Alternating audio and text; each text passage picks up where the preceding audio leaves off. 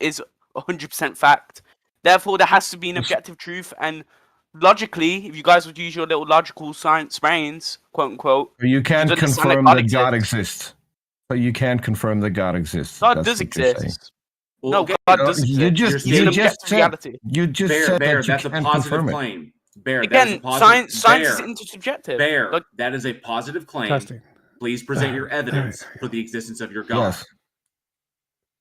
Well, if you wanna go back to what we were talking about before, you know, a lot of the thing like old Earth, your belief in old Earth, a lot of scientists believe in. Stop talking about our beliefs.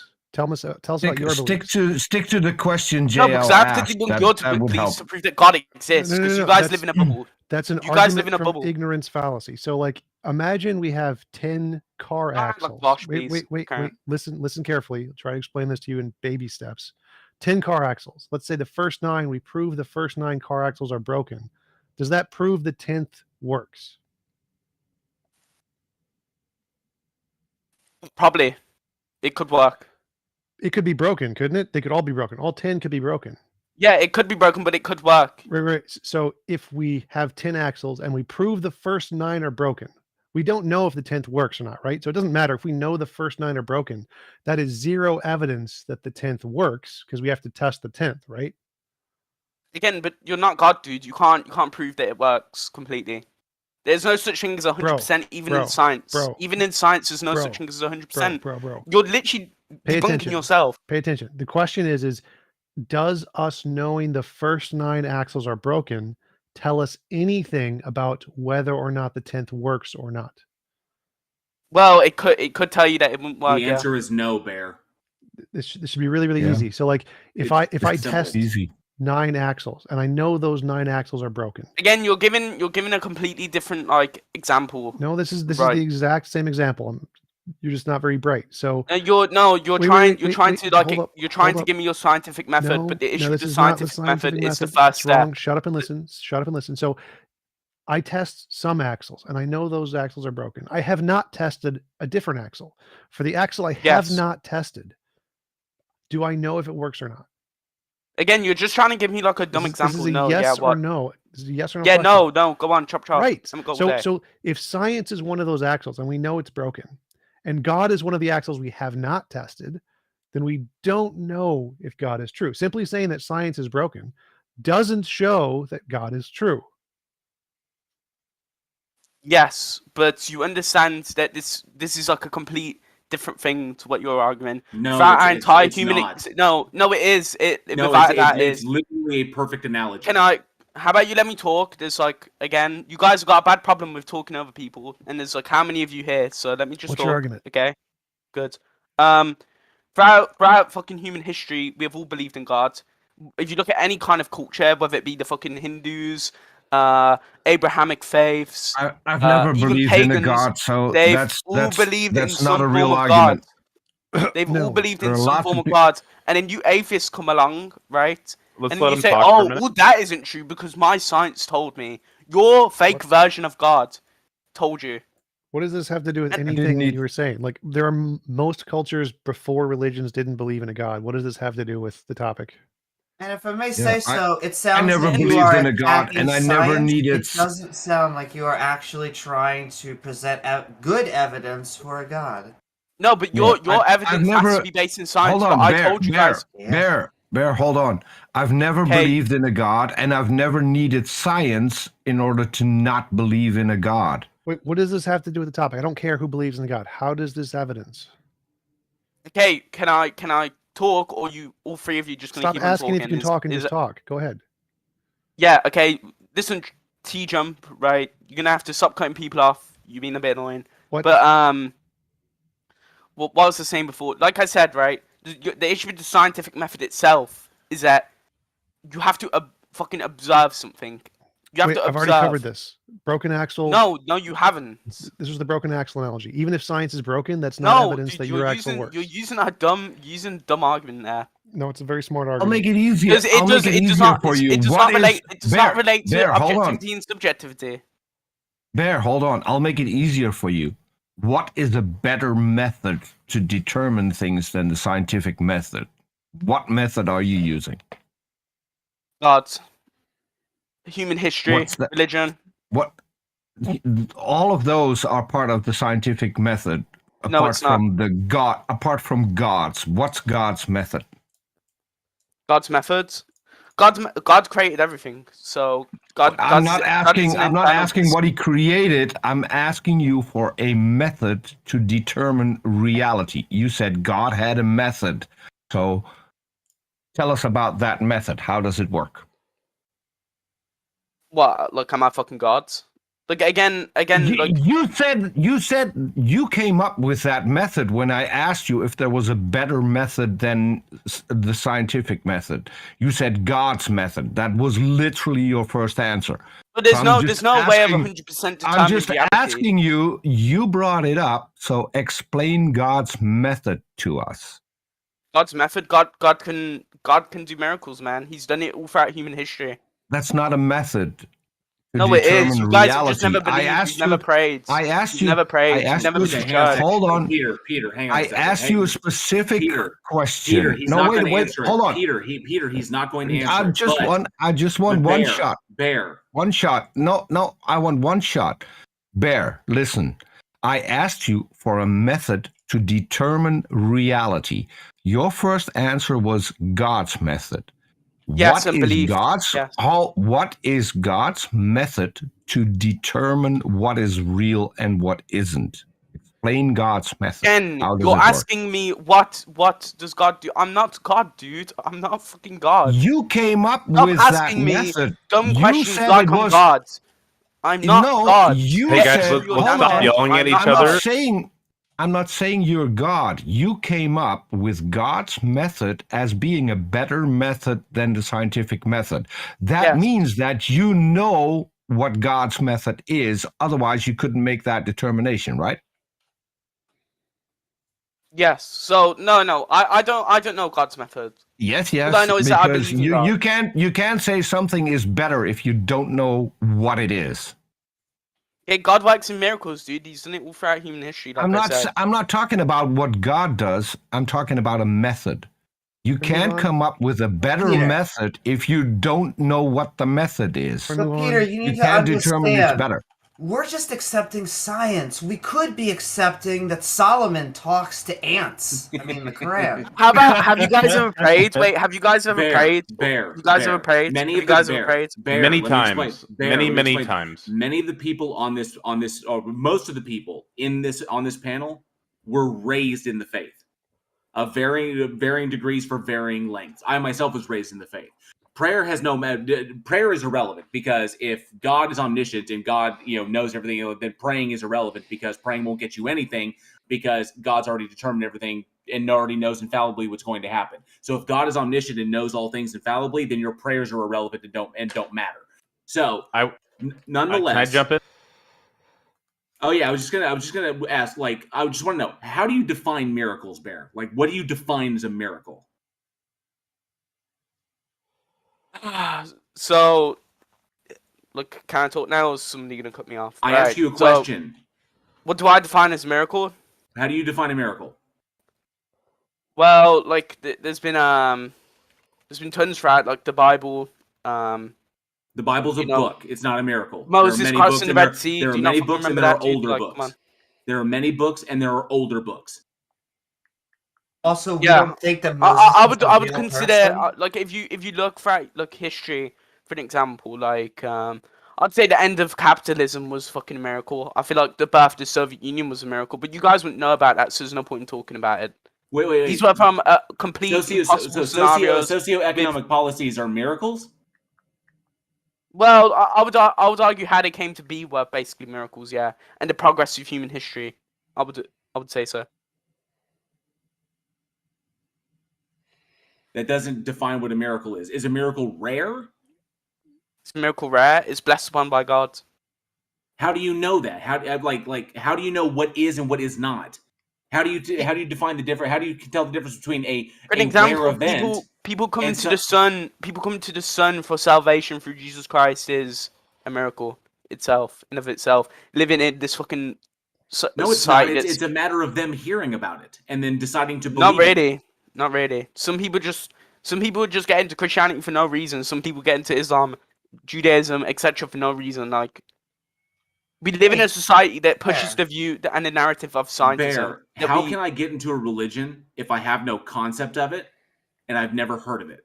And then after you answer that, could you tell us what religious view you're trying to convince us of? Honestly, I'm not trying to convince you of any religious view. I don't really care. Okay, then ignore my question. Bear, do me a favor. Read what the name of the damn stage is, please. No, I'm trying to convince you of. Thank you. There you go. Solved. Dr. John Zoidberg is up next. Does anybody have any comments though before we bring him up here? Like, if they can't I wanted to tell understand... JL, reading is hard. It's really hard. I wanted to say, I think in near the beginning, Amy was starting to go down a certain path with some questions, and I'm curious to know what Amy was thinking to ask. If you remember what you were going for, Amy. I think I had a round before, but I just noticed that at first it did seem like he was a Muslim, like we were talking about Quranic miracles, and then he said that it was a miracle when people come over to know Jesus as their Lord and Savior. And so it's like, are you devil's advocating, or are you just like a non-Abrahamic, non-denomination? It just seemed it seemed spicy, but then it just seemed confused. Actually, someone in my live chat just brought something up that was interesting. Paul Carroll states that the same religion has not spontaneously formed in two isolated populations. Anyone who adheres to a specific religion had to have been told about it by someone else first.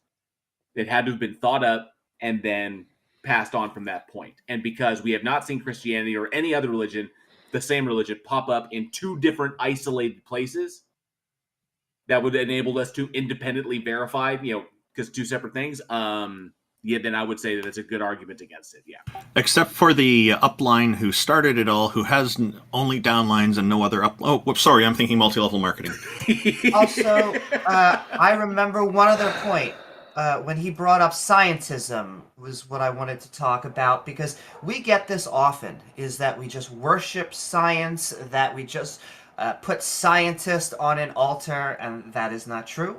Science is a process. We have respect for people who have actually worked hard to learn expertise in their field and talk credibly about it.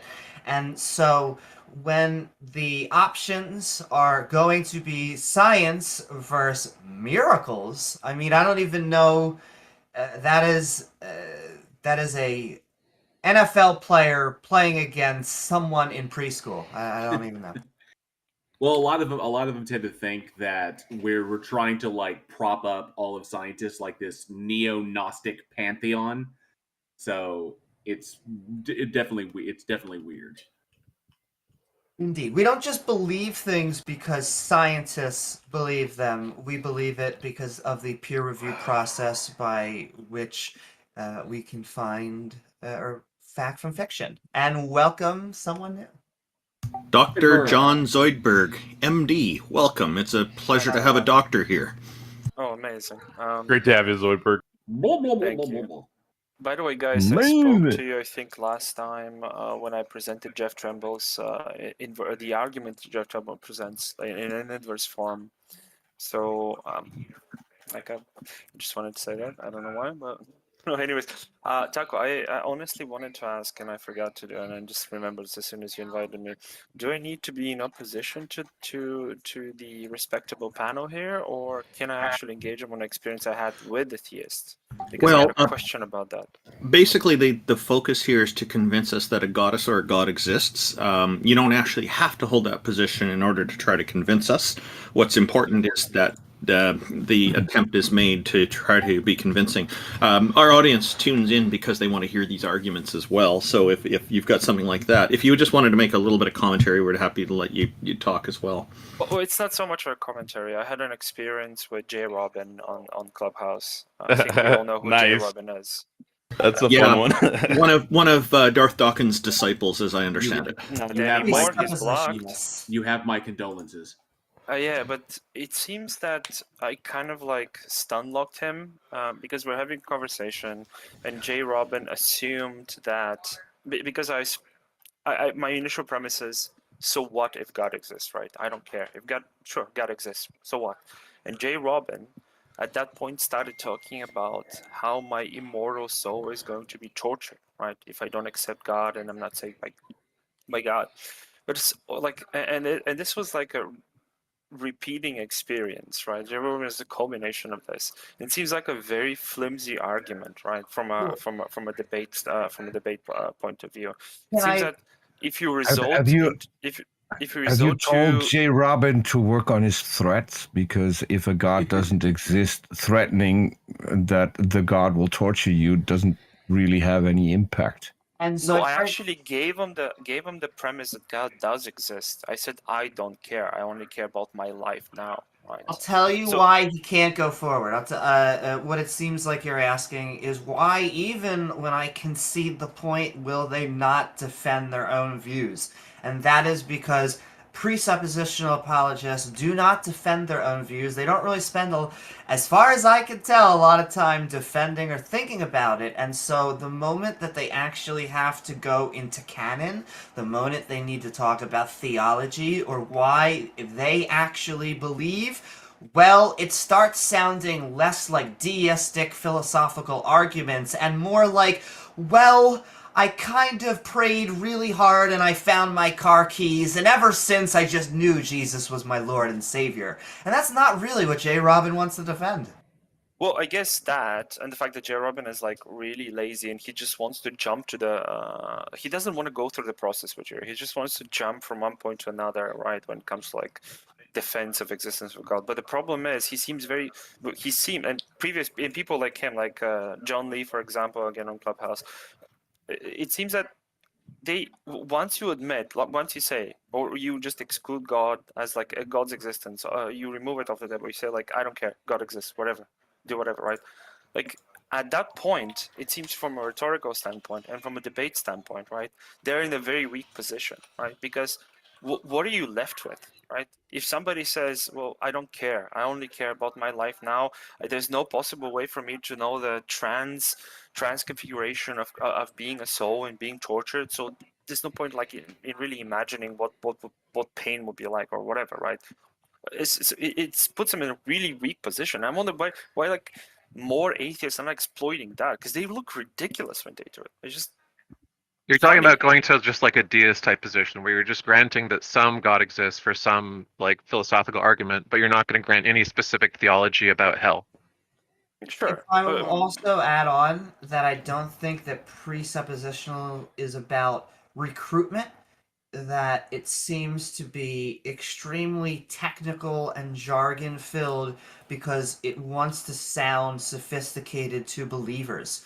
I hate to say that it is their version of a cheerleader because they get used to being smacked around through these types of conversations, and so it's a lot harder as a Kent Hovind or as someone who believes the Earth is 6,000 years old to go in there and try to talk with scientific-minded people. But to a significant degree, presuppositional apologetics controls the conversation because it's like a butchered version of the Socratic method where you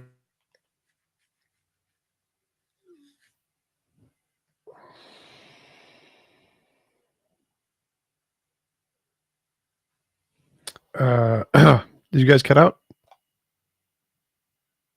Oh, I thought it was me. Okay. Okay. But I did want to say, like, you cut out. I can hear you, Amy. I can hear you, Amy.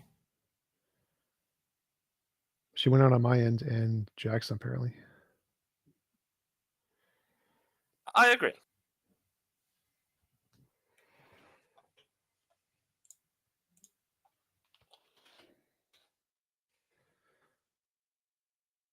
No, they go evidence-based. They go I always forget his name, Van Tillian type of like argumentations, and it's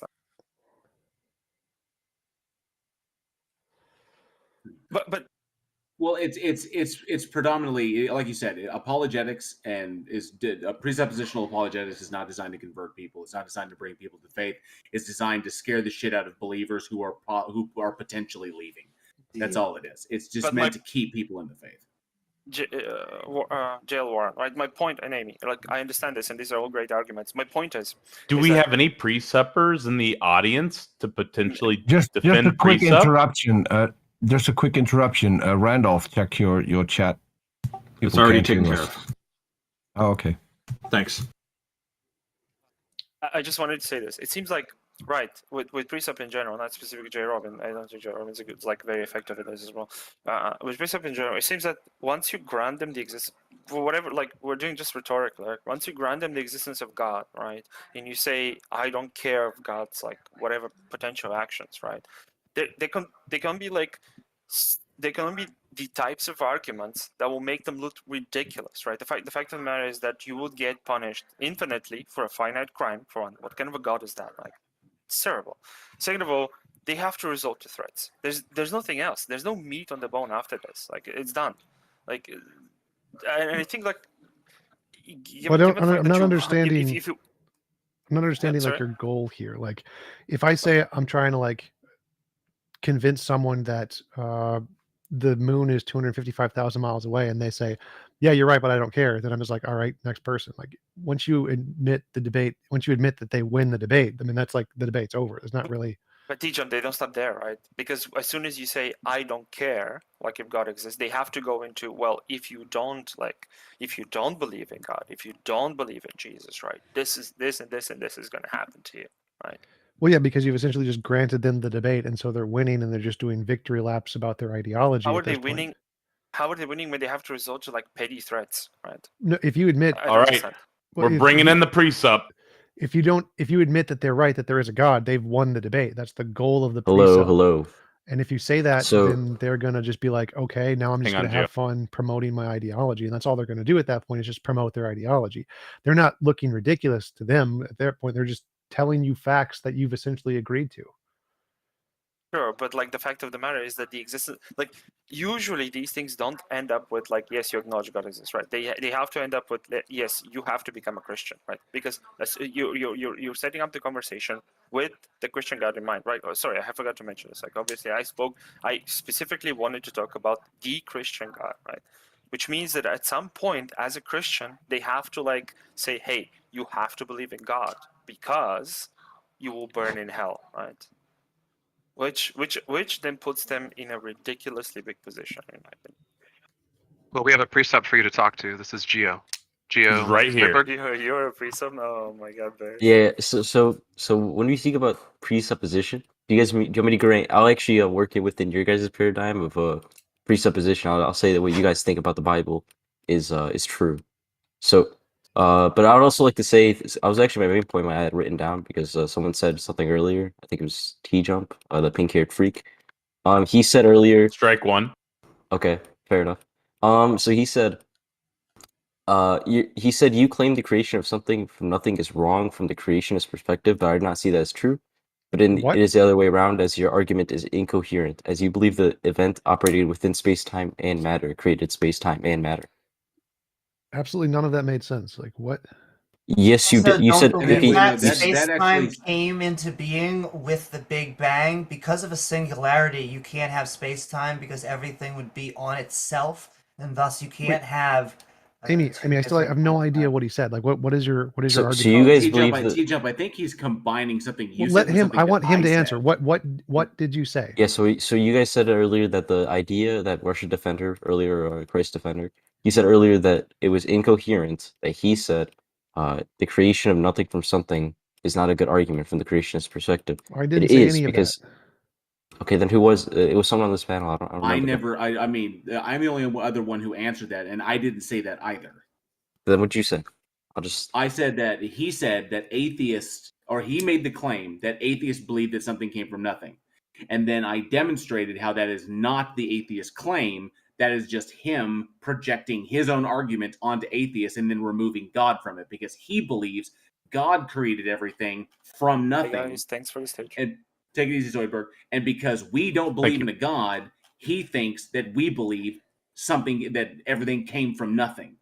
So he's just projecting his own argument minus God onto atheists, and he's incorrect about that. That's not what we claim. Okay, so your claim is that the creation of the event. No, of we don't claim that anything was created. Okay, I didn't even. Okay, then that's why I switched it to the event. The event of the Big Bang is a fluctuation of energy that created a what? It was That's an my question. expansion event. There's Big no. Bang I was don't expansion. think it's kind of pointless. It was an to go into, like, expansion a of full- what? Of what matter? What matter it- beforehand? Energy. Yeah, where did the all energy the matter derive and from? energy of this universe. It's Okay, built Where did to the be energy all in and one matter spot. derive from? Where Okay, is the Geo, energy and matter derived from? Is Geo. it just there? One sec. Hold up. Hey, one at a time, guys. So Come on. the answer here is that quantum fields, when they fluctuate in that way, they cause emergent things to arise. So space and time and the stuff that we experience are a result of different combinations of quantum fields. So our space-time was created in the Big Bang from the quantum fields. Yes, but what created the quantum field, or what was it within Nothing. what matter or energy was within the quantum field? You can't just say it existed without the creation of it. That's what we're trying to go to, Geo. Quantum So- fields. There's have no always matter existed. in quantum fields. They just always existed. So Yeah. what created the quantum field? Quantum fields exist, and they have always existed, and will always exist. That's Fluctuations in not that an argument. You can't just say Geo, something exists because it exists. Geo, A God exists Geo. because it exists. Geo, stop. We can test them. We can use them to explain things, and we can make predictions with them that validate the models that we have developed around them. Okay? If we use the same model of God, it's coherent. It's creation of everything. No, because there are logical entailments of putting an agent into these things. An agent with desire and plan and whatever. Once you stick an agent in there, then it becomes problematic. How so? Because then what choices is the agent making? Why is the agent making these choices? Why does what we see in the universe, why does what we observe not reflect with what we supposedly know about the agent or what the agent has revealed about itself? Your God dies on the logical entailments. Okay? I have no idea how this follows. You can't just say, TJump, let me finish the fucking conversation, please. You cannot simply you interrupted insert me. God. I was talking with him. You interrupted me. Stop coping, TJump. Stop coping. Just let him You speak. cannot simply Let's insert stop God. one at a time. You cannot simply insert God without describing the mechanistic relationship between God and everything else. We can explain everything down to the fundamental level, which is the quantum field. Quantum fields always exist. You just automatically assume that exists. What do you want? Do what? I want to ask you a question because I think this will nip this. You just made an argument. Let me address it first, transgender. You're gonna keep on, man. Oh no, dude! Come on, strike I don't two. care about that. Or yes, I'll take it as a strike two. But I want to know, Geo. Really, we think quantum fields could be eternal. You think God can be eternal. What's the difference? Yeah, so it's a presupposition. You're assuming we something. have evidence of Oh my! quantum I can't even speak. I can't even speak. No, Geo, stop. When you misrepresent our position, I will fucking interrupt you. We have evidence of quantum fields. We can test them. We can make predictions with them. We have models that are verified based upon that empirical evidence.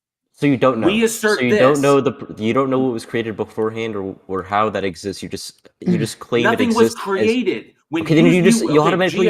Geo, okay, then you don't have an explanation. Geo, I have stop. an explanation for the Geo, creation of these certain things. You do not. You just Geo, have an you just say you have these things Geo, already stop. existing. Geo, stop. When you use the term created, you imply a creator. Yes, is why we because do not it's use a that valid term. explanation. That is why we do not use that. No, it is not a valid explanation. Yes, it is. You do not have a valid explanation of Geo, why I've this already thing explained. exists. Geo, I've already explained why. You do not. You just say this thing exists because it exists. Geo, you cannot assert a creator without demonstrating the mechanistic relationship between the creator and that which is created.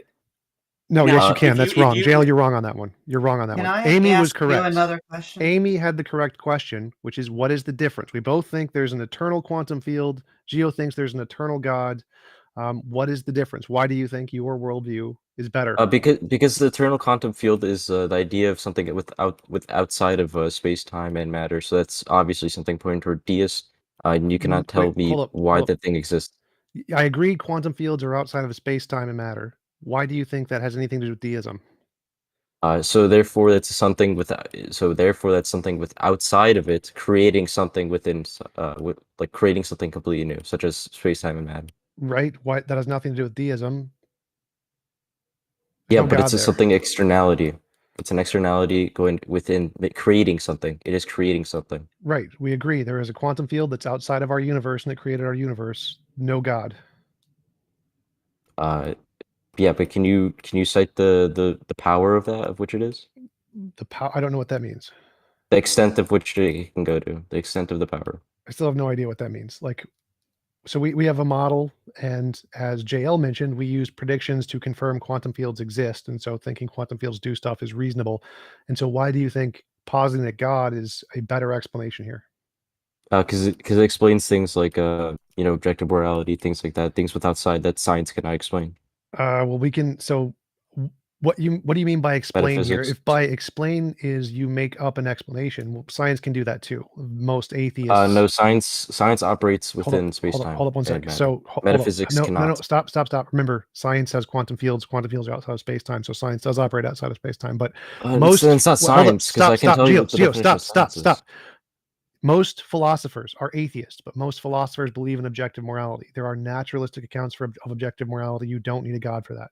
So again, it's not true at all. Wait, most philosophers are actually deist. No, if you go to this, do you want me to? Prove stop. Phil Survey's paper 2020. There's actually a poll of professional academic philosophers, and you can do a search for number of atheists. It's like 67%. It's the most. And then you can also do a search for moral realism, and it's 65% or something like that. Most academic philosophers are atheists, and they believe in objective morality. There are accounts of objective morality under atheism without a God. So if what you think is that your God making up a solution to account for objective morality is what you need, well, then guess what? We have that under atheism too. So do you have a different reason why you think God would be a better solution? I don't understand. Where do you think these atheists derive their objective morality from? I don't quite understand. Well, there's lots of different models. Why does that matter? They're all better than God. Can you explain one?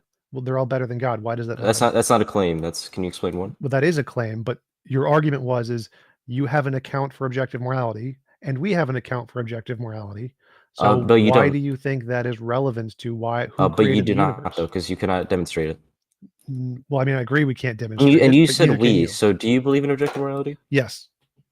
Okay, then what do you use as your basis? What does that have to do with the argument? So again, because you're not proving to me what objective morality can exist. So my claim here is that all you've done is you imagine a sky daddy and you imagine he grounds morality. See, you use terms like that and like dishonestly, and you were honestly earlier. You also stop talking now. Stop talking now.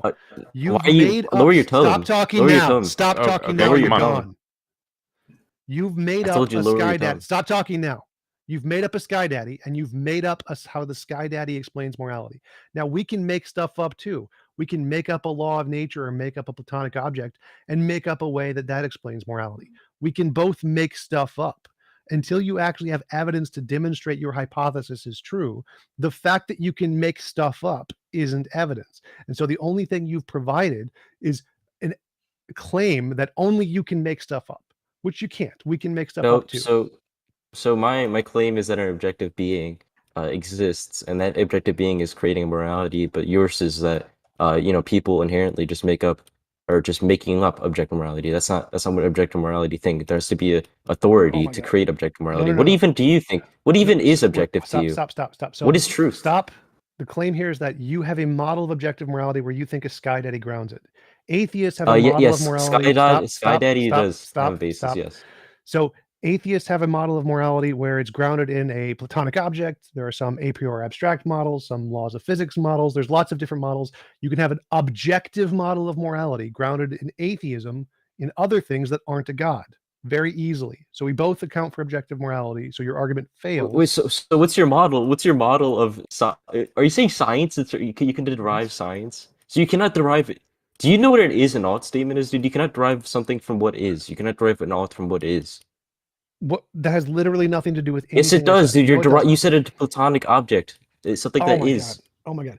God's nature is something that is. God is an is also. That's irrelevant to the topic. You said only God offers a basis of objective morality. That's wrong. You've been proven wrong on that. Yes, but you haven't even demonstrated. I gave you an example that I derive mine from. You cannot.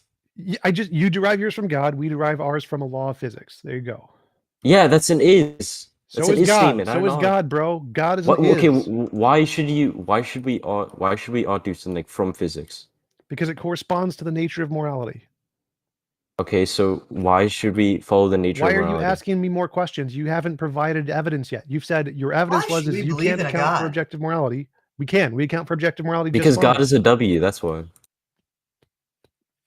Everybody put L in the chat for presup. Everybody in chat type L for presup.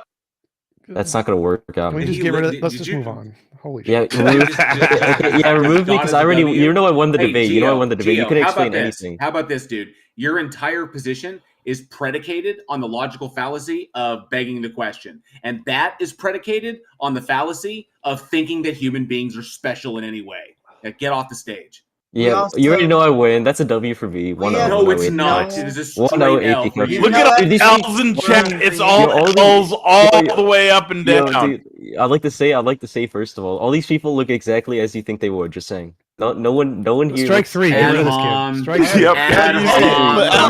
All he's got are I do have one observation to make. I really like his avatar of the bear eating ice cream. I was gonna say, that was cute. Does that mean he looks like a bear? That's what you would expect from a Christian pre-supper? Taco, shots fired. Taco, you wouldn't believe the number of L's in my live chat, dude. I'm watching the Heathen Hangout, and it's all W's. Oh, the L's in my live chat are hilarious.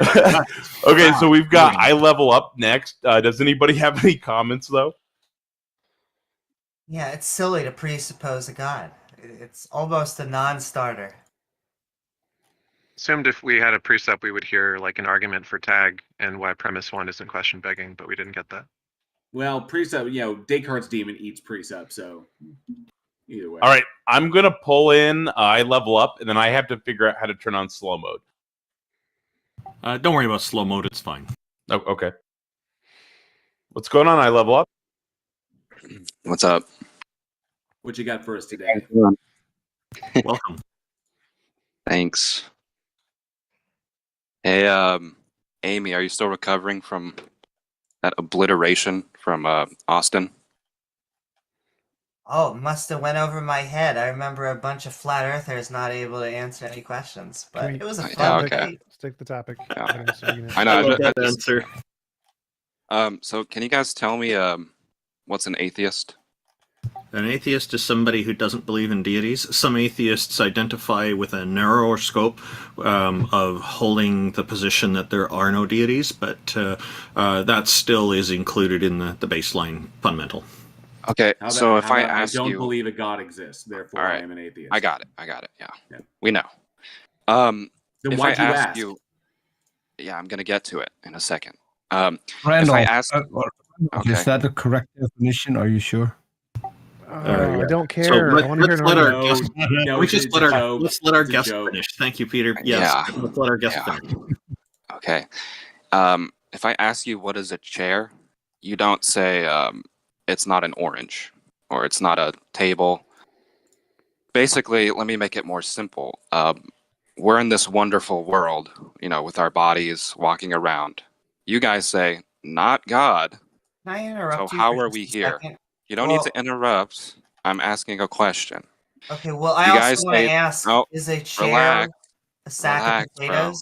Well, I get it, but is a chair a sack of potatoes? If you sit on a sack of potatoes, is that a chair? Yes, my child. I level up. You're the guest okay. on the panel, and if someone on the panel is going to ask you something for clarification, you will listen. Well, and you just assume, but that's why definitions. That's an interruption. I was already clarifying it, but okay. So not God. So how are we here? Our parents had sex. Would you like to go further than just us? Okay. I'm talking about how did humans get here at all? How do you have a body? Also, you're wrong about the God thing, because it's not that we're claiming that there's not God. There's you who's claiming there is a God, and we say we don't believe you. That's why we're here.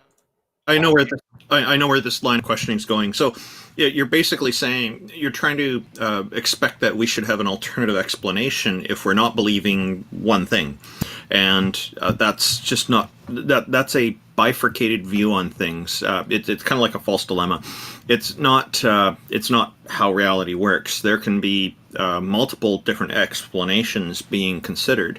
One would be abiogenesis, which seems to have credibility, but it's not as well researched as evolution. So, and it is distinctly different from evolution. Another possibility is that that I can't rule out is the possibility of things erupting from absolutely nothing. But this is an area that's quite controversial and mostly ignored by a lot of people because we don't have absolutely nothing to test. So, you have to ignore it. That's why. Can we the point I don't have to, and I don't ignore it. Okay, the point is what you just said proves you don't know what you're talking about. Abiogenesis is your guys' claimed belief for how life started. Then it was evolution after that. I level up. In the Okay, I level up. just a second, JL. Just a second. Jesus Christ, go ahead. I just specified to you that that's one thing that's being researched. I didn't say it is the absolute thing. I'm telling you what it is. No, I level up. No, you are incorrect on this, and this is something that I have a level of understanding in. So, abiogenesis, the various versions of it are proposed hypotheses as to how life originated on this planet.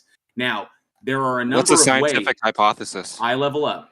There are. So you don't know what a hypothesis is. I level up. When I use the term hypothesis, it's best to think educated colloquial. Guess. Dude. So not a scientific. Stop interrupting me and listen. All right. When I use the term hypothesis, it's best to think educated guess.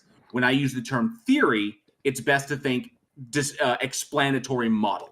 Okay. Okay. So evolution. You're not saying, hang on. You're not using the scientific definition. Those are the scientific definitions. Hey, please don't overtalk people when they're talking. Let them continue. Evolution is the theory of evolution is an explanatory model. We understand it. We've demonstrated it. It's done deal. It's fact. Okay.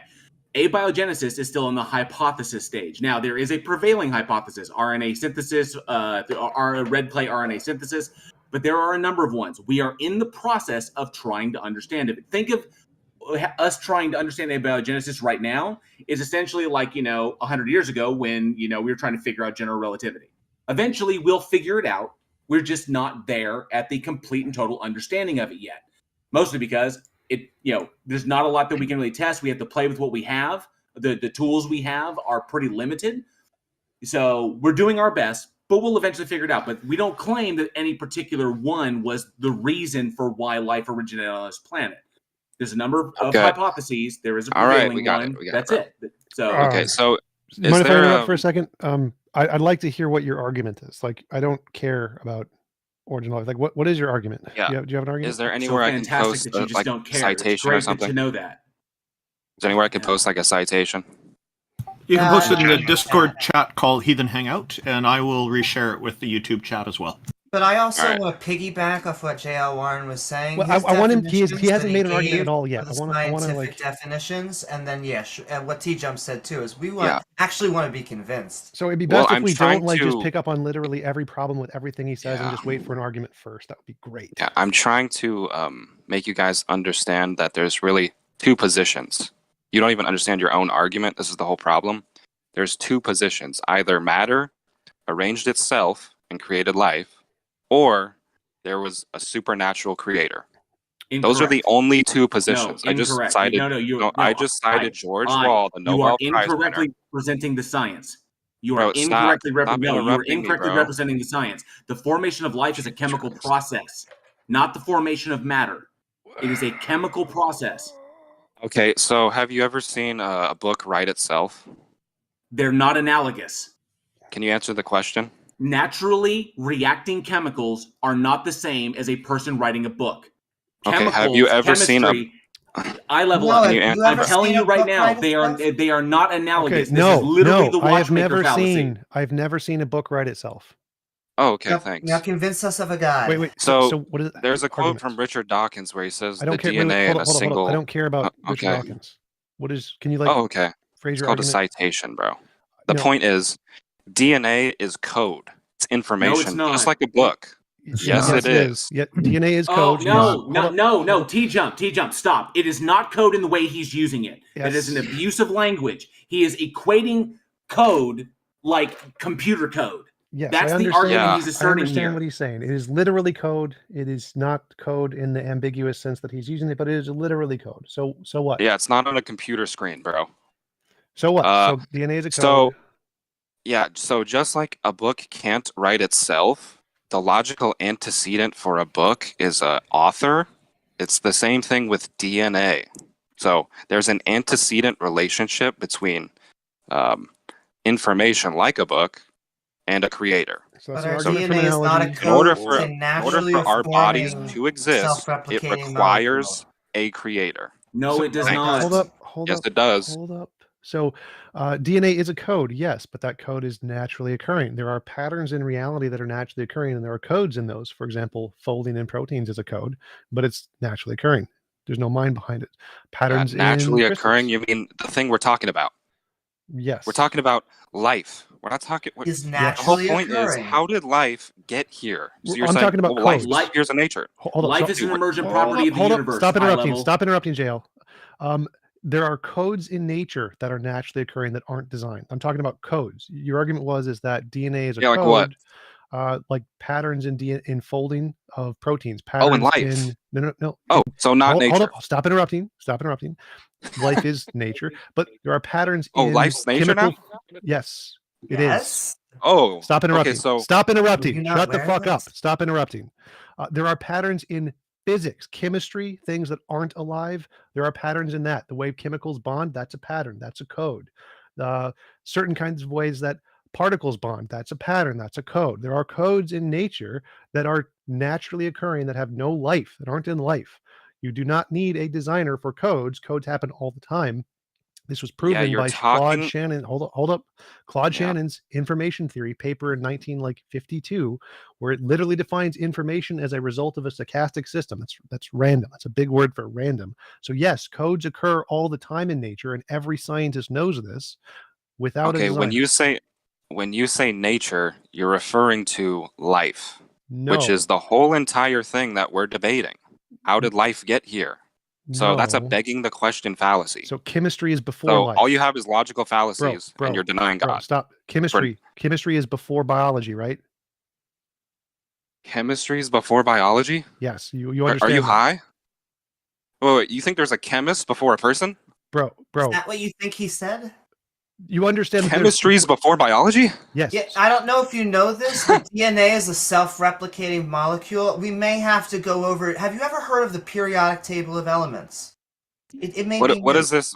Okay. I'll help you. So in science, there's tiers of stuff. You got physics. Physics is the most fundamental stuff, and then physics causes chemistry. Chemistry is like chemical organisms or chemical structures that bond, and then biology is a certain form of those chemical structures called self-reproducing molecules. So first is physics, then is chemistry, then is biology.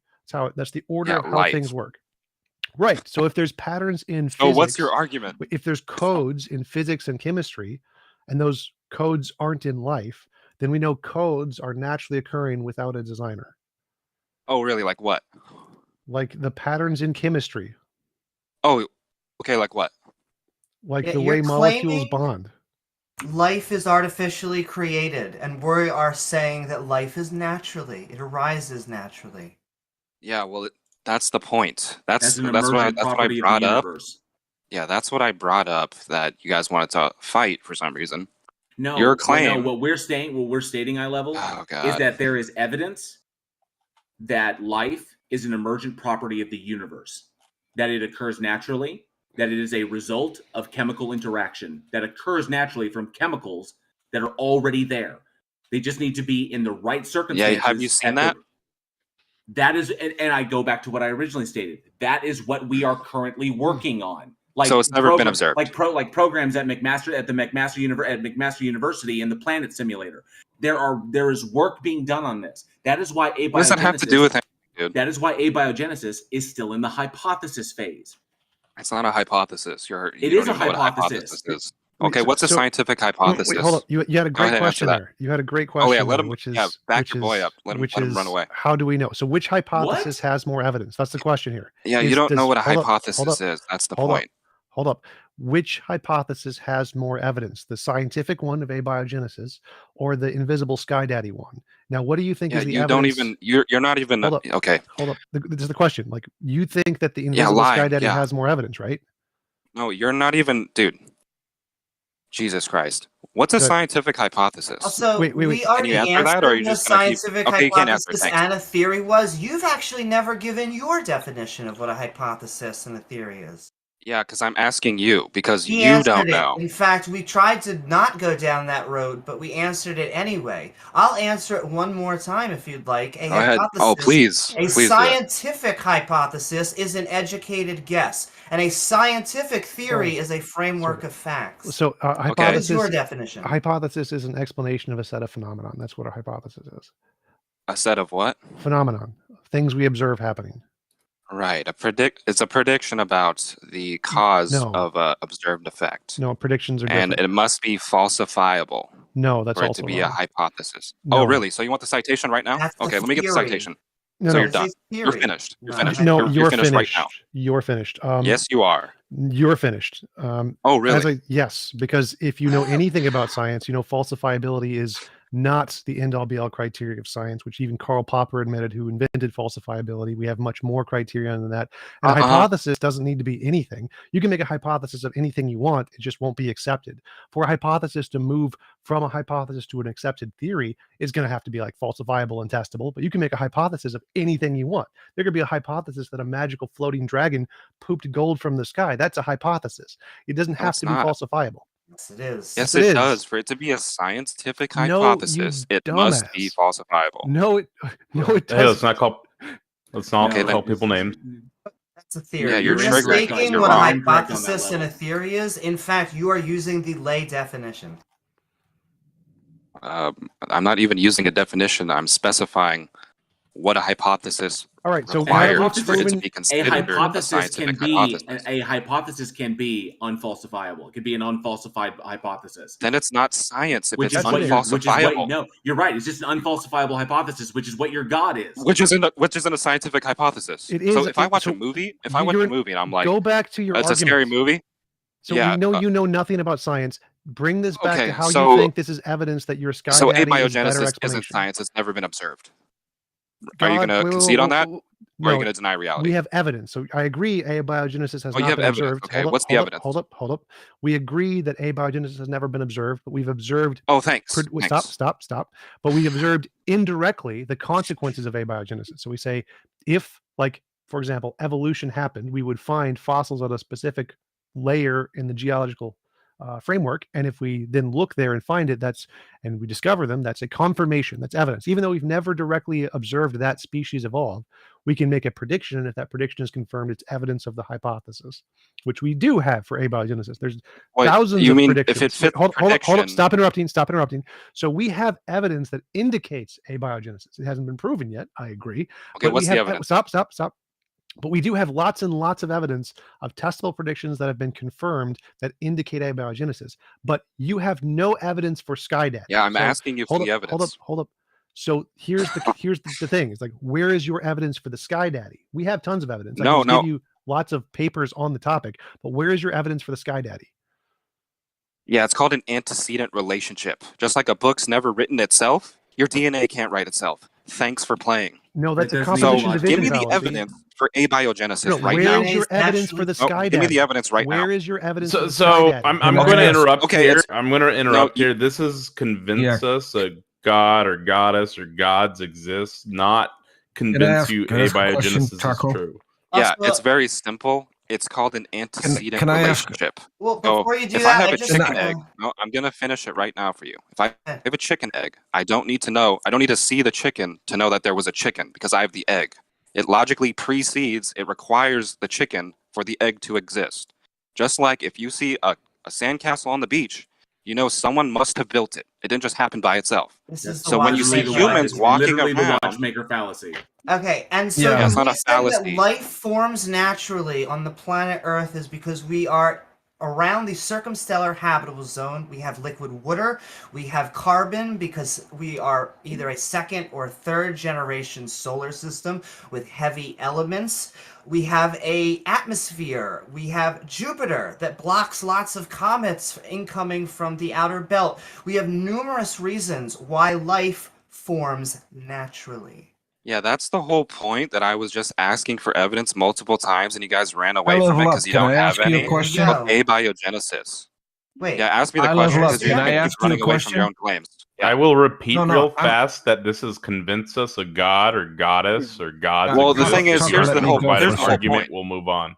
Here's the whole point. Let me go. Let me go for a second. I level up. I have a question for you. So, I will concede that we know nothing about evolution, nothing about abiogenesis, absolutely nothing. Science knows nothing at all. So, once we do that, just for the sake of this conversation, so let's go to your side of the argument. What do you know about God? How did God create? When did he create? What did he create? And what did he create? Sure, yeah, I'll tell you. Provide your evidence. Yeah, let me just say this also. Since before I answer your question. You're good on evidence, right?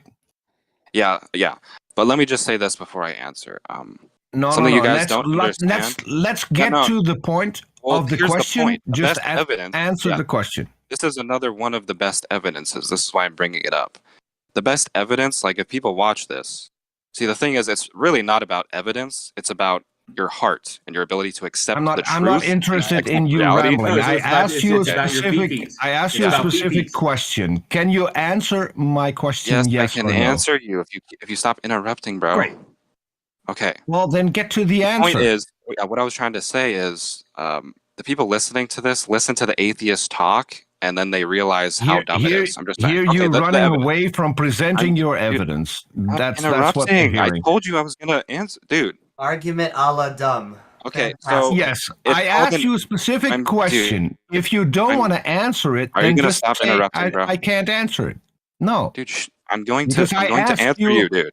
No, stop interrupting. I asked you a specific question, so answer the question. Dude, I heard it. Okay, go ahead. I'm going to answer it. Oh, you're going to interrupt again? Because I didn't talk right now? If you're going to provide any evidence, because you're the guy demanding evidence, so I'm presuming that you did the same thing for your God. Okay, it's called an antecedent relationship. The same way you've never seen a book write itself. You haven't debunked anything. You have no evidence. The watchmaker. So you have no evidence. That's what you're saying. Yeah. So a book can't write itself. It's a violation of the second law of thermodynamics. What Peter's trying to say is that your evidence should not have a caveat to it. We should not have to accept something before you present your evidence. Because I'm telling you what you experience every day, and you're denying it. No, I don't. Eye level. I do not experience God every day. I experience nature. Oh, perfect. Okay, so everything that I've you also actually never utilize, experienced a God creating anything. So please enlighten me. I've never seen a chicken lay an egg, but I have tons of eggs in my fucking fridge. Does that mean there's no chickens? But how does a God create? How is God God? Is that really what you're fucking asking me? No. I asked how does God create? Fucking do anything? Yeah. No, that's really good. How does he do anything? Yeah. I like how he says it in a sarcastic voice. He's like, how does God even... Yeah. Oh, shit, how does he because that's an idiotic question. That's exactly what the first person said. Does it mean that it's an idiotic question? Because what you're trying to say is you have no idea how God does anything. The point How about level? If I'm trying to describe or if I'm trying to explain something and I have two possibilities, I could, if I'm trying to explain why something is the way it is, and I have two choices. One choice provides a mechanistic explanation for why the thing is, why it does what it does, and it makes predictions about if I do things with this thing, and it validates the model. I could develop a predictive model off of this, and that's my one choice. And the other choice is it just did it. No, that's not the. Which one should I accept? Okay, you're demonstrating your lack of understanding of the arguments. Just because something fits a prediction also, like I can make a prediction that there's something Whitsitt said when he obliterated Amy. I'm just want to just point this out. He said that if you make a calculation about Superman and then observe a shooting star and say it fits the calculation, it fits the prediction, therefore Superman's real. I have to interrupt you because what I asked you for. Hold on. No. Yes, I have to interrupt because what I asked you for is the exact same thing that you demand from us, which is evidence, not an argument. Not because I see this, therefore that must have happened. I want evidence. You want cold, hard evidence for abiogenesis. You want cold, hard evidence for evolution. So we want cold, hard evidence for your God claim. And I do want to interrupt. Provide your evidence and stop using arguments because that doesn't get us nowhere. I'm holding you to the exact same standard that you're holding us to. So present your evidence. That you just made did not make any sense. I don't understand. By seeing a comet, therefore Superman exists. Of course, it doesn't make sense to you. Yeah, I know. I know it doesn't make sense. Yeah. Yes. So the point it makes sense in your head when you made it. Someone already asked me a question. Relax. Okay, I'm going to take that as a no. You've already been destroyed for hours, so everyone can pull that up. I'm going to take that as a no, and I'm going to hand it back. So we're going to take that. You said they were destroyed over and over as a concession and move on. Yeah. Indeed. But I still don't understand what he was trying to say. I feel like that is the exact opposite of what the skeptics are saying. Just because you see something in the sky and it kind of looks a little weird doesn't mean that it's supernatural. Doesn't mean that it is a Superman. So just want to point that out. And also all of the evidence seems to point that life arises naturally. Books cannot mate with each other. They can't make baby books by themselves, so it is not a coherent position. And with that, send in love. We'll move on. What annoys me most is that when people come up here on the stage and hold us to a certain standard, when you then ask them questions holding them to the exact same standard, all they can do is deflect and obfuscate, and that's just tiring. If you have a standard, at least be honest enough to apply the same standard to your own position. I didn't even bring up there was a documented story of a rooster that laid an egg, and the town that the rooster lived in, they thought it was the devil, and so they exorcised the rooster and then they burned it at the stake. So I think what they think they're going to do is prove to you that your position is stupid and you have to get rid of it. And then they think you're going to be like, well, do you know what position I could take to know the truth? And then they think they're going to input their position into you right there. At some point in the conversation about abiogenesis, he literally said, have you seen it happen? If that is your standard, then I want you to tell me when you saw God create anything, because that is your standard. I had a point about plants earlier that I didn't bring up because I let somebody else talk about it, which is real quick, right? So plants turn inorganic salts into organic matter with sunlight, which is not a living thing, and water, which is also not a living thing. We need to exercise the plants and burn them at the stake. I wanted to address the claims about abiogenesis not being well explained. While it's true that we don't have the ability to run like billions of years long experiments, we now have so many ways in which abiogenesis is plausibly explained that it's almost in the realm of overdetermination, which is to say that we think life emerged multiple times, not once. And we think probably it went extinct several times because it's so easy for it to occur. And the way that we think that it occurs is that we have clays all over the earth, and they've tested many different types of clays. And there are clays which reliably produce and are abundant all over the earth, hundreds long polymer chains, some of which would randomly have very different chemical properties, such as self-replicating.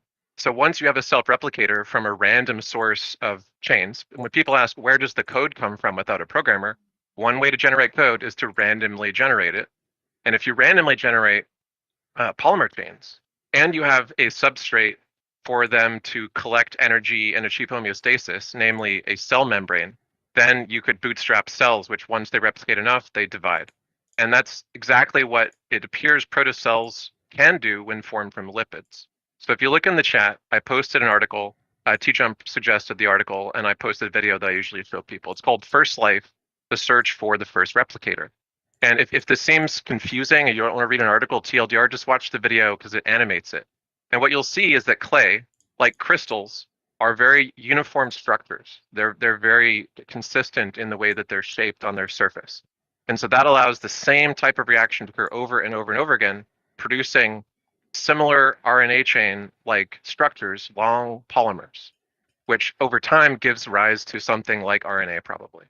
So any skepticism about abiogenesis that doesn't address this or poke holes in this as the most likely explanation for life is just in need of some self-educating. Go watch the videos, read the articles, catch up on 20 years of evolutionary science. And I have a fun fact. Just like Peter, I have a fun fact.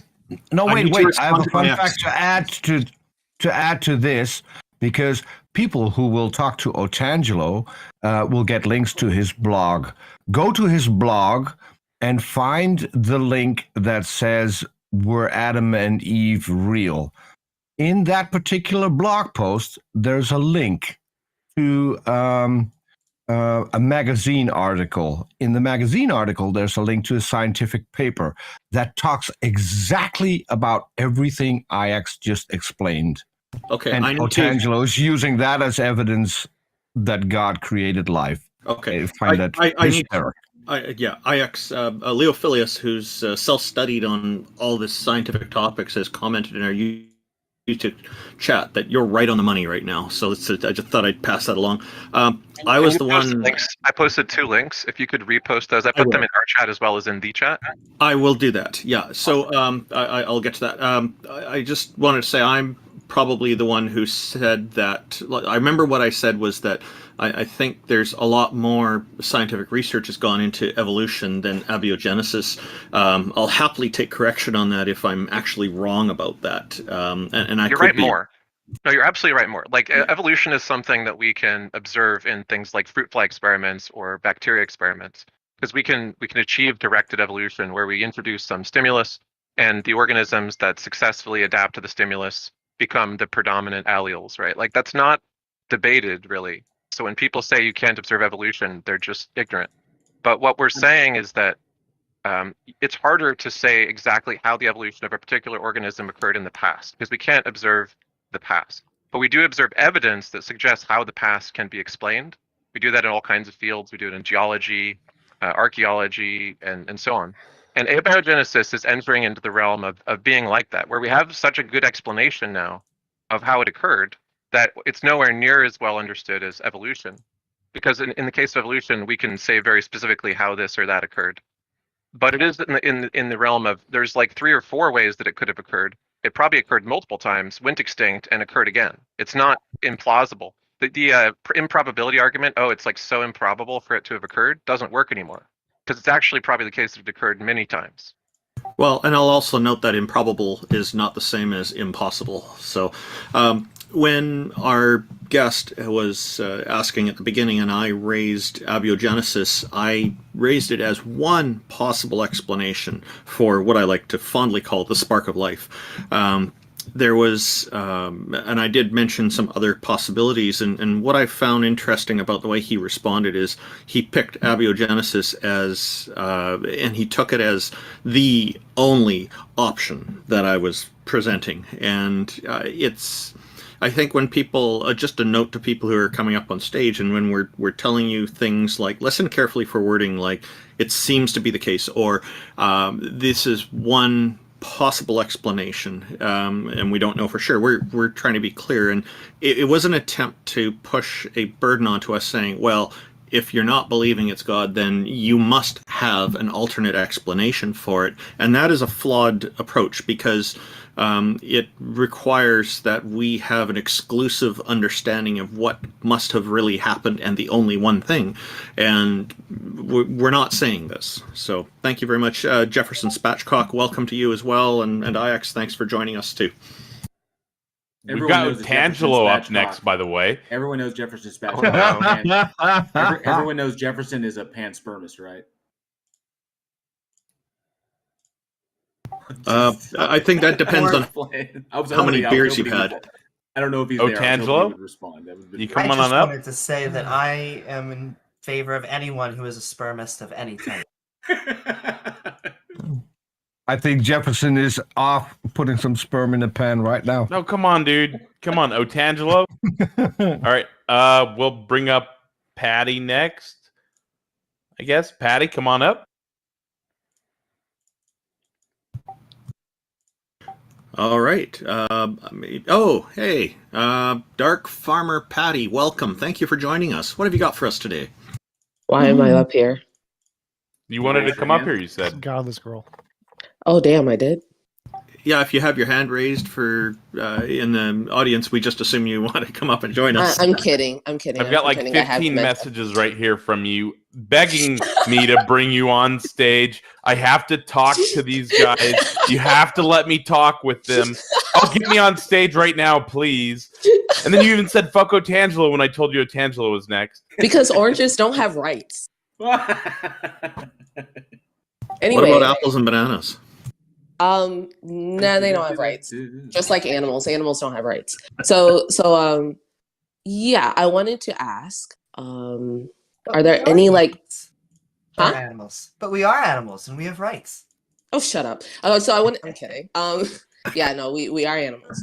So I wanted to ask, are there any pro-life atheists in here? Okay, so we need to clarify the term pro-life because I'm purposely muddling it as being pro for the life of the pregnant person, but I suspect you're probably meaning an anti-abortion stance. Is that correct? Yeah.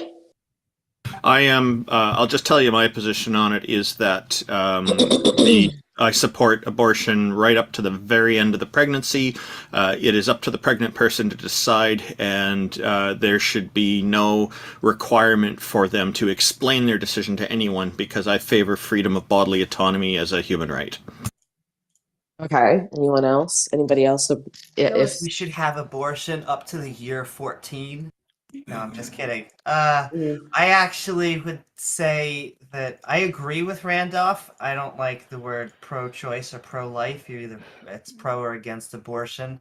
Both of those terms are kind of politically correct for their own sake, but I support freedom, and so I would not have someone donate blood or an organ or anything else.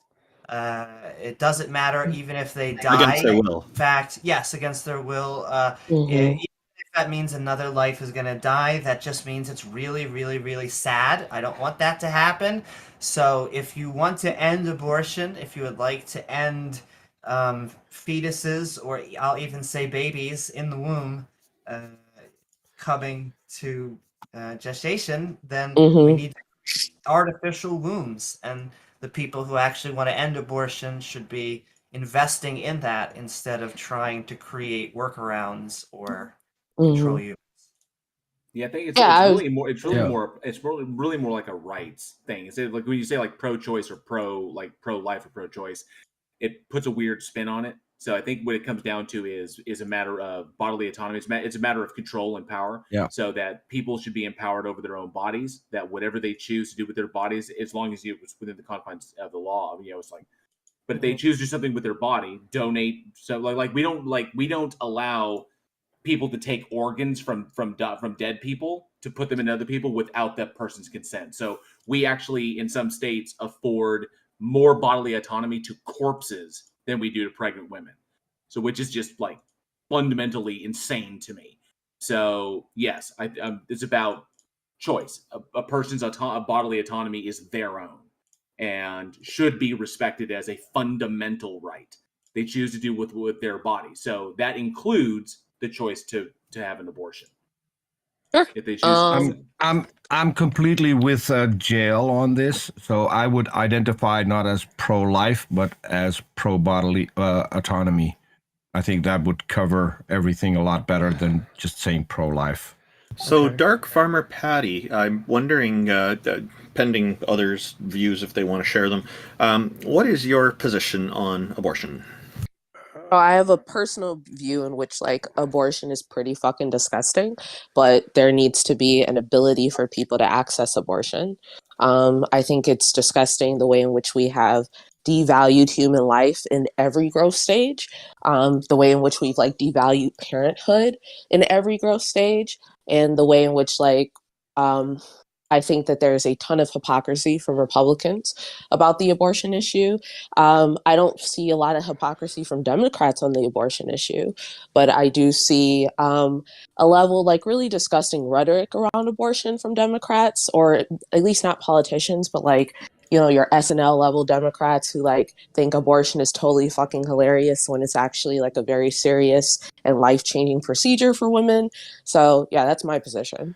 See, I see it as a normal medical procedure. That's because you're a man. Point out that SNL and it is. It's because you're a comedians- man. So I understand that men would probably have a much different outlook on the issue of abortion, but women do not.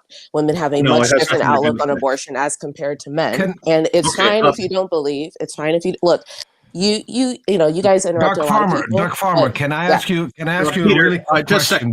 I'm just dealing with this. Give me a sec here. I just wasn't done. Patty, everybody wants to talk today. Let's go one at a time. Totally Patty, you've got like 30 seconds to finish up. Thank you so and much. then one of them can jump in. Thank you so much. I'm just saying. Patty, so I want to back and forth with her for a bit. I understand that you're interacting with me. However, I operate in which I'm respectful to you if you're respectful to me, and interrupting me is not respectful. So, however, so it's just my view. Men are always going to have a different position, like a different perception of abortion as compared to women. It is a very serious procedure for women. It's life-changing. Most people want their pregnancies. I say your view is sexist, and if you've listened to the way I talk about this stuff, I'm always talking about the pregnant person and not identifying the sex of the person who's pregnant. So the way I see it has nothing to do with my sex. It has to do with the fact that the fetus or zygote or embryo is a portion of the pregnant person's body. And so if you're talking about devaluing the human life, you're talking about devaluing the human life, in effect, of the pregnant person, because that's one individual, in my view. Sure, that sounds like a you problem. Again, right? No, it's men not. have a... Don't interrupt me. I didn't interrupt you. So that like, sounds men like have... Don't interrupt me. I did not problem. interrupt you. It's not Don't our interrupt problem. me. It's their Don't interrupt problem. me. They I gotta did not find interrupt somewhere you. else to go. Don't interrupt me. Okay, I come did on, what's Patty. made. So, but you Let her go in for a moment. So I'm just saying, I was in the middle of talking. I will not be interrupted, or I will leave. So, again, that's fine. So how does any of this tie to God, though? Okay. Yeah, I was about to ask that, because first of all, so I'm sorry, not American. I'm not American, so I'm not American. So I don't care about your political parties or whatever. Also, the entire anti-abortion or pro-life thing has nothing to do with whether or not a God exists. So can we get to the topic of the stage, please? No. So, like I was saying before, when I was talking to the person that I was talking to, I'm so sorry that I was interrupted and couldn't immediately respond to you.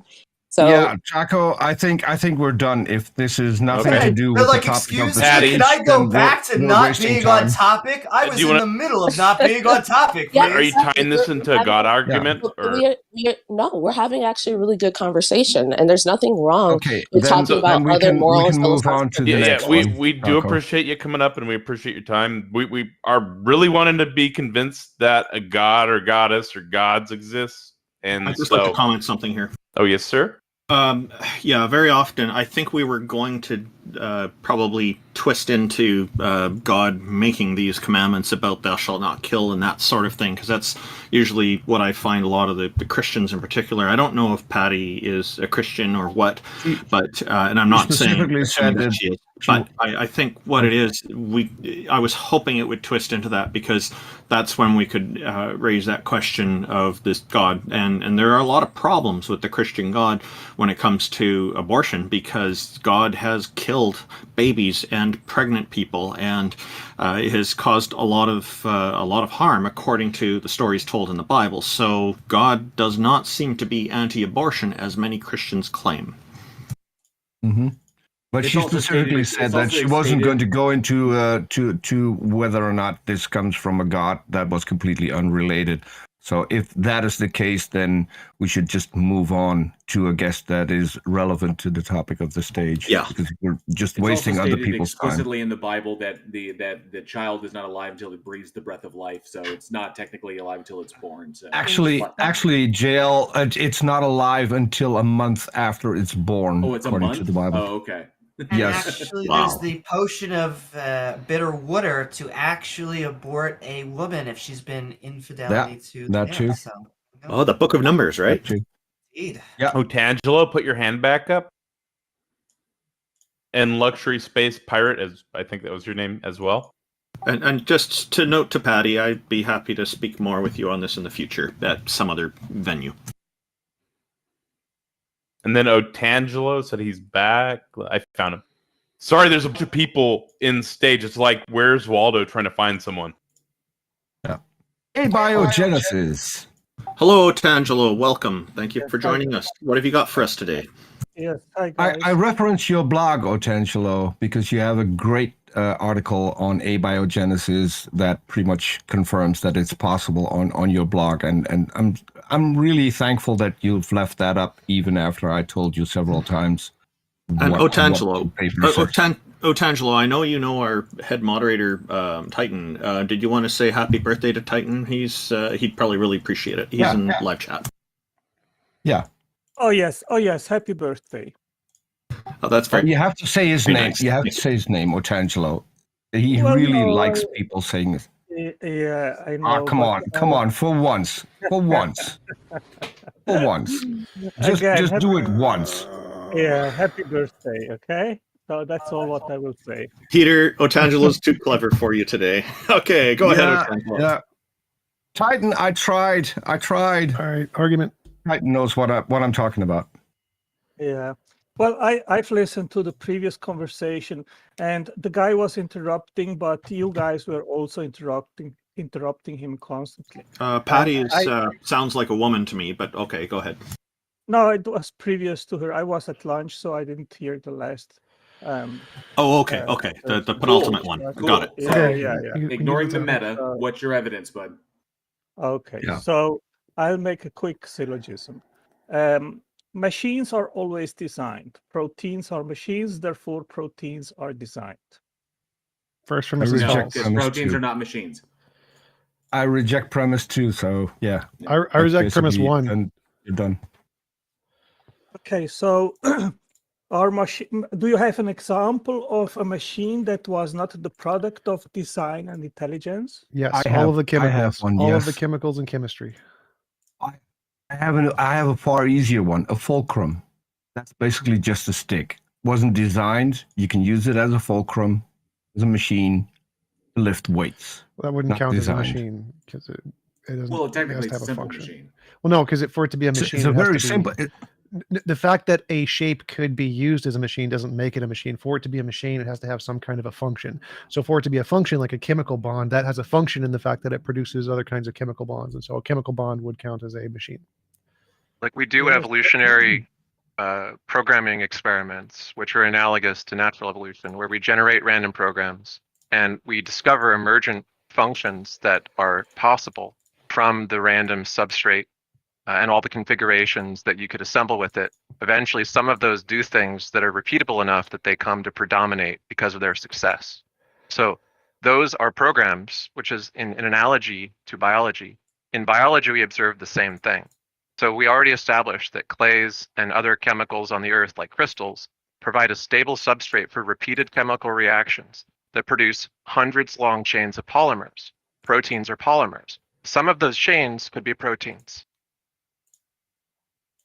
Well, first of all, a machine. And that's what the article on your blog says, Otangelo, by the way. You didn't hear that. I referenced to that earlier today. On your post about Adam and Eve, were Adam and Eve, is the Adam and Eve story true? Something like that. You have that on your blog, which links to a paper that basically states everything that IX just said. Yeah, so IX, the origin. Wow. Go ahead. Okay, so the origin of proteins isn't just and only an evolution or biology issue, but also in regards of the origin of life, because in order for you to have a first self-replicating cell, you need a certain minimum number of proteins with very different functions. Okay, so you're assuming that it's going to be the same as the one you observe now, right? So if a self-replicator works differently, there's many possible replicases, right? A replicase which is simpler than the ones that we have now doesn't have to start with the same number of proteins or steps. And people repeatedly take whatever we think is the minimum instruction set in computer science, for instance, and reduce it. So we have something like a Turing machine with like 3 or 4 instructions instead of the original 5, right? In the same analogy, in biology, we can imagine replicases that do not require the same number of things that we observe in present cells. And that's what protocell theory establishes. So what's your defeater for protocell theory and the idea of clay polymerization? Well, first we would have to define what life is. And I would say it is reproduction, metabolism, homeostasis, nutrition, complexity, organization, growth and development, information content, hardware, software entanglement, permanence and change. So defining this, then you can also have a calculation or make an estimate of a minimal number of proteins which are required to upkeep these functions. And there are several proteins which are known to exist in all life forms, and therefore they are necessary. They had to be there for life to start, like ribosome, RNA and DNA polymerase, topoisomerase, and many other proteins. You've already made a mistake, right? So it's already the case that we don't think that DNA precedes RNA. So you just cited things about DNA as necessary for life when for decades the prevailing hypothesis was an RNA world hypothesis with simpler RNA preceding DNA. Well, and now we think that things simpler than RNA preceded it. I think there's another problem. Like he said that the minimum requirement for life is this set of polymerase and things. That means that anything before that would not be life, but it would still be there. So you could still have a chemical reactions of anything lower than that process, and it would just have turned into life at that point once it becomes that complex. So simply saying it requires some level of complexity doesn't mean that all of the things prior to that couldn't have happened naturally, and you just wouldn't classify them as life. So that argument doesn't actually support his conclusion that it must have come about at once. Yeah, I agree with TJump as well. The whole point is that self-replicators can bootstrap from RNA polymerization. The products of self-replicators, namely copies of themselves, and the energy that they accumulate and require to fuel their replication, all of that can take place in a protocell. Protocells naturally occur constantly because lipids are predominant throughout the Earth. The building blocks occur naturally. They're just products of chemistry. And the polymers that can self-replicate can be stabilized within those protocells, which allows them to achieve homeostasis and energy absorption. What we've seen is that the protocell membrane provided by a lipid provides a significant enough barrier to the product leaving the cell while still allowing for useful energy ingredients to sort of lodge into the membrane and then work their way through it and then be introduced to it in a steady flow of nutrients. So you have everything you need to bootstrap a replicator that can make copies of itself, because once it reaches a certain number of copies, it splits. The membrane becomes too large to be stable and it splits into 2 membranes with copies of all the original molecules.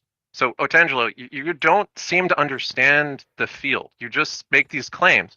The last time we talked, you claimed that it was impossible for these hypotheses to be true because they cooked the books on which clay they use. They only use special clays. Literally a single Google search showed that dozens of different substrates had been discovered which produced even longer chains into the hundreds of molecules. Yeah, you said a lot of things there. First of all, there is no known life form that doesn't use DNA as a storage mechanism. So, J.L. Warren, I have a question for you. What is the function? Wait a second. Why don't you address what Ix is saying before you jump to me? Yeah, so first of all, saying everything uses RNA today doesn't address any of the concerns that TJump just raised about pre-RNA origins, right? This would be like saying that, well, all computers today use silicon. But you can't claim that computers developed from something that didn't involve silicon, right? Even though we know vacuum tubes and so on precede silicon. There's going to be a substrate other than what we see today, which is the basis for the emergence of the things that we have now. And you don't address that. You just sidestep it and then try to talk to somebody else. IX, you are just kish galloping. If I would have to address everything which you just said, it would take a day long. So that is not possible. That's one thing. But explain to me, please, there is a minimal metabolic network required of about 400 different reactions. And these reactions require, let's suppose, about 400 proteins which need to be interconnected. Hang on, bro, Otangelo, are you not going to address his argument? Are you just going to sidestep again? Hey, maybe we just stick. We're having a conversation. No, Otangelo, this is the problem with what you're doing. You keep wanting to jump ahead 40 or 50 steps. Okay? X and TJump have both pointed out the fundamental flaw in your entire argument. And then you refuse to address this. Okay. So I will go back to my initial argument, and I would like that I am not gish galloped, because then I have. It's not a gish gallop, Otangelo. He's explaining it to you. It's not gish galloping, because Otangelo, for all of your bluster, this is not a like rudimentary thing. It's not a simple science. This is a deeply complex topic that you have demonstrated multiple times that you have no idea what you're talking about. Now, X and TJump both just pointed out the fundamental flaw in your reasoning. They went to they literally said, no, don't worry about DNA, don't worry about life forms right now and the complexity of life now. Go back to the literally the basis where it all comes from. And they addressed that directly. And instead of refuting them or conceding to them, you just sidestep the whole thing and want to jump 40, 50 steps ahead again. Address what X and TJump brought up to you, because it is a refutation of your entire foundation. Okay, someone said in the beginning that proteins are not machines. I disagree with that. If you Google molecular machines, you will have tons of science papers which actually describe proteins as machines. So what is a machine? I understand a machine as a device which is made of several interlocking parts to have a specific function and driven by energy. That is precisely what a protein does. It has specific functions in biology in the cell. Otangelo, it is driven by Otangelo, why stop. I am no, being because interrupted. You're repeating. Why I am being interrupted. I'm going to tell you why, Otangelo. I'm going to tell you why I'm interrupting you, because you are now repeating yourself. No, I'm not. I have already said. Otangelo, stop. These things are not machines. Like you are trying to demonstrate them to be machines. You are drawing. Yes, they work in a mechanistic fashion, but they are not machines. Like we make machines. It's the same thing as like calling DNA code and trying to equate it to computer code. Computer code must be written. DNA is a code. Therefore, DNA codes for things. Therefore, it must be written. No, this is not analogous. Stop sidestepping. X and TJump both just refuted your entire foundation. Address it or get the fuck off the stage. JL, you don't absolutely not know what you're talking about. If you make a... Thank you. No worries. We had luxury space communist up next. That was his name. But I'll tell you, Otangelo's a machine. He's a fucking simple machine. That's what he is. But does anybody have any comments on that besides what I guess you and I had commented there at the tail end? It was very nice that he gave Titan, our head moderator, a happy birthday note. Cool. Thank you, Otangelo. This is the fourth conversation we've had with Otangelo where he refuses to provide any credible criticism to the clay RNA hypothesis. I know why, because he zones out. He doesn't want to hear it, because the moment he acknowledges it, his entire shtick is gone.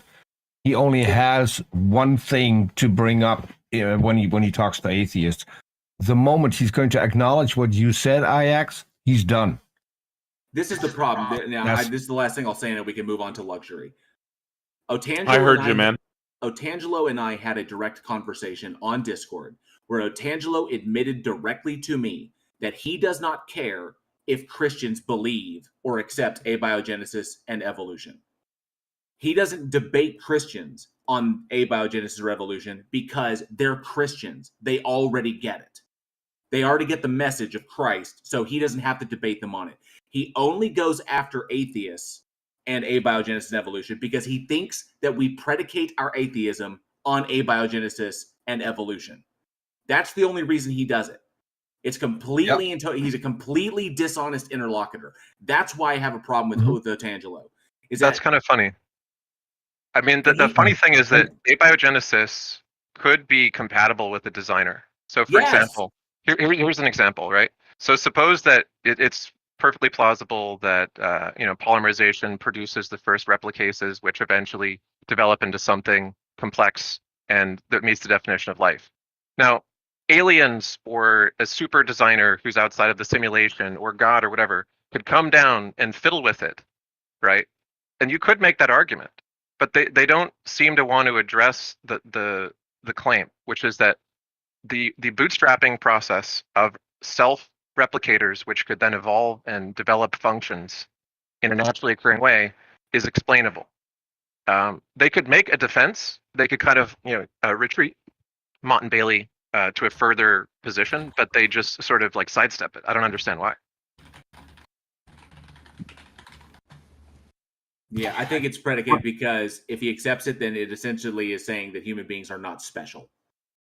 And it's all predicated on human beings are like, because we have these big brains and we can do what we do with our brains, we're like special. As opposed to everything. But isn't the Catholic position something like what I just described, right? Like the Catholic position is that science is true, but God helps, or something. Right. They like from what I understand from the Catholics I've spoken with is that they can accept that the two are not mutually exclusive. That abiogenesis and evolution could most definitely be the mechanisms by which God created and diversified life. But then it wouldn't be evidence of God at that point. No, they're just trying to maintain internal consistency or avoid dissonance. Well, and I think the Catholics are smart to take that route because if you're trying to preserve your faith, it's safer. Well, that's why Otangelo won't accept it, because if that's true, then it's no longer evidence of God. Yeah. But it just seems like the more honest position as a theist is to understand the science well enough to accept it. And if that reduces the ways in which you can try to justify your faith, that's okay if you're being honest with yourself, right? Like, it's better to be a more honest theist and understand more of science than to avoid studying it and deny it. I brought that up to him, that Francis S. Collins accepts evolution and the possibility of abiogenesis as explanations for origin and diversification, and who Francis S. Collins. I had to tell him who Francis S. Collins was, and he was like, "Oh well, I don't care." And I'm like, because he's already a Christian, dude. He's a waste of time. So. Luxury. There's an easy way. There's an easy way to make Otangelo rage quit, and that is asking him for evidence about how is God created. If you press him on that, then he will just rage quit. I think I've got a concept of God that might stretch some brains here. Yeah. Welcome, luxury space communist. Thank you for joining us. Go ahead. So when people say does something exist, existence is a description of something within reality. So what would it mean for something to exist outside of reality? It wouldn't exist. It wouldn't exist. Exactly. You beat me by 2 seconds. So I guess if nothing can exist outside of reality, and people would say they believe in a God, would it be possible to believe in a God that is not outside of reality? You were breaking up a little bit. Sorry, it's probably my. I think he said, would it be possible to believe in a God outside of reality? No, because I do. Yeah, you could believe in it, but it doesn't exist. I believe in a God outside of reality. I believe God does not exist, so therefore I believe in a God outside of reality. But I'm bummed. So I guess the problem is that I'm trying to think where I have a little list here. So when we say God does or doesn't exist, does a God necessarily have to be a creator? No. That's a question that's a very important one to ask in these conversations, because these different deities have different characteristics. Some are creator deities and some are not, depending on which religion is describing it, I suppose, or how an individual perceives it.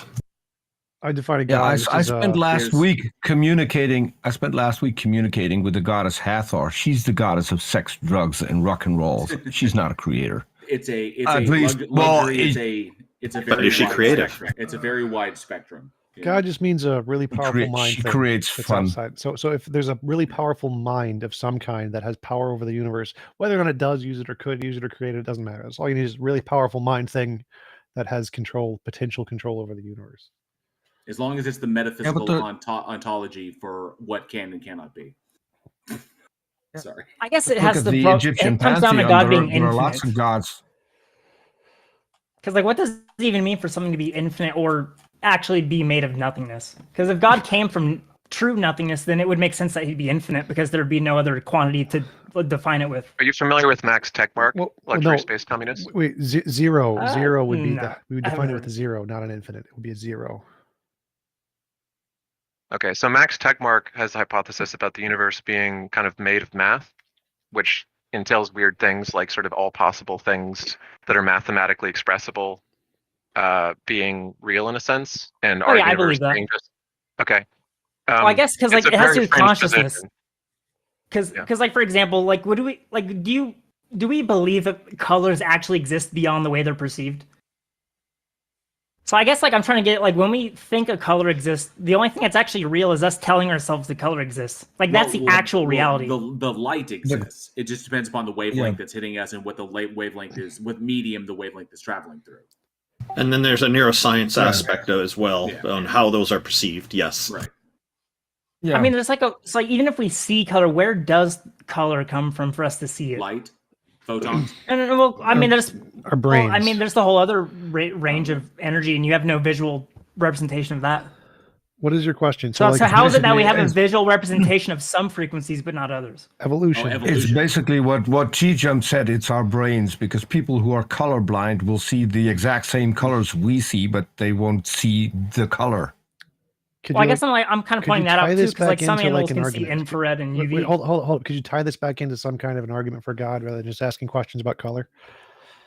So if we're going to say that something exists, then obviously I must perceive it as existing. So what would it even mean to perceive something as existing if I'm going to describe it? Hold up. Things can exist even if we don't perceive them. Like that's.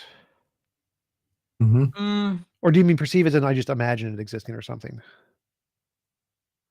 It's that some things don't actually exist separate from perception.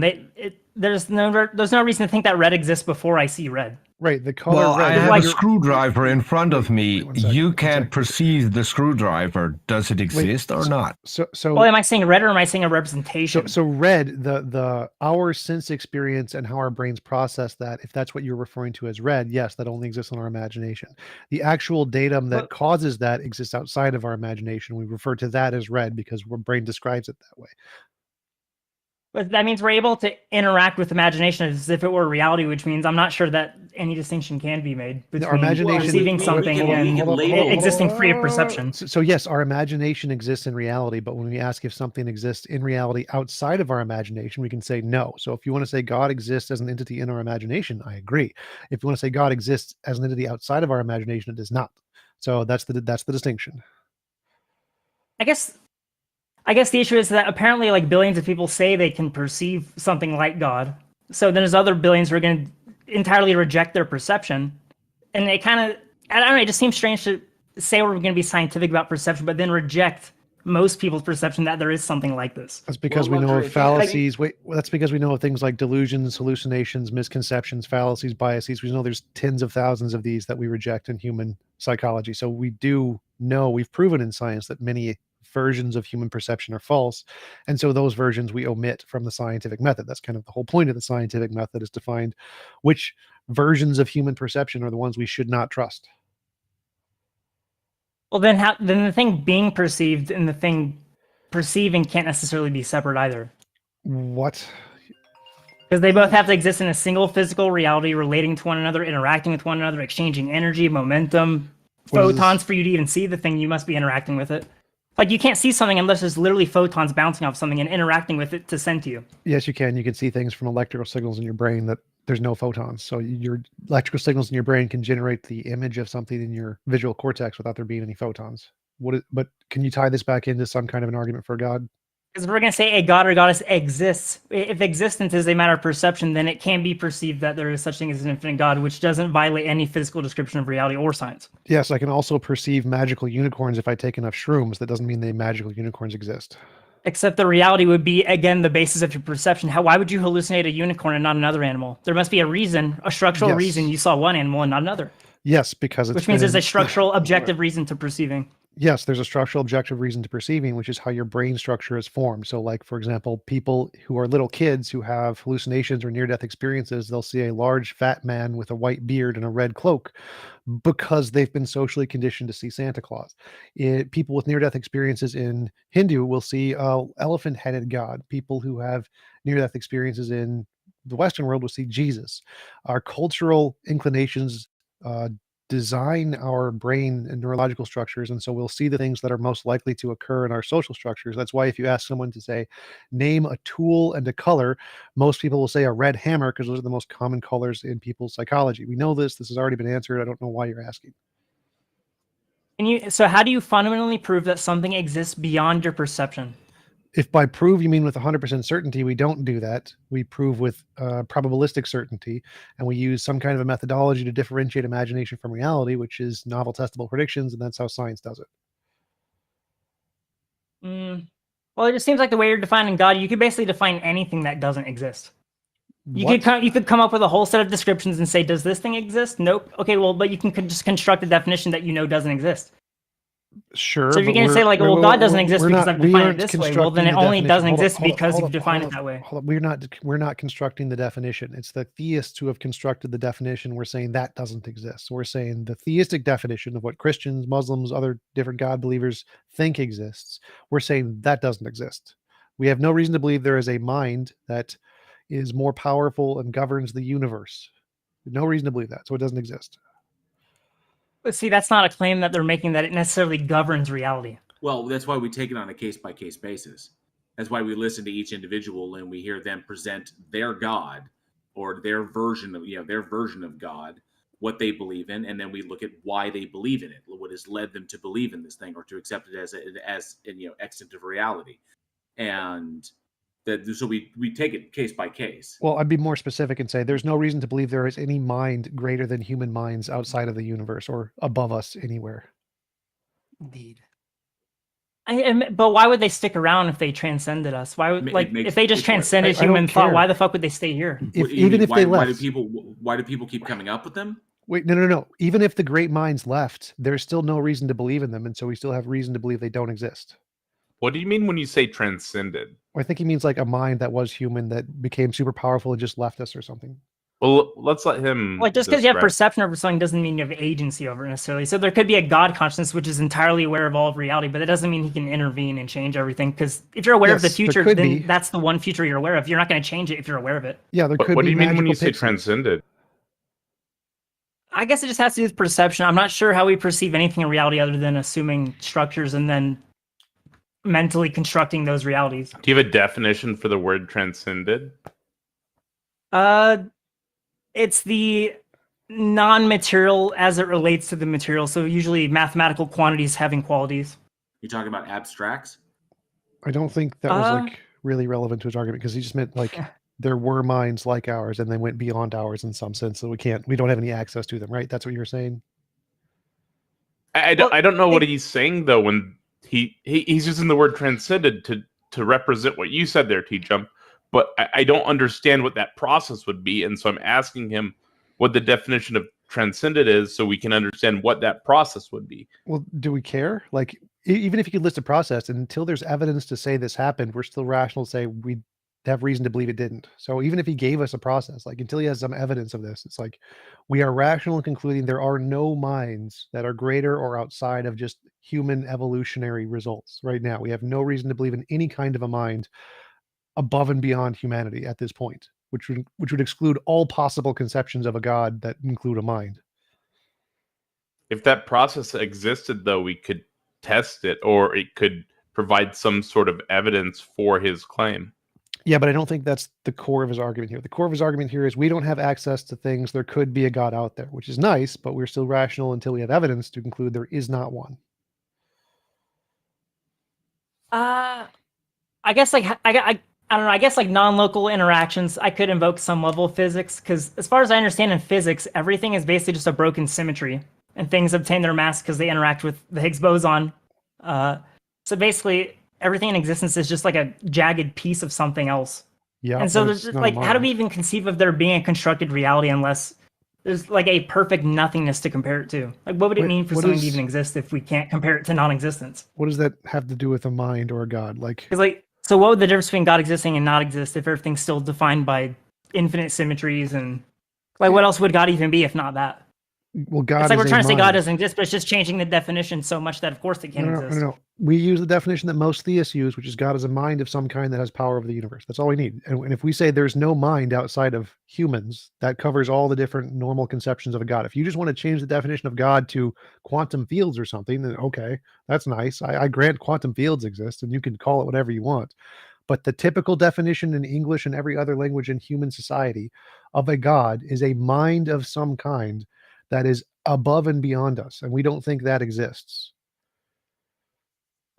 Like, if any other species came up with that theory, they'd be rational, though, right? I have no like, idea what if cockroaches out there eventually develop sentience? Like, yo, what if there's like higher consciousness out there on this planet that have like occupied and designed things, and then all the other cockroaches would be like, no, dude, you have no proof. This is irrational. Like, right, but it couldn't be irrational because we also know it as the higher beings to be true. Right. So if the cockroaches came up with a hypothesis, there are higher minds out there, and they had no evidence of humans ever, there's none, just zero connection to humans, then they would be irrational to believe that these things existed until they had evidence, until evidence was found. Like there could be a gigantic, like a galaxy-sized magical unicorn that exists behind Alpha Centauri, and we just can't see it. But would I be rational to believe that? No, it'd be irrational to believe that, even if it could be true. So the fact that it could be true, because I don't have a justification for it, it is irrational. So knowledge is a justified true belief. So even if I have a belief and that belief is true, that's not knowledge. It's not rational unless I have a justification for that. So simply believing there's a magical galaxy-sized unicorn that farts out planets is possibly true. Simply the fact that it could be true doesn't make it rational to believe. Can everything that's true necessarily be proven? No. So if I want to concern myself with truth and I am only concerned with proofs, then I'll never actually have the entire truth. You will never have the truth no matter what. But what is that? How's that not relevant? So the point here is that even if we accepted your methodology, then it could be justified to believe infinitely many false things. So I agree that we can't have access to all truth, but your methodology opens us up to infinitely many false things, and you can't distinguish the false things from the true things, which is a problem. I guess the essence of mathematics, though, is that you can extend what you assume to be real beyond your perception. Because if you understand the construction of reality, then you don't really have to like be on Jupiter to have an understanding of what Jupiter is and its size and its mass and density. And sure, what is so? If you understand fundamental things about reality, you don't have to be at a place to understand the place. So which means that there could be a mind in reality which understands the rest of reality. Instead of trying to weave a God through the keyhole, like what do you believe? I think like things can only be defined as insofar as they can be perceived. Do you believe there's a God? There's something that can be perceived as a God, which you can have a relationship with, and will definitely affect your life in different ways if you have different relationships with it. Good. Which other religions figured out through polytheism and idols and avatars, but it's still the same concept. So okay, but it doesn't represent anything that can be demonstrated to exist in reality. It's just the definition of reality gets dicey because sometimes what we consider to be real is just our own circular perception. Contingent. So really, like I can't convince someone else's circular perception of my own circular perception. No. Is it contingent on our imagination, or does it exist independent of imagination? I guess that's kind of. I'd have to actually think about that. Luxury. How can I perceive the God that you perceive? What do I need to do to perceive your God? In my personal experience, if there's anything like an ultimate design or something, then all it really means to become aware of that is like reality is one way, and if people can disagree on how they perceive it, but it's all you. I don't know. How do I put this? There can't really be illusions or. That's not answering my question. Yeah, I was trying to. What do I need to do to perceive the God that you apparently perceive? It would have to be transcendental meditation. Once you realize that all thoughts emerge from physical activities of the mind, and that then there really is no what does it even mean for something to exist or not exist when you go to the boundary of reality? It's like it's almost kind of a meaningless question. If you can perceive it outside of your own imagination, which is what transcendental meditation would take me to. It would take me to something that I imagine. I want to perceive your God, not in my imagination, in reality. But that's the trick. There is no perception without imagination. So if you want to believe a God exists and you believe that's just a faster perception, then there's basically no contradiction. So I'm not convinced. This sounds like you're saying God is imagined. Yeah, no, God is perceived the same way color is perceived. It's a representation of something higher. What you just said is God is not in reality. But I'll also push back on that a little. I think there is an actual wavelength that our brains are picking up on, and that it's our brain's interpretation of that. Yes. It is perceived outside of our brain, and then the data is interpreted by our brain. So what do I need to do to perceive your God outside of my brain so that my brain can interpret it as it being a God? You just have to find the limits of your own perception, because we can say something doesn't exist, but it just means that someone else is living in a different facet of imagination than we are. It's still all just imagination and perception. I'll rephrase because the question is too difficult for you. How do you perceive a God outside of your own brain, or a God in reality, so your brain can interpret the data, conclude that that is a God that you're perceiving? I can conclude that what I'm perceiving must be a certain way for me to perceive it as such, or else there would be no meaning to perception. What you're now saying is that you don't perceive a God, you just conclude that that must be the case without even trying to figure out whether or not that is the case. It's just that there's like literally nothing that exists beyond the perception. Right, so that's just kind of the non-distinction that Westerners try to make. So again, the question here is Westerners. Hold up. Yeah, Westerners try to pretend that physical reality is entirely separate from consciousness. So again, people all over the world do this, not just Westerners. Oh my God! Stop. The question is does God exist only as a figment of our imagination, or does God exist independent of our imagination? That's the question. And what method do you show that? Do you indicate that your God is more than just a figment of our imagination? That's what we care about. That's what we're asking. That's what Peter's trying to ask, unsuccessfully. But that was exactly what I asked. Yeah, that was exactly what I asked. Not really, but so some things cannot be demonstrated beyond their perception. The same way not all truths can be proven. If you're concerned with demonstrations and proofs, you'll never have all truth. Right, and so you have. So you threw up a smoke screen. So can you just address the question? That was a great answer. He did. That was an answer. So his answer was he can't. Okay, my bad. He has no way to show that his God is not a figment of our imagination. He just thinks it is. That's. You can't show that color is not a figment of our imagination. Color is. Does that mean it doesn't exist? Color is a figment of our imagination. Oh, so color doesn't exist. Correct. Color in and of itself. So when I talk about a red bottle, I'm talking about something that doesn't exist. Once you're again, talking about a figment of your imagination. There actually is a wavelength of perception that is being bounced off. He's talking about literally the color red, not the wavelength. If you can distinguish between perception and imagination? That is what I'm trying to separate out also, is that there is a wavelength, but our perception is then our best accurate, our brain's representation of what's going on. He's asking literally about the color red. Yeah, I think it's more rational. If there were higher beings, why wouldn't they have to take on a more complex form that I'd have to decode and understand? And just like cockroaches trying to understand humans, they'd have to come to terms with that. There's these larger creatures which have more impact, higher mass, they're larger, more intelligent. The point is that there's a differentiator between colors and gods, right? So when we say that a color is a perception, it's still grounded in some physical phenomena, which Amy was pointing out. Whereas when we say that a God exists in our imagination, it's not grounded in some physical phenomena that we can point to, right? So the distinction is important. And when you just say, well, look, we can imagine all kinds of things in our perceptions, everything is just limited to what we can imagine, you're just sort of ignoring the distinction. There's things we can imagine which don't have any grounding in reality, and there's things we can imagine which do. So it sounds I guess like you imagine something a bit further than you can ground in reality, and you think it's as good as those which you can ground in reality because they're all grounded in perception. I don't think that's convincing. Like if I live inside of a ball and I can travel inside the ball and I find that there's the sphere surrounding the space, the sphere is different than the internal contents of the ball.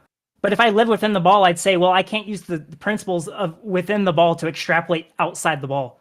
Just the same way I can't use the principles of reality or intrinsic existence outside of perception to justify something which is before time, before space, before any mathematical form it could take. Well, that's wrong. You can actually use what's in the ball to infer what's outside of the ball. It's just induction. That's how induction works. But again, the question is like, is what you're claiming to be God, is that more like unicorns and fairies and leprechauns and Santa, or is that more like particles and mass and energy and planets? Which one is it closer to? Well, I'll go even further. The underlying archetypes of fairies, elves, all that, those are actually real. Because any archetype fundamentally justifies itself. What you're defining as God more like fairies and Santa Claus, or is it more like particles and planets?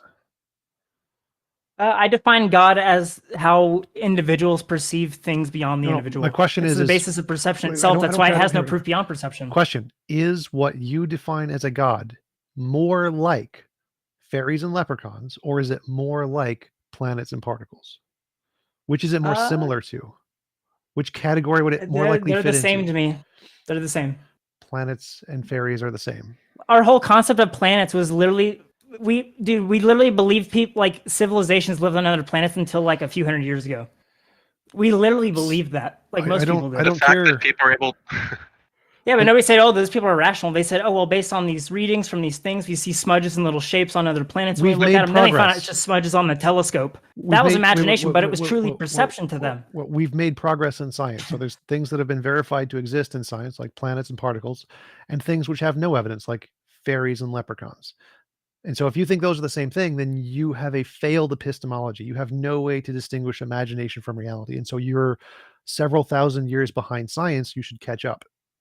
So how do you distinguish between imagination and reality?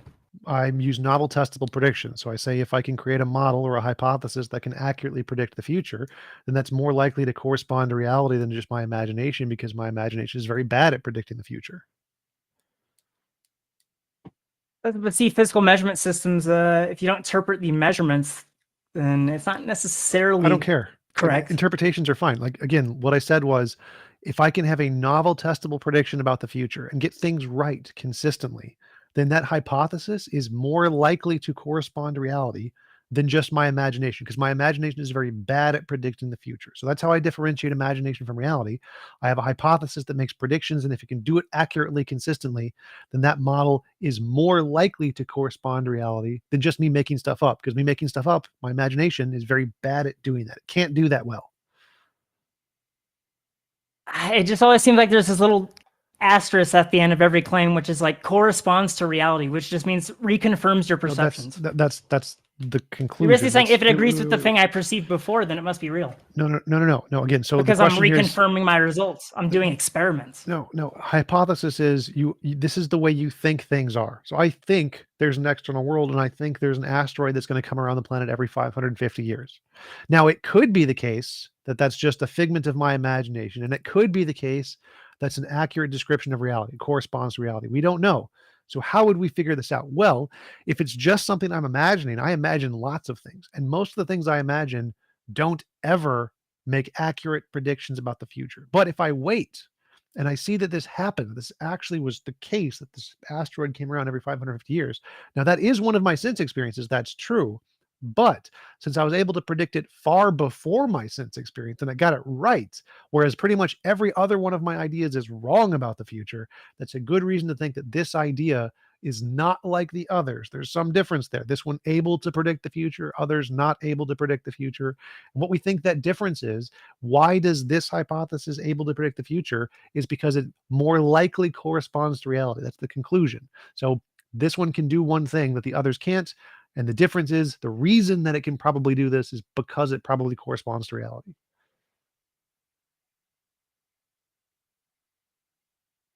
When you say it corresponds to reality, reality is just a pre-existing set of assumptions and measurements. No, it's stuff that exists. You're saying it agrees with the things we already thought, or it doesn't? No. So I'm not even. It's all just a series of measurements. So again, that's not relevant to the argument here. The argument here is that I have a hypothesis that it corresponds to reality. That's the hypothesis. You can make a hypothesis of anything you want. It makes no difference what the hypothesis is. What matters is can it differentiate itself from every other idea that is bad, all the bad ideas. Doesn't do that. And the answer is yes. If it can predict the future, it differentiates itself. And so that's why this corresponds word matters here, is because whatever these things are doing, they're doing it more successfully than the other ones. So they're different. They're different in some way. But if purpose of science is to describe, why can science not describe the religious experience of billions of people? It can. It seems like that's the one category they don't want to describe. No, we describe that perfectly well. Oh, because in the West, everything that isn't something we can write down or describe, it must be some type of psychosis or. Yes, we have novel testable predictions that confirm many fallacies, biases, illusions, delusions that we can demonstrate exist, and have tens of thousands of papers that all correspond and explain the full breadth of religious experience. So we've explained all those things with things that we can actually test and demonstrate in the mind. Even replicate. So like what you're saying is that people are in a certain physical state. It's almost like expected that they'll perceive and imagine in certain ways to interact with reality, as if that's the only thing reality could be to that person. No, that's the most plausible explanation. So like if we have, for example, if I show you a picture of that little Rubik's Cube that has two orange squares in the center and one looks slightly darker than you, I could say, based on the fact that we know how your brain works, we can tell you that you're going to see them as slightly different colors, but when you copy them over, they're going to be the exact same color. So we can show that because we know how your brain works, we can show you 100% of the time, here is a illusion your brain is going to experience because of how your brain works. And we can do that for every single one of these. That's why they're named. That's why they have so many publications on the number of fallacies and biases and illusions and delusions and misconceptions. But your basis of calling something an illusion or delusion is that it doesn't agree with somebody else's perception. No, it doesn't agree with literally facts about reality. So it's not about perception. Your basis of reality is my perception. Anything that compares to that. No. So like it's your own perception. So like if I take, have you seen the optical illusion with the Rubik's Cube that has two different colored center pieces? So they're both orange. Do you know what I'm talking about? Okay, so in this piece, if you look at it, it looks like the top one's darker and the bottom one's lighter. But then if you just hide everything else, or you take a little piece of the one on the top and copy it and drag it over, they're the exact same color. So we know from your own experience, it seems like they're different colors, but when you eliminate all the other background stuff, they're the same color. So we can know that your perception is false. It's wrong because we can test it. But you only think it's false because of somebody else's perception. No, because of your perception. This is all you. This is no one else. You are doing this. You look at the Rubik's Cube, you see the top one seems darker, and then you remove all the extra stuff and they show the exact same color. So you do this on your own. This has nothing to do with other people's perception. We know your brain fails at doing certain things under certain contexts. So it fails to, okay, it's tricky though, because if it went if it was the exact opposite of the colors, the response would still be the same because it's not actually the content of the colors. It's the fact that someone's perceiving mechanistically. But how do I know that all perceptions are not equally as constructed or mechanistic? Because some we can prove fail, and under the conditions they fail, and some don't fail. So some we can. But prove how do you know which conditions are proper to test what hypotheses? That's the whole purpose of science. We have what's called theoretic virtues, right? So we don't say there's just one simple criteria. We say there's a bunch of criteria and they lend favor to or disfavor a given hypothesis. So if all the theoretic virtues of some hypothesis are lacking, we can say that's a weak hypothesis. If they're all in favor of it, we can say it's a strong one. Might not be as cut and dry as you would like it to be, but it is the process of figuring out what's true. ultimately, I think this came down to luxury. What you what I gleaned from this is that it really comes down to what you feel, and I guess inducing certain states or certain emotions, like when you brought up transcendental meditation, because you can induce certain emotional states through TM, and it literally just comes down to your feelings, like what you feel about what you're perceiving or what you think you're perceiving in your imagination. And you could label that God, you could label it something else. It really doesn't matter, but it doesn't demonstrate that a thing exists. Just because you feel that something exists, even if you feel it very powerfully, doesn't mean that what you're feeling represents anything or is representative of anything existing in reality. So I think that's what it comes down to. But I guess it's just in some fields of thought in the East, like some people consider doing meditation and going through your own mind a form of experimentation, because some people routinely go to a certain place in their mind, realize that there's a problem, realize they don't like encountering that. There's something there that needs to be changed. So they physically alter their own consciousness or reality and they get past it. And like that basically is real, because even if the perception can be argued, there is some physical manipulation they're able to understand by perceiving it that way. And there's lots so of that scientists, must be real. Look, there's lots of scientists who will agree with that, study it, confirm it in a sense that they can explain, something about why it is that that's repeatedly successful and so on, right? We're not denying that systematic meditative practices haven't yielded reproducible results in a form. At least it is. It's 100% an experiment. That is absolutely right. That is definitely an experiment. But one of these experiments, the hypothesis that explains the experiment is different. And the scientific one who explains it is able to make predictions about the future, which we can then confirm and test and get right on a regular basis. Whereas the interpretation that there's some actual connection to some fundamental nature of reality and you're interacting with it makes no testable predictions. It's never been confirmed. It can't tell us anything else about the universe. And therefore, the one that is able to make testable predictions and confirm things and give us new information about the world we didn't know yet is the one that's more likely correct. But what if someone came back and said, hey, your perceptions are actually limiting you from the reality you're trying to perceive, and someone gave you information about the nature of perception itself, which couldn't be proven, but every time you applied it, it worked? How would you describe that? That would be great. Yeah, if they can give novel testable predictions and it works every time, that's great. That's great evidence. But it's only testable by the individual within their own mind. That would not. I guess if you're willing to expand the definition of scientific repeatability to people experimenting with their own consciousness, then it could be. Well, luxury would be the same deal. I could tell you a story back, in my misspent youth. I had friends who did lots of drugs. I did drugs like this, but I had a friend who took a shit ton of acid one time, and to this day, this was like some 20 plus years ago. To this day, he will die on the hill that he had a conversation with God. So took a bunch of LSD. I've had the same experience. Took a bunch of LSD, and he will die on the hill to this day that he had a conversation with God. So I know, I'm convinced that like whenever I get high on a psychedelic, I'm pretty sure I'm being communicated. Yeah, but in the past, I have taken the same amount that he has taken. I have taken more, and I have taken less, and I have never replicated his scenario. And I was a believer when I did this stuff, and have never had and he was not a believer. So I've never had the experience before or after my deconversion. So, if you're could replicate bad, JL. Yeah, I know. Like if he took a specific amount of like a psychotropic and had a conversation with God, and then I independently took that same amount, like the exact same amount of the exact same blend or whatever he took, and had a conversation with God, and then TJump did it as well, and then we can come together and pool our data, and then we can like run tests and experiments on this and make predictions based on this. That would be phenomenal.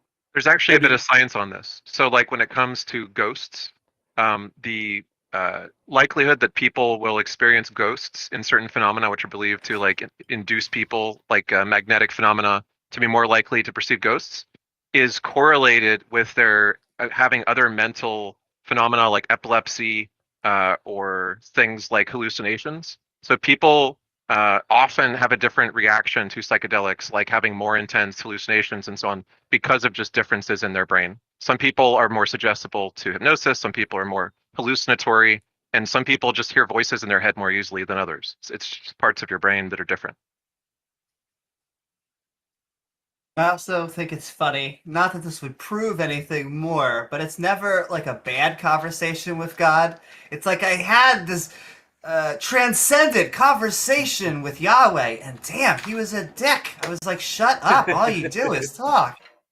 And there's also something to look into, luxury, the God helmet, which can induce religious euphoria and certain mental states like that.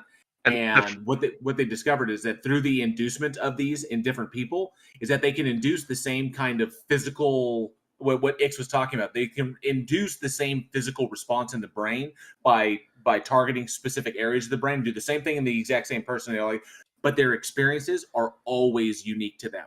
And the funny part, the original version of that was a placebo. So before they made the actual God helmet, they basically made a fake God helmet, and they tried that on people. And a certain percentage of people reported these phenomena. So this kind of points to the point that some people's brains have an easier time going to these hallucinatory sort of psychedelic states than others. Some people, through just meditation and breathing, can get much more intense experiences than others. And when they made the actual magnetic helmet, a lot more people reported the phenomena because it was actually doing something to them. But even the placebo was enough for some people to just imagine that they were having that experience. So yeah, people hallucinate. It is a thing. It is known. I guess my problem is that like the whole idea of perception is that really like if everybody shared a hallucination, it would basically just look like culture, because it would just be this persistent attitude that we all have towards reality and nobody disagrees. Like that's kind of what culture is in a sense. I linked this, I guess this is a story, but close enough. There's actually a study out there somewhere that says about 5% of people hallucinate at some point in their life, like randomly. I'll have to look at that. All right, so is anybody here convinced? No. Well, I guess I'm just challenging the idea of like what would it even mean to prove if it exists, if such proof existed. Well, like, that's why we if somebody was to convince you, what would it look like? That's why we gotta go by case by case, depending upon the God in and of itself. Like, how does the individual define the God? Does the God have any specific attributes? What are the entailments of those attributes? So on and so forth. It's kind of like case by case, conversation by conversation.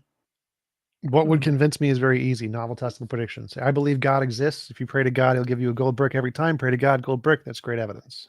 Novel testable predictions. I guess the question is, if not all truths can be proven, how should I go about arriving at truths that I can't prove if I actually want to have the full truth? If you can't prove there must them, be some fundamental reason which extends beyond proof. No. Just means our brains are limited. So yes, we can't know everything. Congratulations, Gödel's incompleteness theorem is true. We can't know everything.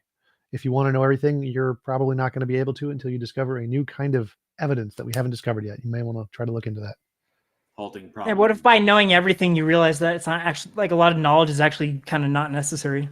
Like, what if true knowledge is the realization that previous knowledge is kind of incompetent and weak? Well, we already know that.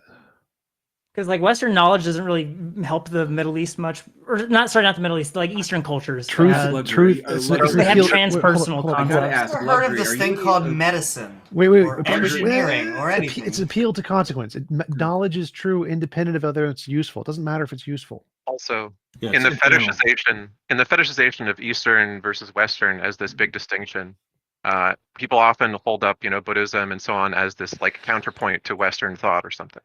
It's worth pointing out that there were large numbers of atheists, materialist, atomist atheists who existed in India, and they were massacred by the Buddhists, right? The tradition was called the Carvakas, and they were massacred by the great enlightened Buddhist king who had them all put to death for making fun of the Buddha. And they were there was a huge tradition in many different cultures of atheism and scientific materialism and so on that was based on skepticism about the epistemology of believing that a sacred book was like the source of truth. And if you look into the history of the Carvakas and the other more skeptical epistemologies within Indian thought, you'll see that Buddhism has a bunch of dead bodies that it is paved with of killing its critics, right? And that's not to say Buddhism doesn't have value, but it's to say that, look, there is an Eastern tradition of skepticism too, and they were mostly butchered by Ashoka. So yeah, there is an Eastern and a Western tradition of skepticism. Skepticism is a universal phenomenon. I guess it's just the conception of like what the individual is, because in the West, like the individual is seen as like atomic and necessary, whereas like it's seen as like moving on emergent here in the East. because nobody here is convinced after about an hour, and that seems I don't know if that's exactly an hour, but yeah, you guys didn't even define God, and you're debating whether it exists. Good job. Actually, we leave that up to people joining the stage to tell us about their various characteristics of their goddess or god. And right now, you've already provided partial definition by identifying the deity's sex. But thank you for being here. Go ahead, Amy. Beyond that snappy comment, I'm not convinced you believe a god exists. I don't know where the arguments were for a god and all that long rigmarole. Those Buddhists were just mad because they were pointing out how a guy who weighs 600 pounds has the balls to teach people about self-discipline. I literally did define God like multiple times. That was that was defined. Alan Defender is spamming me. Alan Defender wants to come and present an argument. Hello, Alan Defender. Welcome. Thank you for joining us. What have you got for us today? It took 3 hours. First off, I want for everybody in the audience, I want to sincerely apologize for, being exposed to that much cringe. It's crazy. I don't know how you can even sit there, but skip argument. Yeah, don't preamble. Please just make your arguments. All right, Flippy Flop, go ahead and raise your hand. Okay, he's spamming me again. Really? Okay. It happens. I think let's try again. Let's give them another chance. You never know, Taco. That could be the person. Okay, I'm pulling Alan Defender back up. Wow, crazy. Alan Defender, what is your evidence? Yeah, that's the thing. So actually, I just want to address a couple of things real quick. Jack Burton has been spamming the chat with Islamophobic stuff. So Okay, I just want to, see. Can you get to the point? I asked you when you came on. Okay, did the mean man say bad words? You want to go tell mommy? No, I don't. No, that's the thing. You're irrelevant to me, but like, I just wanted to see. Wait, let me finish. Let me finish. All right. So hold since on. you've been spamming the chat, can we let personal fights? Hold on. Can we let personal fights? We're in the middle of the stage. The stage. Do outside the stage, please. All right. This is not the right platform. Flippy Flop, if you're still an audience, raise your hand. Now, I asked them what have they got for us with regard to the topic, and they've been off topic, so it's unfortunate. Our next guest will hopefully be willing to be on topic. Oh, they're tippy top. Do you see a tippy top in Q? All right, let's bring somebody up. What have we got next? There's like 4 or 5 people. I'm trying to find a person who said they had an argument and it sounded like a decent one. Do you see a tippy top in the audience? Nope. Let's pick somebody else. So Mr. Straight wants to come up. Sounds good. Hello, Mr. He's been Straight. jumping around in queue, but he's been here for a while. Welcome, Mr. Straight. I was What here have you from got for fucking us today? beginning. Playing chess. So before I go to my argument, I want to I heard you say a few things that I don't disagree about when other people debate about God. Like an example, that humans are not special. Special. So I'm not. There's nothing to indicate that human beings are special in any way. We are evolved to fit our particular niche. Yeah, I know. Yeah. Let me make the argument why they are special. Well, all of you, as I heard, you are people of science. You really like talking about science. So I'm pretty sure all of you know the sentence that humans are the only way for the universe to research itself. So doesn't it by default mean that humans are special? That humans are special? No, that's a poetic way of describing that human beings have the ability to reason and about the universe itself. The only ones. No, it's a default they're way, special. No, it's a poetic way of describing it, but it does not. They are the only ones, Mr. Straight. It is a poetic way of describing our way of being able to perceive the universe in a particular way. But just because we have big brains, big complex brains that have evolved, does not make us special on this planet.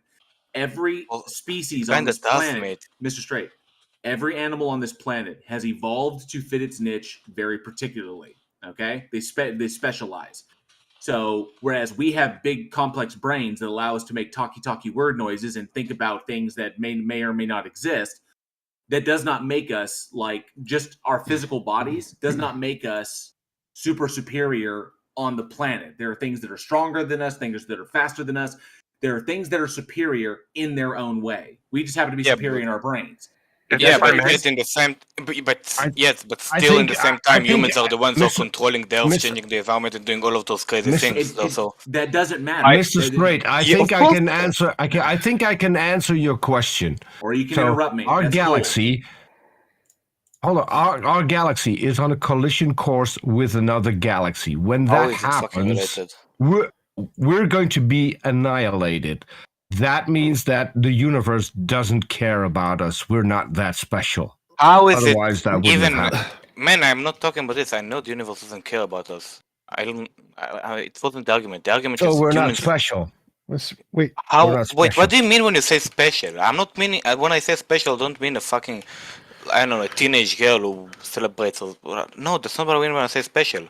Special. We are the only ones. We are the only creatures. Wait, stop! Let him finish. Let him finish. Peter, stop! Let him finish.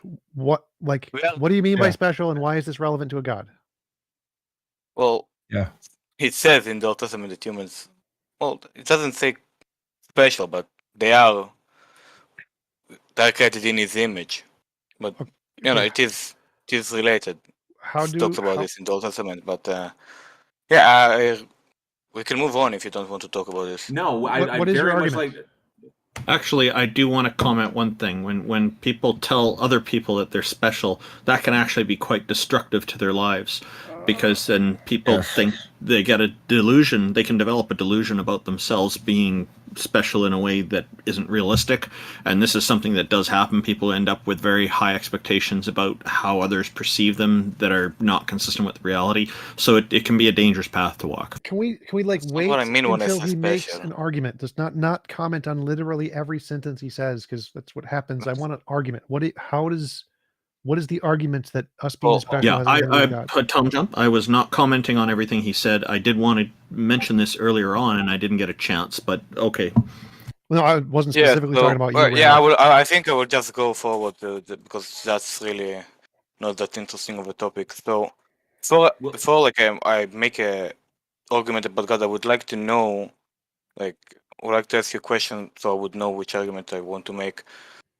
So the first question would be, if the Messiah would come today, pretty sure you heard this question, if the Messiah would come today, would you actually change your mind and follow? Doesn't remember what religion, Islam, Christianity, whatever.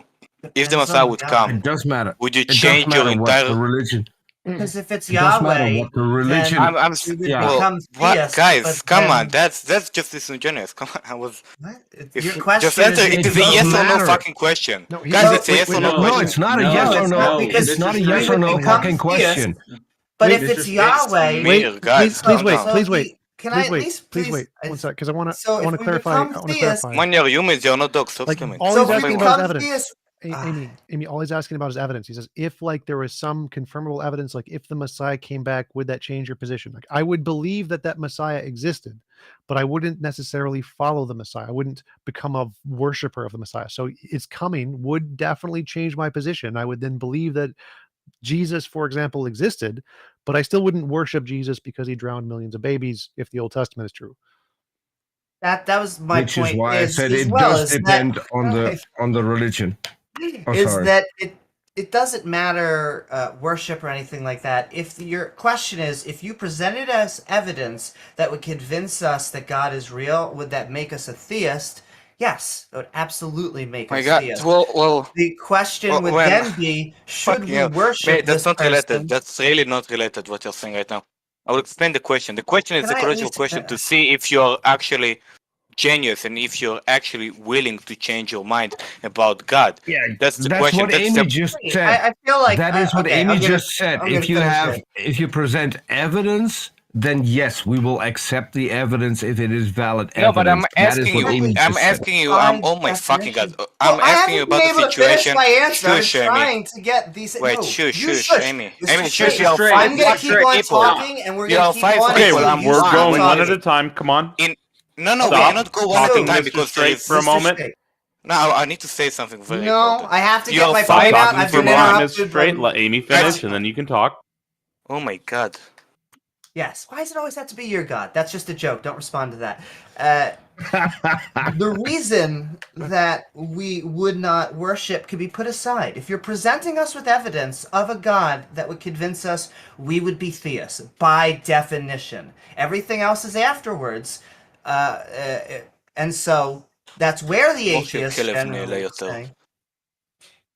Yeah, Okay. so so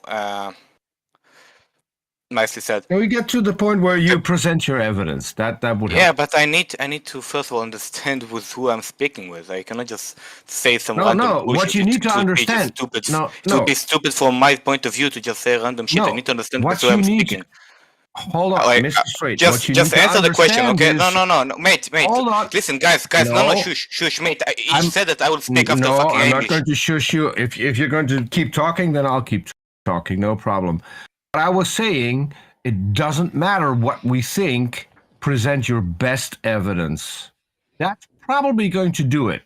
What you think is your best evidence has nothing to do with us. So I can't really mute you on stage, so I have to remove you because it messes up the permissions, but I'm going to pull you back up on stage. You're going to present your best argument, or we're going to go to the next guest. I'm inviting you up now. Yeah, by the way, I have to leave in a couple of minutes because I need to go do a show with Arn Ra, which coincidentally starts exactly when this stage shuts down. Yeah, so people are welcome to. So I need to make one thing very clear because I think you don't understand this. You are something like 6 fucking people. I am one. When you make a point, it's 6 fucking people making a talk. When I make a point, it's one person. So if every single fucking one of you will make a point, I wouldn't have the ability to speak, guys. Make your point. Give me the priority to speak because are you going to present your argument? Or and now I will present my argument. Yeah, now I will present my argument. We're not talking. Present your argument. Now I will present. So my favorite argument, and I heard you guys say before that there is an absolute morality. And I don't think you can make an absolute morality in any way either than God told you what is the absolute morality and this is the reason you believe in it. So easy one. There is no absolute morality, so that's pretty much you guys said it before. I listened to this entire fucking conversation. It's not Mr. Straight. You guys said before there is an absolute morality. You said you can use evolution. If I could point something out, TJump is a moral realist. And TJump has an argument that he presents for moral realism. Not all of us on the stage are moral realists. I, for one, am a moral relativist. That morality is subjective entirely to the individual, to the group, to the nation, to the world, whatever. And if a God were to exist, morality would also be subjected to the determinations of that God. So, because it would be God being the biggest, baddest thing in the universe, that would be declaring what is and is not moral. If God does not exist, then human beings declare what is and is not moral. Okay. So, you don't believe in it? So can the guy who does believe in it answer the question of how can you make an absolute morality without using God? Because there is somebody who believes in it. That's not convincing us God exists, dude. That's a good argument. It will convince him if there is no fucking way. It will convince him. I cannot convince all of you. You're different fucking people. And you didn't even answer the question that will make me understand how you think about God. So the fuck I have to do? He made a valid argument. What Taco is trying to tell you he made a valid argument. If your argument is not going to convince us, Peter, stop. He made a bad argument. No, it's not. He's not a bad argument. Stop. It's not a bad argument. It's not a bad argument. It's a perfectly fine argument. So he made a good argument. It's a good argument. It's far better than like 90% of the people on here. Don't complain about that. I love it. He made an actual argument. Progress. Yes, there are other ways to make objective models of morality, and a God model is a bad model of objective morality. It's subjective, as JL, I think, was the one who said that. Yes. Other ways we do it be moral, let's say naturalistic pantheism. Just it's grounded in a different objective thing, like a law of nature, a platonic object, an a priori abstract. Those would all be objective models of morality without a God. Can you? I don't know those morals. Can you give an example how they work without God? How can you make a model without because without God, morality just seems something that you believe in, just to believe. No. So if morality is like if you think it's grounded in God's nature, right? Well, I think it's grounded in the nature of the universe. And so there's a the universe. Thing, yes, the universe. So there's a thing. Morality is a thing that is grounded in like a fundamental essence of the reality without a God. Isn't it the same? I'm saying the morality is from God. You're saying the morality is from the universe. Yeah. And what is the logic behind saying the morality is from the universe? What in the universe makes the morality? That's the first one. And second one, isn't it the same saying the morality is from God? Because both of them are just things we cannot understand. So that's the same argument, really. Yes, that's right. They are the same argument. We can ground morality in a God, or we can ground it in a non-God feature of the universe. That's correct. It is the same argument. Yeah, but on one of the occasions, you ground it on something. Of course, you guys don't believe that God exists, but most of the people do believe that God exists. You actually ground it on something which, in theoretical, if it is true, theoretically, it would have an opinion. The universe, compared to God, of course, there is no doubting the universe exists. Yeah. But the universe compared to God doesn't have an opinion. That's right. So that just seems to me unlogical. So you're right that we believe that the universe exists, and we believe that laws of physics exist and higher order emergent properties exist, and those could ground morality. So we believe that things that we have evidence exists could ground morality, whereas you believe something that has no evidence it exists, a God, grounds morality, and so ours would be better. Why do you think the fact that having an opinion would make something an objective basis of morality? Because again, opinions are subjective. So whether or not God has an opinion wouldn't make an objective morality. It would make it a subjective morality. Yeah, okay, I get the question. So I'm pretty sure I don't need to explain to you the difference if God does really exist. The difference between the opinion of some stupid fucking human who, I don't know, well, no. does So whatever. we both have hypotheses. So I just want to clarify. Like you think God grounds morality. I think and higher order emergent property grounds morality. Higher order emergent properties. What? Can you say it again? Higher order emergent property. Law of physics. Just think of it as a law of physics. Higher order emergent property. Yeah, just think of it as the law of physics. Well, explain how then.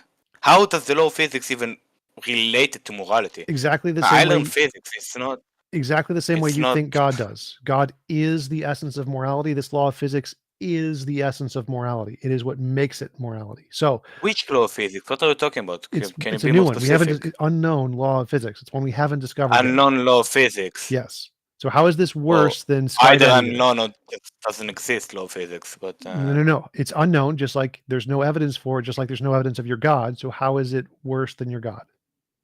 Well, I do believe there's evidence for my God. Well, that'd be great. You could present that too, but as far as we know, there is Of course, I would believe something like this, but it doesn't really matter because in the second one, what I'm arguing is that because we all agree. I'm pretty sure we should agree that if God exists, his morality would be the true morality because he created the entire universe. Of course, his opinion is much more valued than your opinion because you're just a superhuman compared to him. No. So, you don't think that your opinion? Stop. So if God existed and his opinion is what grounds morality, then there is no objective morality. It's a subjective morality.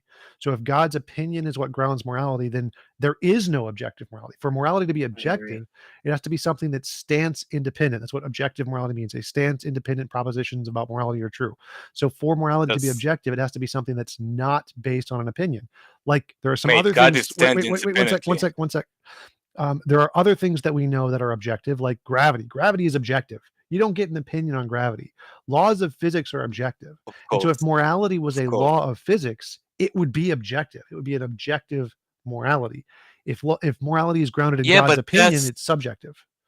But that's not the way science works. That's the way they did it in the time of Aristotle. That's not the way we do science today. We don't use our logic. We use experiments to make science. That's the difference between. That's the reason why our system is so much better. That's the reason why Galileo did the entire work of Aristotle. Because I never said science. Science doesn't indicate God. Wait, you're talking about the laws of fucking physics. What are you talking about? Stop. Science doesn't indicate a moral law of physics, and science doesn't indicate a God. So science doesn't indicate either of the things we're talking about. Okay, so I will try to make my questions extremely sharp in it. First of all, how is it possible that the universe would have a moral law? Before why would you think you ask your question?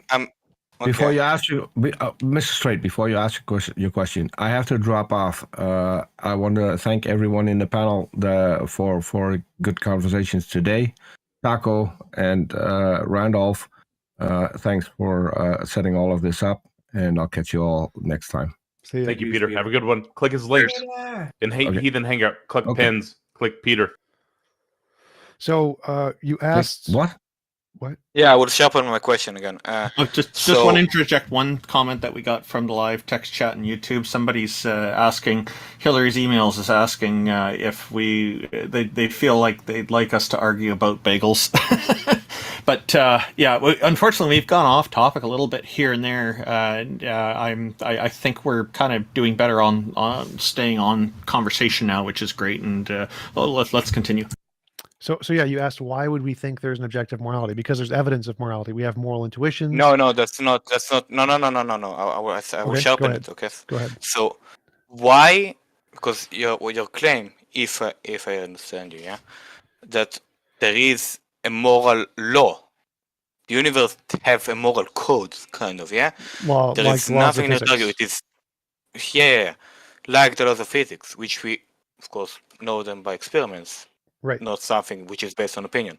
So what I'm asking you here is the same thing that you ask me. I'm asking you for a reason, a logic behind your opinion. You ask me for a reason why God exists, right? Yeah. Like give me evidence. You're asking for evidence like there is evidence about gravity or evolution, right? Yeah. That's what you're asking me. Yeah. The same way that we know that things evolve over time, of course. Nothing in here to fucking argue. I don't know why there's so many people who believe in God and don't believe in fucking evolution. You're retarded if you do this. In the same way, there is something like this, and in the same way... Right, I got your question. So yes, there's no empirical evidence of this law, just like there's no empirical evidence of God, but they can both explain the data. So when we create a hypothesis, the goal is just to explain the phenomenon. And then we try to look for data. Like I have predictions that could be confirmed in the future that could show this to be true.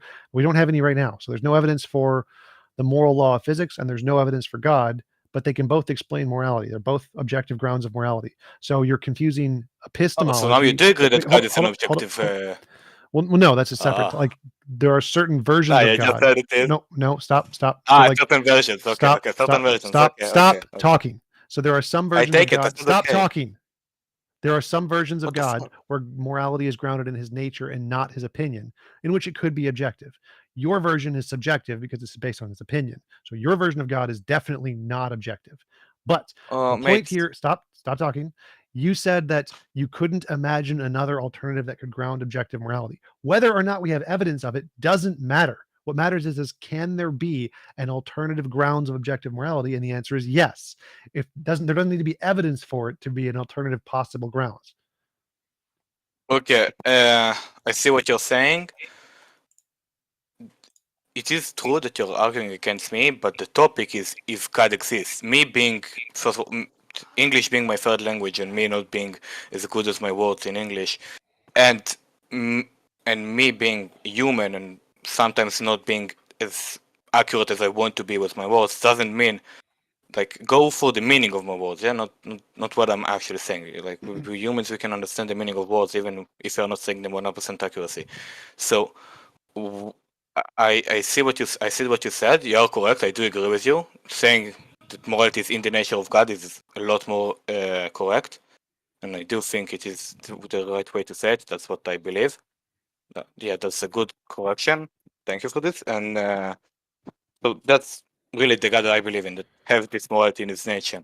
Okay, sure. And what I'm asking you is that why, and I think you don't get my question, why do you even come to the conclusion what you said is possible? Because a God, whatever you want to say, God is possible. God, something that created the universe is possible, right? Like so let's say there is even no evidence for it. It's still a possibility, right? Yeah. So I'd say it's possible that there is no way that. So I'm asking you for the same thing, because we both agree that a God is possible.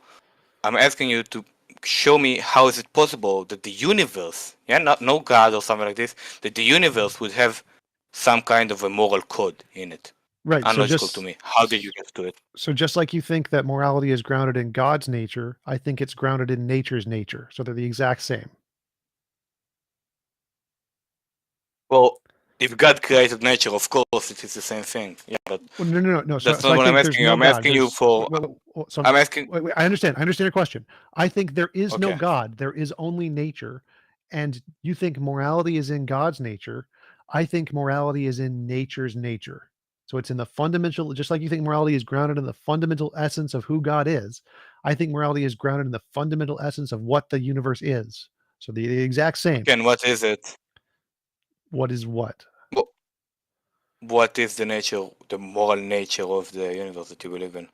Just for you want the principles that describe what morality is? I think it's any involuntary. How this law? Let's say I want for a little bit of specific. Yeah, so if you can theorize to me how the moral code of the universe would look like, what is it? If you can like a little, because it's a quantum field. I think high order emergent properties. Quantum field that makes morality. Yes. Mate, come on, that's not better only than a God. That's better than a God. Anti-truth. No, that's not anti. How is it not better than a God? How is a quantum field that we know exists and emergent properties that we know exist? Because it is taking a world that we all know and love, like a quantum field or quantum in general, and just sticking to it something which is not even related to.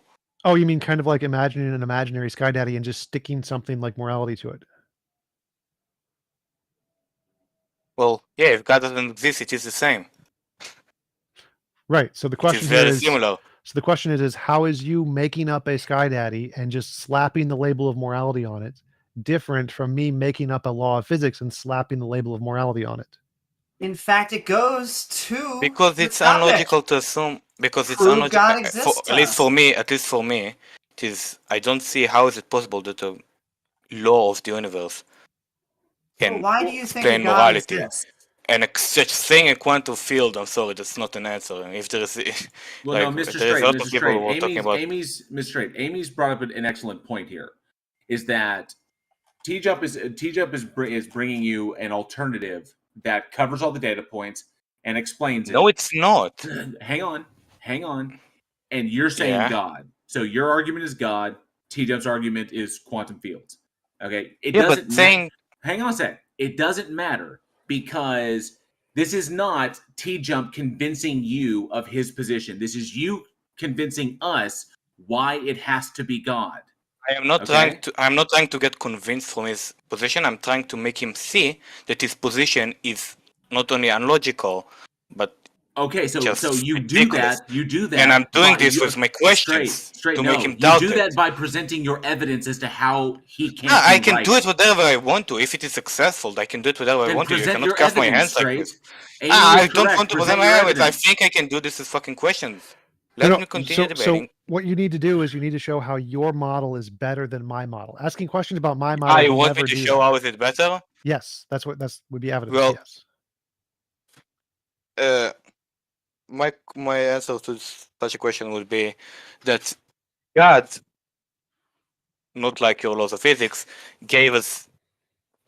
told us what his morals are in the book, in the Tanakh, not only the Torah but the Tanakh, for the prophets and all of those things. So my argument why my model is better, because I know you don't know. That's the difference. I know the morals, you don't know them. Hang on. By my model, straight. There's a problem there. You I'm hoping you saw the problem there, because you just cited the Bible, or you just cited Scripture, okay? Scripture. And then you just cited you cited Scripture and you cited your feelings. Both of these are predicated. Feelings? Hang on. You said because you know, okay?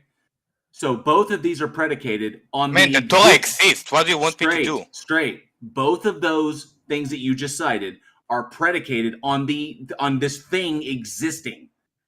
Demonstrate how you know it to exist. His question wasn't this. His question is to show how my morality, how I prove objective morality is better than his way. I'm showing him. No, it's irrelevant. It's irrelevant. No.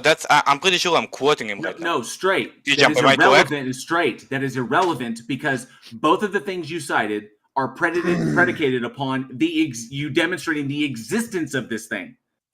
Sorry, what is predicated? For the scripture to be true, your God has to exist. Mate, I don't know what is predicated. For it to have been straight.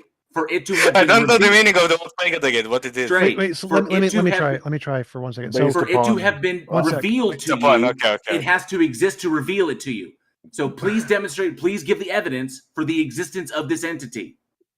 So let me try. So I asked you what is the difference between our models, and you said is the Bible told you so. That's the difference. So yours has a Bible that tells you so.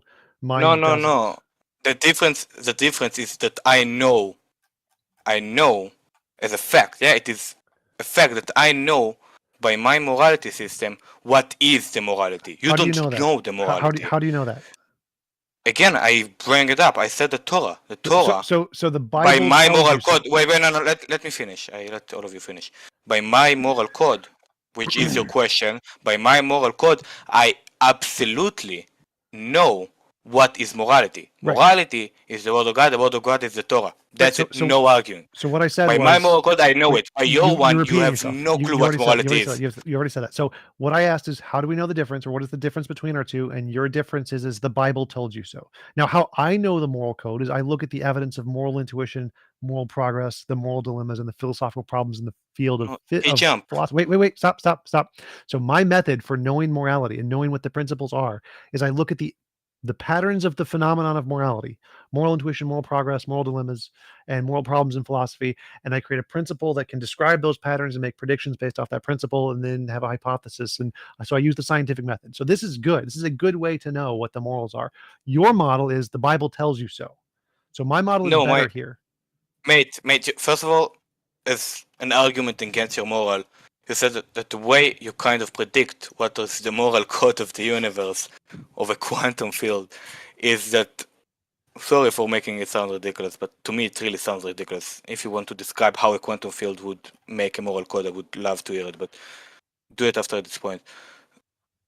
So the reason why I'm saying that my moral code is better, I'm not talking about the truth, yeah? That's the truth right now is not a part of the equation, because you were asking me about how it's better, how my moral code is better. Yes. How is it better? better? I'm not, and I want to focus on this because I truly believe that this question is a lot more easier to me.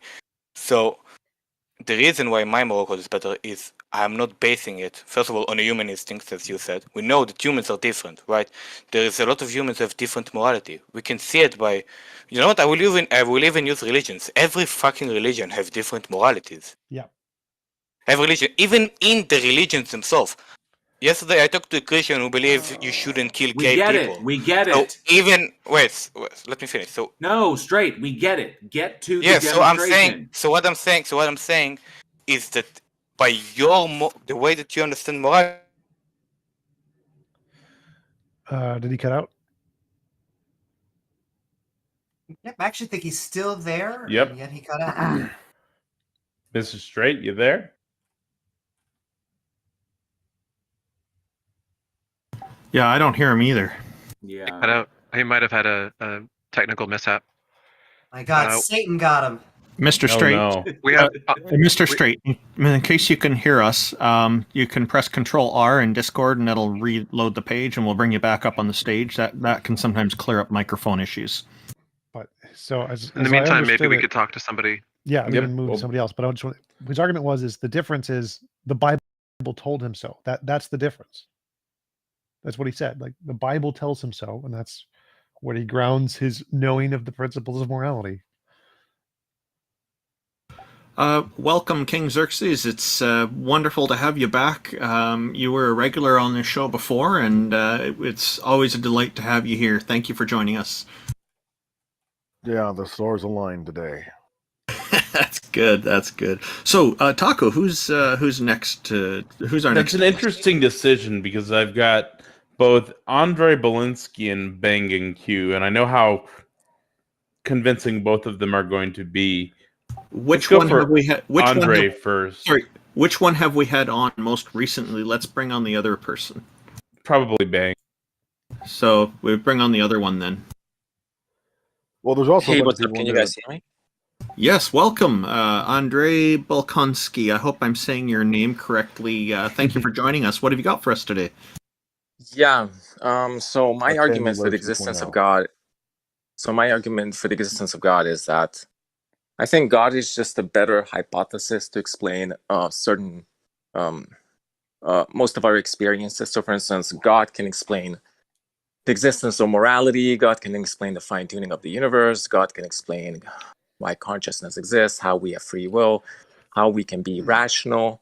I think a natural universe can't explain any of that. So I think God has theoretic virtues that naturalism doesn't have. So I think the God hypothesis. So you mentioned fine tuning, and one of the problems with the whole fine tuning argument that I see is it's making the assumption that the constants can be changed. It talks about fine tuning the universal constants. If they're constants, they're by definition not tunable. So there's a problem with your attempt right there. Would you like to elaborate a bit on this and clarify then? Well, I mean, you're kind of wrong on that one. Like gravity does change, the constants can change. It's not quite true. Okay, thank you. Yeah, I agree with TJump regarding that. Andrew, are you familiar with the Troyer's video on fine tuning? Sorry, what video? Are you familiar with Detroyer's video on fine tuning? No, not really. I would check it out. I think he does a pretty good job of explaining that fine tuning is usually presented as though the theories start off being equally probable, and there's no priors involved that would make one or the other more complex or more implausible than the other. And then just making like a general math claim saying, well, here's all the possible parameters. That's the number of possibilities. Therefore, the probability is, that anything that's a subset of those is less likely than one that could be any of those. But I think that's actually a great point because I'm sort of trying to build a cumulative case for the existence of God. So I think God has theoretical virtues. So whenever we talk about theoretical virtues, we also invoke the prior probabilities because one theory which has more theoretical virtues than another is intrinsically more probable than other theories. So I think naturalism is intrinsically improbable because it can not only explain fine tuning better than the naturalistic hypothesis can, but it can also explain how we can think rationally. I want to ask about that. So what do you mean by explain? Because when I hear a theist say that God can explain, what I hear is they imagine God could do it. That seems to be what you mean by God can explain. You imagine God can do it. God's an omnipotent panacea. He can do anything. Any state of affairs or conditions would be. Well, no, that doesn't matter. It doesn't matter. The question is when he says God can explain, is all he means is that he can imagine God can do it. Because when I say like science can explain, I mean, we have a demonstrated novel testable model that shows that this phenomenon has and can produce this effect. So if he just means I can imagine God did it, well, we can imagine physics doing it too. Like his main argument is God can explain this and naturalism can't. But if all he means by explain is he can imagine God doing it, we can imagine physics doing it too. And therefore physics could also explain it. And so if he's saying that only God can explain it and naturalism can't, then he must mean more than just I can imagine God did it, because obviously we can imagine physics doing it.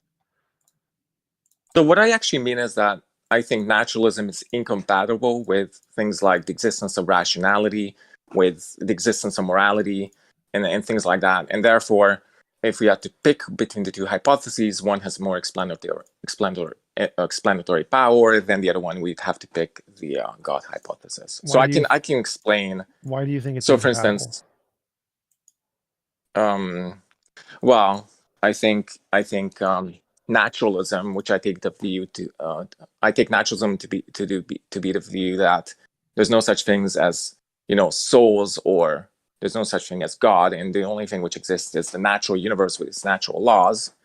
I don't think it's compatible with rational thought, because I think rational thought is inherently normative. So it's based on the idea that one ought to do certain things. So, for instance, one ought to follow. My question is why do you think this is incompatible with naturalism? Because again, most atheist philosophers believe in objective morality with just naturalism. So why do you think it's incompatible? What? Oh, okay. Because I think you can't have normative statements in the natural universe. So I'll just let me just illustrate that. So I think rationality is based on the idea that one ought to follow the evidence. one ought to base their beliefs on the evidence. And if such normative statements are incompatible with a natural universe, then naturalism is not a very good hypothesis because it lacks explanatory power. Right, I would agree, but most naturalists think that you can't have oughts. Like you simply saying it's logically impossible is false. Like there's nothing in naturalism that says you can't have oughts. Oh, okay. Well, let's think about what ought statements. What would make an ought statement true in the natural universe? I mean, it would have to be either a Platonic object, right, Sure. or some basic fundamental law of nature. Well, right? there's two of the options, but sure, yeah, but either of those are possible. Mm-hmm. Okay, so let's go with the first view. Do you think the what could make ought statements true? Well, in terms of Platonic objects are acausal. That is, they don't have any causal powers. If they don't have any causal powers, they couldn't influence our beliefs. Wait, so ought Yeah, we statements can- don't have causal powers, and so it makes perfect sense for oughts to be grounded in a Platonic object. I'm not following. Well, yeah, you didn't let me finish. So if ought statements don't have any, if they're Platonic objects, then they don't have any causal powers. Yeah. And if they don't have any causal powers, they can't influence our beliefs about them. So if that is the case, then naturalism can't explain our knowledge of moral facts. So it doesn't have any it lacks explanatory power. Not only is that the case, No. but So there's the two separate things there. One is the ontology of can it ground morality, and the answer is yes. So your first objection was you think naturalism can't ground morality, but you just said yes, it can. It can ground morality, but it can't explain the epistemic can't justification ground of our our moral beliefs. knowledge. Right. Yeah, So it fails to explain our knowledge of moral facts. well, that doesn't make a difference. So one, Platonic objects can be causal. They're not necessarily acausal. Secondly, it could be the case that we have lucky knowledge and that evolution just happened upon it. And it could be the case that the Platonic objects shape the way that the universe operates in such that laws of physics mimic them, and so we can get it that way. So all of those things can be explained naturally just fine. But you're granting that morality can be grounded in naturalism just fine without God. So we're in the second horn of the dilemma. The first horn is that either moral facts have causal powers, moral propositions have causal powers, or they don't have causal powers. I'm on the second horn. I'm taking the view they're like Platonic objects which don't have any causal powers. I haven't addressed the first horn yet. Well, no proposition has if they don't have any causal causal powers. powers, the only type of knowledge no we could propositions have, have causal powers. Propositions don't have causal powers. They're propositions. Right. No propositions ever Okay, have causal so- powers. Okay, then whatever, like moral facts, truth makers for moral propositions don't have any causal powers. That's the horn I'm taking. They're like sort of like Platonic objects. Well, I can just say that Platonic objects have causal powers. Problem solved. Well, but I'm okay. If you say Platonic objects have causal powers, that's a non-standard view in philosophy. I'm just taking the view they don't have any causal powers. I'm not saying they're Platonic objects specifically. So I can just So say let's just get rid of this hold Platonic on. object talk. Well, no. So the point here is that the only thing that you have is that you imagine God can ground morality, and you imagine God can influence his morality onto us so that we have knowledge. I can imagine Platonic objects ground morality, and I can imagine Platonic objects can influence our knowledge of morality. So if your only claim is that your explanation of what causes morality is you imagine God did it, you imagine God influences us, that's the exact same as me just imagining Platonic objects exist and imagining Platonic objects can influence us. So right now we have an exactly the same that's model. right. Yes, yeah. Well, I don't think we have the same model. Oh, right, because I don't believe in God. But the point is, they can both ground morality. If I may finish the argument, I'm just talking about the second horn of the dilemma. Okay, so if Platonic objects don't have any causal powers, the only type of knowledge we can have about them would be incidental type of, like accidental type of knowledge. And Gettier experiments in philosophy show that accidental knowledge accidental beliefs, even if they're justified and true, don't amount to knowledge. So they don't explain our knowledge of moral facts.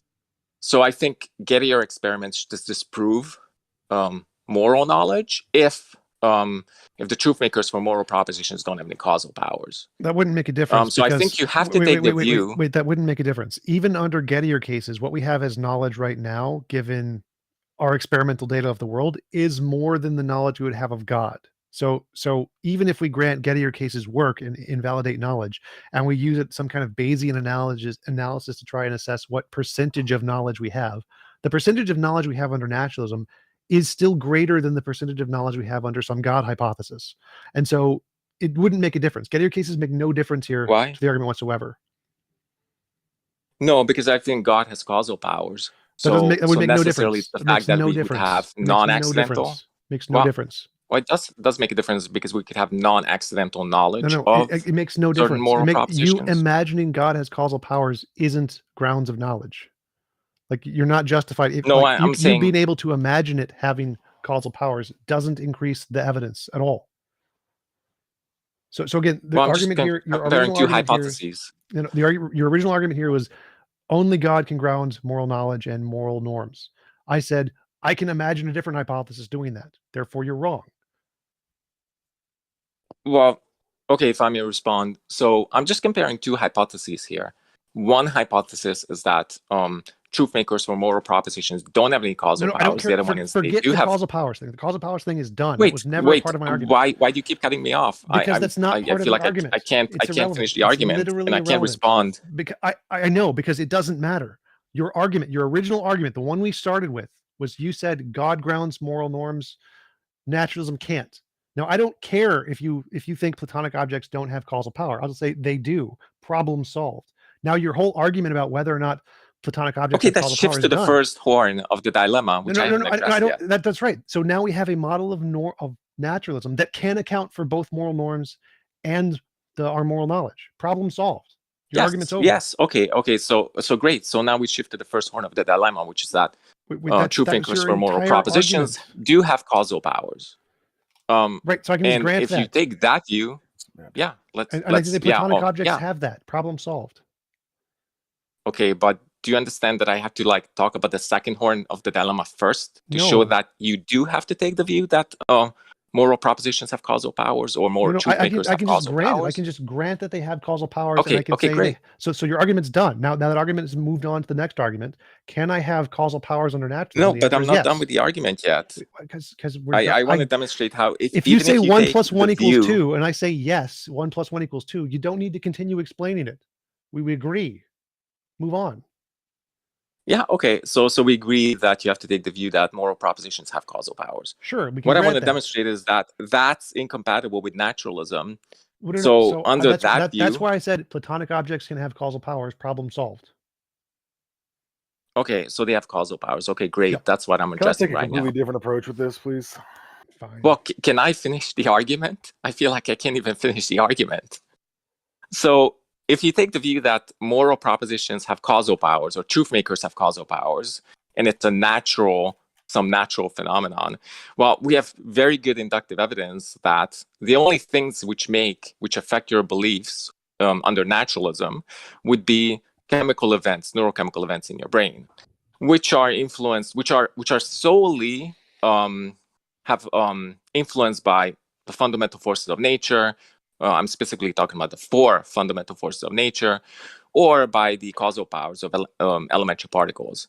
So we have very good inductive evidence that the physical world, specifically your beliefs, are causally closed, only causally influenced by the 4 fundamental forces of nature, or by powers of elementary particles. So there's no 5th force of nature which affects your morality, which could have causal powers. So no, that's wrong. So if you take that view, I already addressed this. This is why I keep interrupting you. So there can be more stuff that we don't know about. You're right. All of the inductive evidence shows that only our neural processes affect our beliefs. That means no God, and that means no Platonic objects that can affect our beliefs. Wait, stop. You can't rule out God. Stop. So our inductive evidence does not indicate God. It does not indicate a Platonic object that can influence things. But guess what? We can both imagine those things.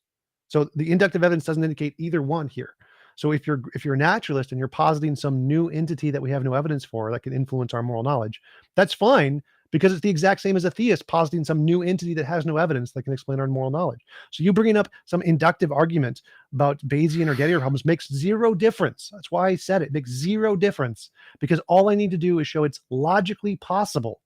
Because if it's logically possible, then the exact both of the explanations are the same. That's all I need to do. Show it's logically possible. I don't care about the evidence. No, I don't think that's sufficient. I don't think it's sufficient to show logical possibility only, because we're talking about probabilistic cases. Well, no. So the inductive evidence can point. No, I'm not. Because probabilistic cases don't matter here because there's no evidence of a God. Probabilistic cases would only matter if there was evidence of a God and the probability was higher under a God than this alternative Platonic model. But if the probability for both is 0 or essentially close to 0 because there's no evidence of either, then they're equivalent models. So the probability doesn't make a difference here until you have evidence of a God. They're both equivalent explanations. No, because you're talking about a priori. There are different types of probability. There's a priori and there's posteriori probability. So the a priori probability of both hypotheses could be equal. But what I'm saying is that if one is a better explanation, then the posteriori probability of the two would be different. And that's what I'm saying. But for it to be the posteriori probability. For it to be a better explanation, there would have to be some reason why one would be better than the other. And if your reason is simply that you imagine God can do this, then I can have the same reason. I can imagine Platonic objects can do this, and you haven't provided a symmetry breaker, and they're the same. Okay, so may I provide the symmetry breaker? Because I started providing it, but you interrupted. Actually, let me summarize the whole discussion. I gave you a dichotomy. Either truth maker for moral propositions have causal powers or they don't have causal powers. If you take the view they don't have causal powers, you can't have any knowledge about them. If you take the view they have causal powers, we have a lot of inductive evidence that there's no other force of nature which could influence your moral beliefs. I've already debunked that. That applies to God too, so that's not a symmetry breaker. No, well, I don't think it applies to God, because it could have been the case that God could have designed the laws of the universe in such a way that it provides you with non-accidental knowledge about moral propositions. That's not a symmetry breaker. Even if moral propositions that's not a symmetry breaker. That's literally irrelevant here. So if your argument is that not a symmetry breaker? Because in the case that we have a lot of inductive evidence that there's no other laws of physics that can influence our moral knowledge, the same inductive evidence indicates there's no God that gives us knowledge. Inductive evidence doesn't indicate either one. It doesn't exclude either one either. So the probability of either one being true is indicated equally by the evidence, which is 0. The evidence indicates neither of these. So it's not a symmetry breaker. They're exactly symmetrical. Okay, I get it. I think what you're saying is that there's a large amount of inductive evidence that the universe is causally closed, that your beliefs are only affected by physical events in your brain, and therefore we have a large amount of inductive evidence that there's no God or a fundamental force or a fifth fundamental force of nature which could affect your moral beliefs. Is that what you're saying, approximately? Yes. Okay, but here the difference is that it could have been the case that the inductive evidence doesn't work against the God hypothesis, because it could have been the case that God. I understand what you're saying, but it doesn't work against the case. No. You don't understand what I'm saying because you cut me off. I do. So it doesn't. You're very uncharitable. How long are you two going to go in circles before the rest of us get the opportunity to participate? So it doesn't This work. is ridiculous. TJump, you already had a moral conversation with Straight. It went Stop nowhere. interrupting me. I understand what you're saying. No, I'm not going to stop interrupting you. Stop interrupting. You've been having. Holy shit. So it doesn't work against the case of an unknown law of physics either. So there could be an unknown law of physics that hasn't been discovered yet. And the fact of all of the inductive evidence of the currently known laws of physics doesn't indicate there isn't an unknown law of physics. Everybody in science grants that there's more stuff we don't know yet. Okay. I think that's a fair objection, but I mean, I don't think it's very persuasive, because do you think there's really? I mean, do you think under naturalism, naturalism is compatible with the idea that there's really an unknown law of physics which designed the current fundamental force of nature in such a way we would have non-accidental knowledge about moral propositions?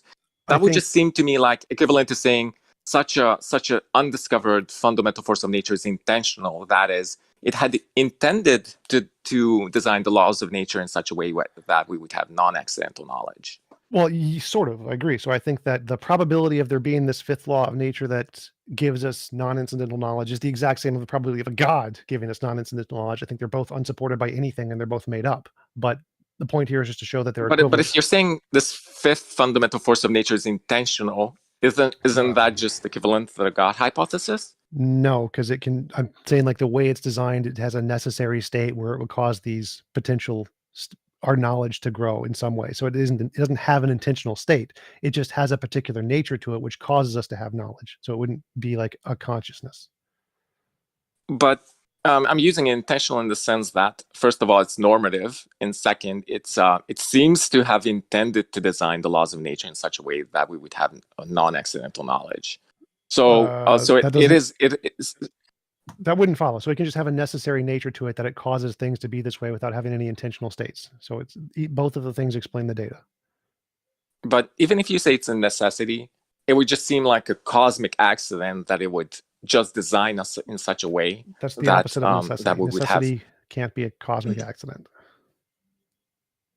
I don't think that's a good hypothesis to appeal to necessity. You're just saying necessarily there's a fifth fundamental force of nature, even though the universe is causally closed.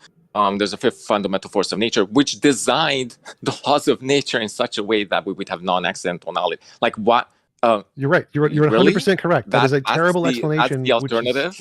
Yes, it's a terrible explanation. Right. Exactly why it's the exact same terrible explanation of positing the necessary being like a god to do with the same thing. I agree. They're both terrible. No, I don't think there's symmetry there, because a personal being who's good, who's like the perfect entity, would have reasons to design the laws of the universe in such a way we have non-accidental knowledge. And those reasons are grounded in its necessary nature, or are they accidental?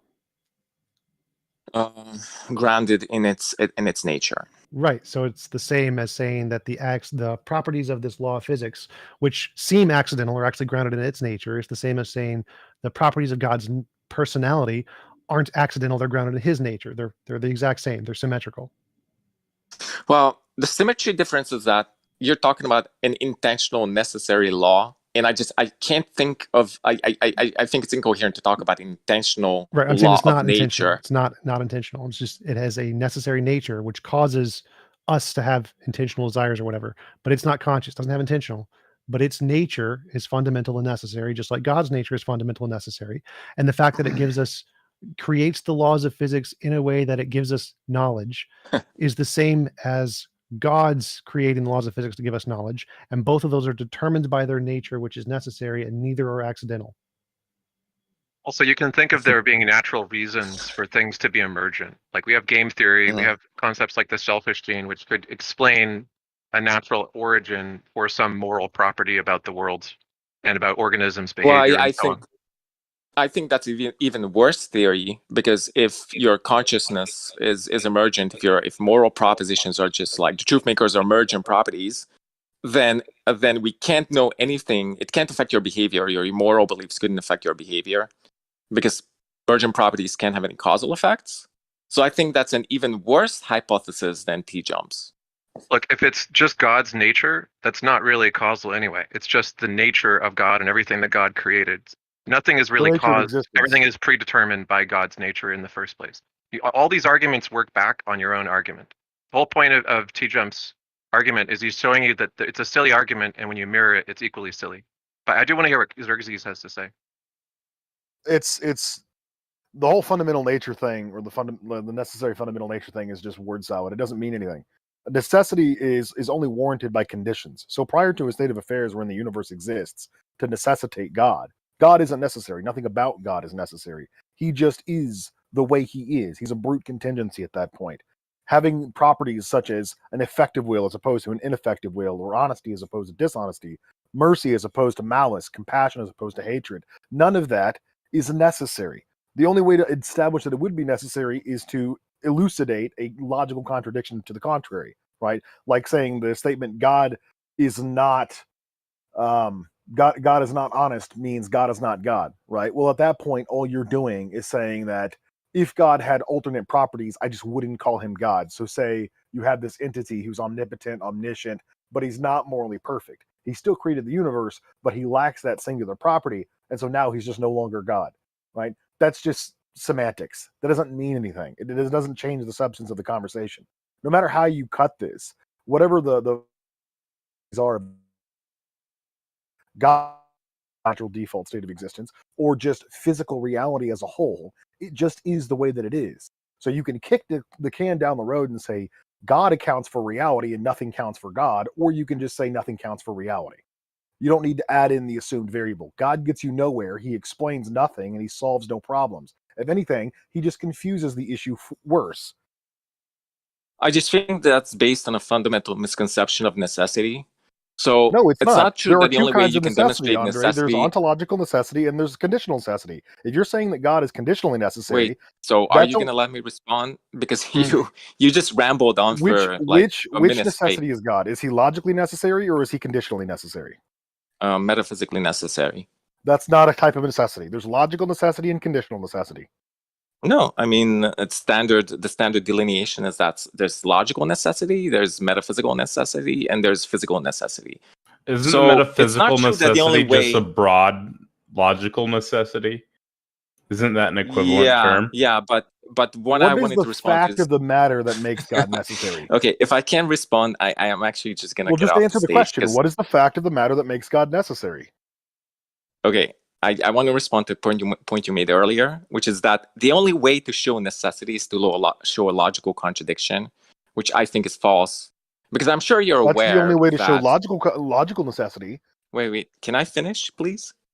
Because I'm sure you're aware that you can't point to a logical contradiction in the 1 trillionth digit of pi being 9, right? What is there a logical contradiction in that? Well, you can't point to it. But this is just semantic externalism. Thank you, Hillary necessary?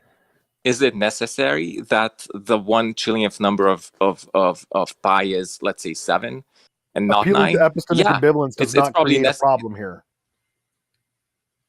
We don't know what the Andre, 1 trillionth integer of pi is. Andre, can you answer Xerxes' question?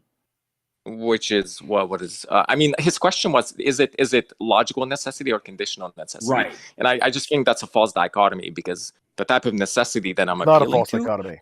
Would be logical, metaphysical, or physical possibility. No, because you are inserting metaphysical. You are creating that because it creates this wide open field for which you to push your God into an area that it can't be knocked down, because it becomes this abstract thing. But Xerxes is correct on this. It's one or the other. I don't think I'm inserting metaphysical necessity. Metaphysical necessity is a well-accepted concept in philosophy. So, for instance, Kripke has shown that water is necessarily identical to H2O because identity is necessary. But it's not logically necessary, because people in the Middle Ages couldn't derive a priori that water is equivalent to H2O. So I'm using metaphysical necessity in like the standard way philosophers use it. Broad logical necessity, right?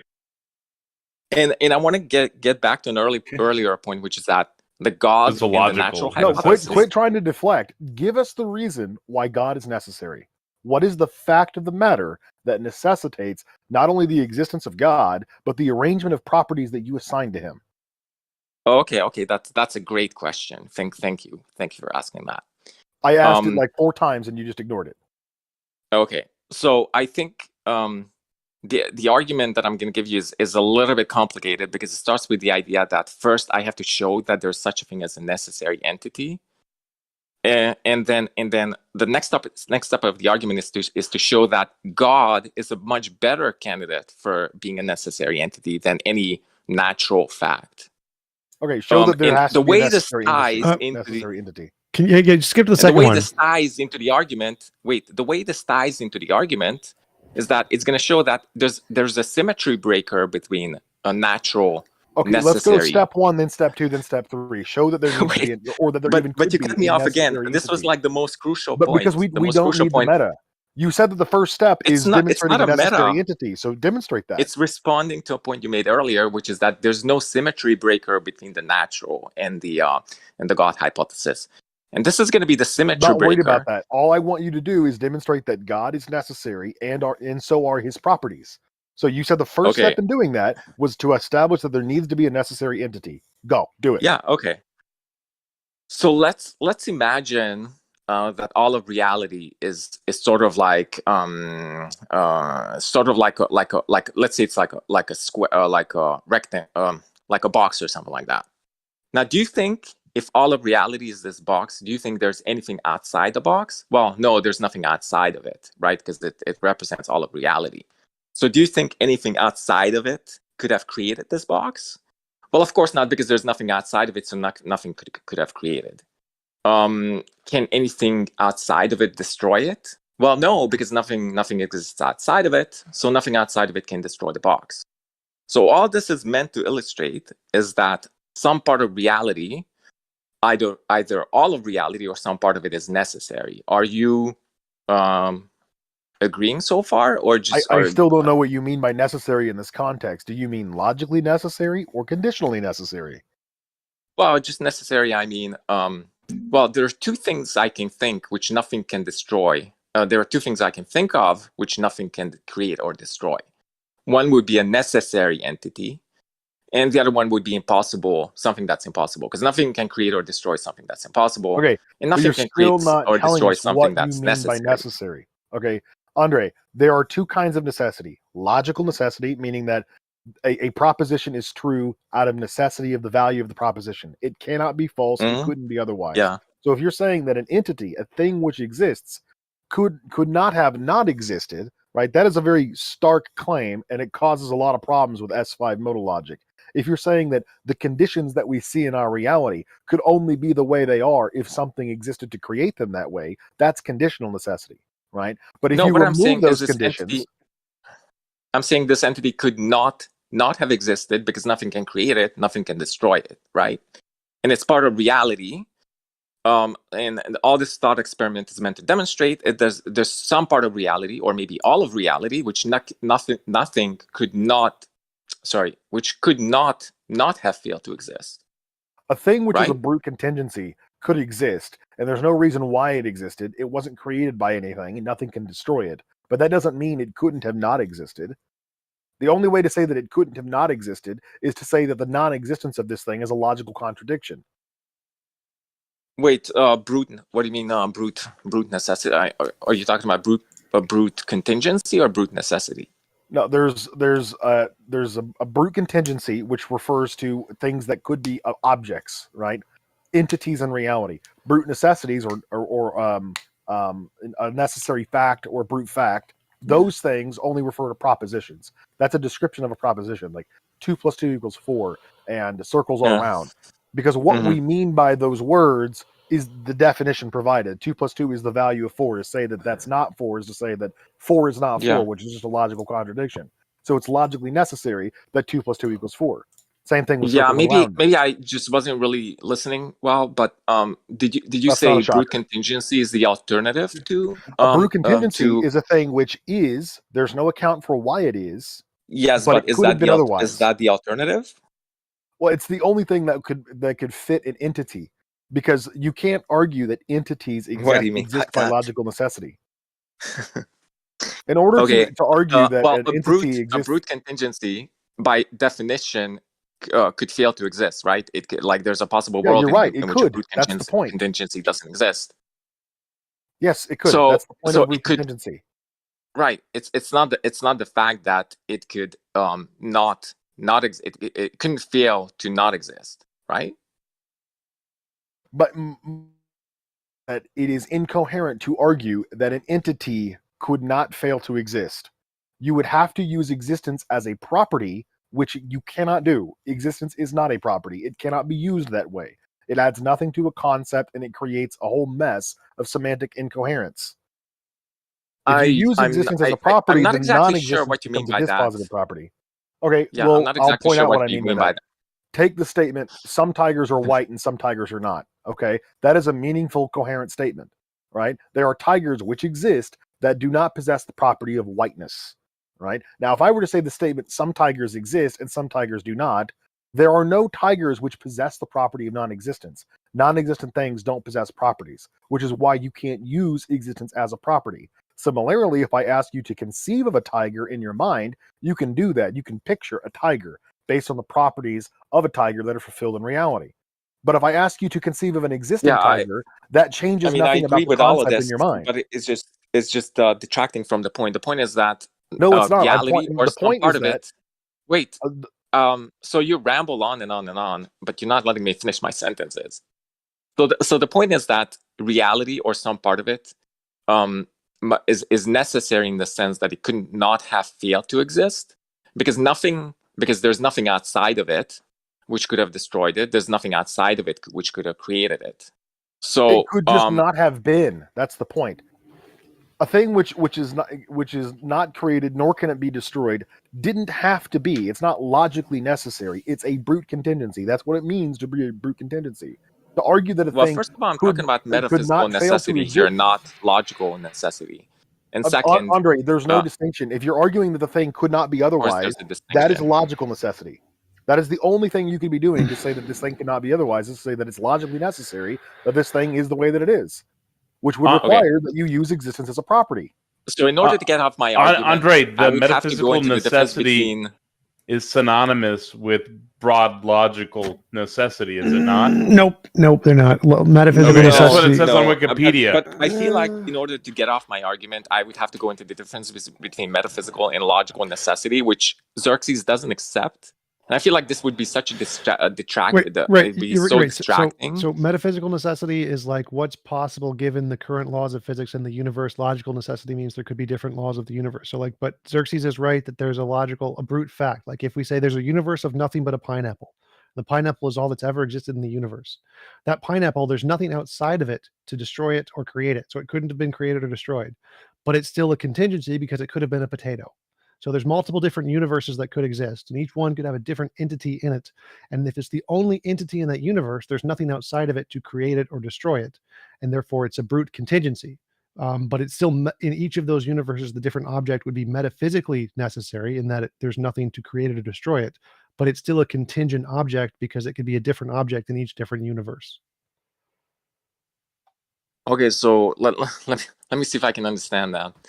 So you're saying, okay, so in each universe, there's just a different physical object, and these are supposed to be like a different fruit, and these are supposed to be like causally detached from like the rest of reality. Acausal. Yes. So the only thing in the universe, they are universe, reality. They're all that there is. Yes. There's nothing else other than the pineapple or the tomato or whatever. Right. So there's nothing outside of them to destroy them. There's nothing out there. The fishbowl. You mentioned the fishbowl. There's nothing outside of the fishbowl. The whole fishbowl is just a pineapple. So there's nothing outside of it to destroy it, which means it's metaphysically necessary that that pineapple exists in the universe because nothing can destroy it because there's nothing outside of it to destroy it. But there's a different universe that's completely isolated. There's like different dimensions, I guess you could call it, or a different metaverse where there's just a potato.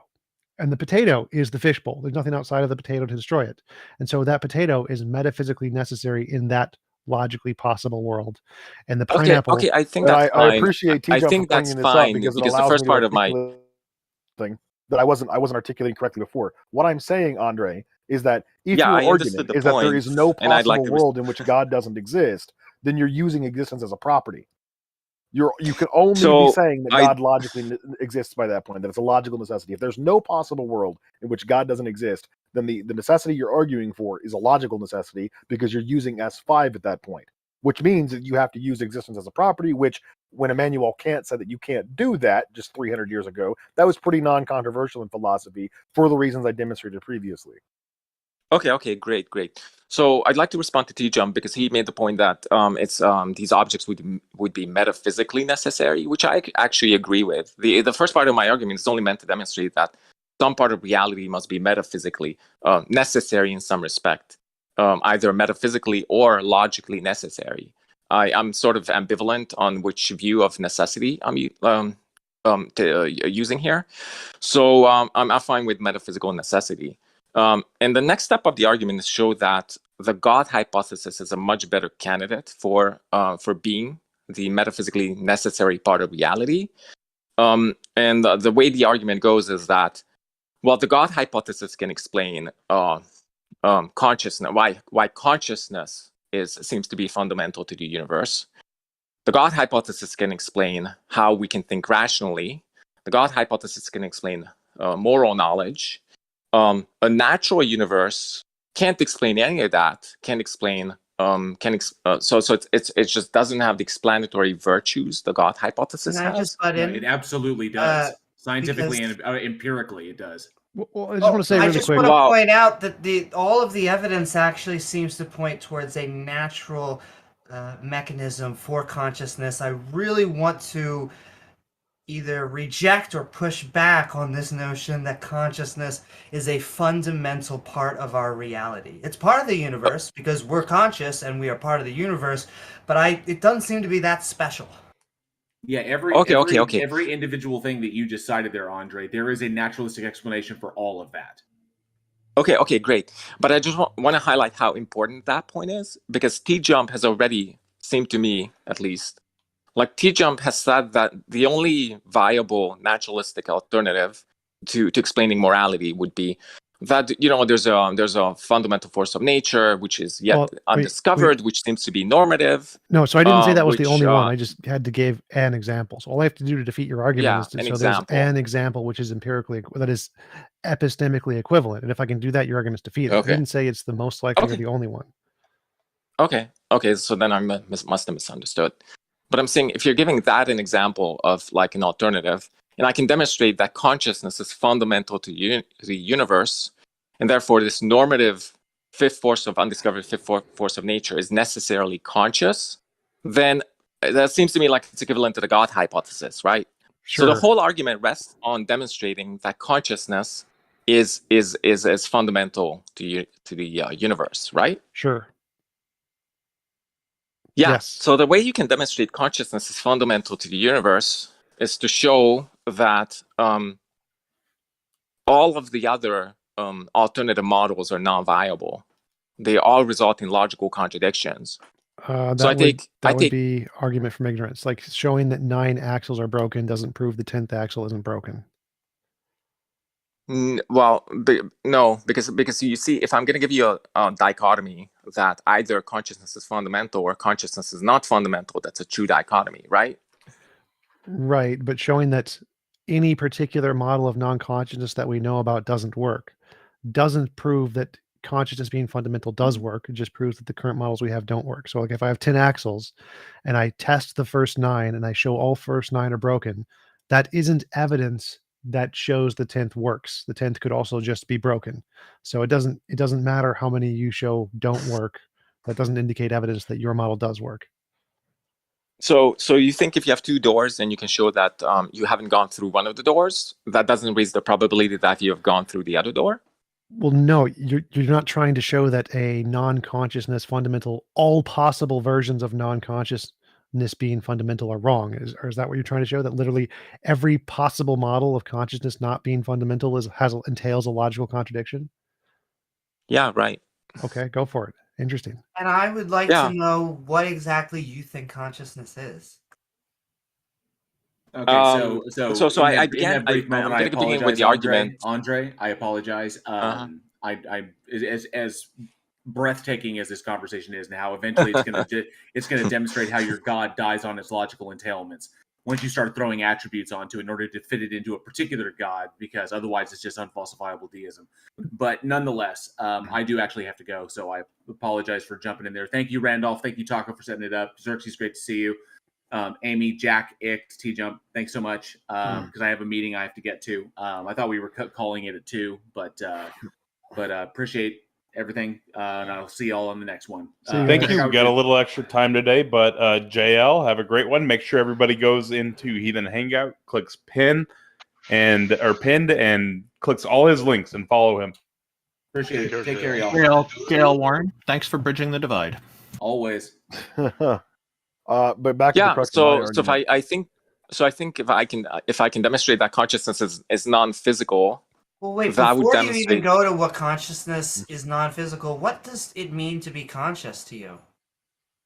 Why are we So I'm going to begin with the argument with the premise that there's such a thing as consciousness. By consciousness, I just mean subjective awareness. Like, presumably you think you're subjectively aware of certain phenomenon. Like, for instance, if you bite into an apple, there's a subjective awareness of sweetness. This subjective awareness is what constitutes consciousness, along with other. I agree with what you're saying, but my point would then be, what is the point of a God conscious? I don't understand the question, and the argument, it's not even relevant to the question, because the question is consciousness fundamental to the universe, or is it not fundamental? I'll take it more to the point then. What do you think is this fundamental force? Because I agree with you that consciousness is this mechanism that is us walking around, eating, you have to get rid of the food and sometimes mate. I kind of think those are the 3 jobs of being a conscious organism, but I don't understand why it would be fundamental or special. To me, saying consciousness is fundamental to the universe is a lot like saying digestion is fundamental to the universe. Because digestion is a mechanism, it's extremely important. So is maybe our healing. Our ability to heal from our cells through mitosis. And yet, for whatever reason, and I would say it's because we are conscious, we have a built-in bias towards thinking consciousness is special, we want to make it like this primal force of the universe, but I don't see good justification for that. Yeah, I'm going to give you the justification right now. Okay. So the justification, there's an epistemic justification and there's an ontological justification. Why did we abandon the necessary being argument, though? Did you concede that God can't be a necessary being? Didn't see? No, because TJump conceded that God could be metaphysically necessary. In the same way, and all I'm... Hello? Yeah, we can hear you. Oh, and all I'm dealing with in my argument is metaphysical necessity at this point. So I'm going to give you an epistemological argument against consciousness being physical and an ontological argument. And I think both are knockdown arguments against physicalism. So the epistemological argument is that you could never show that consciousness is a physical phenomenon because the way we study, the way we do physics, the way we study natural phenomenon is using science, and science is necessarily based on descriptions. So when we study, for instance, the sun, we describe it using propositions like, oh, it's round, it's bright, etc., etc., etc. However, consciousness is non-propositional. So what it feels like to look at the blue sky, the sensation itself could never describe using propositions. So if scientific theories only describe things propositionally using statements, but you can't describe what consciousness feels like using a statement, then you could never establish identity between the two.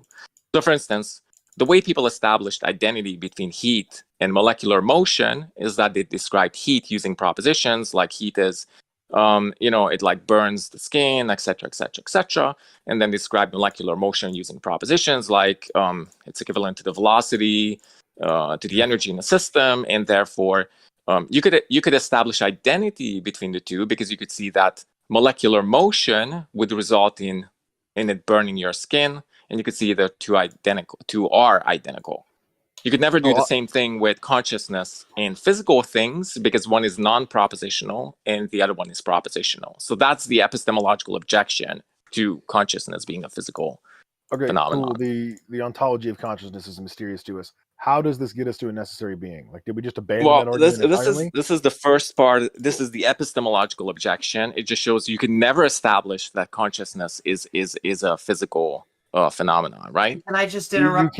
I'll let you make maybe your you point could too. do the contrary either. It doesn't even matter. But like, you just completely abandoned the necessary entity argument. But I also don't see why we could not have a physical model. In fact, I think we will eventually have a synthetic model of consciousness. I think consciousness is a system of awareness for an organism. You could say how conscious is an organism and how unconscious is an organism. And so from that model, it actually only works in the physical world. So the argument is supposed to be that science works through descriptions, through descriptive statements, and you can't describe using statements what consciousness feels like. So you can never establish identity. For now, you can't. I mean, like, that's not saying much. Okay, yeah, I agree. It's saying in principle you could never, because one is non-propositional and the other one is propositional. Okay, cool. Yeah, and Kant said that there'll never be an Isaac Newton for a blade of grass, except Darwin came along and did exactly that 60 years after he said that. I think that science shows us we should be quite a bit more optimistic about what we'll be able to discover and explain in the future. But like exploiting some pocket of scientific ignorance isn't going to get you anywhere. We still haven't gotten any closer to demonstrating. But you see, this is not an argument from ignorance, though, because it's showing that the only way to gain knowledge about a phenomenon. Wait, you've discovered the exact ontology to consciousness. Yeah, you know it's not an argument from ignorance, though.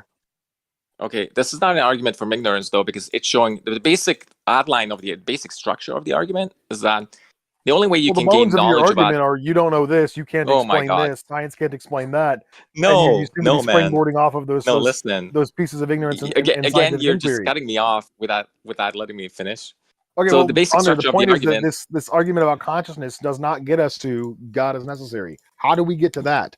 Why did we abandon your initial proposition for this? Well, that's just an weird argument assertion. about consciousness? I'm showing you how it's not an argument from ignorance, because the structure of the argument from ignorance is that we don't know X, therefore X can exist, or X is false, or whatever. But the structure of my argument is that the only way to know about consciousness is through X.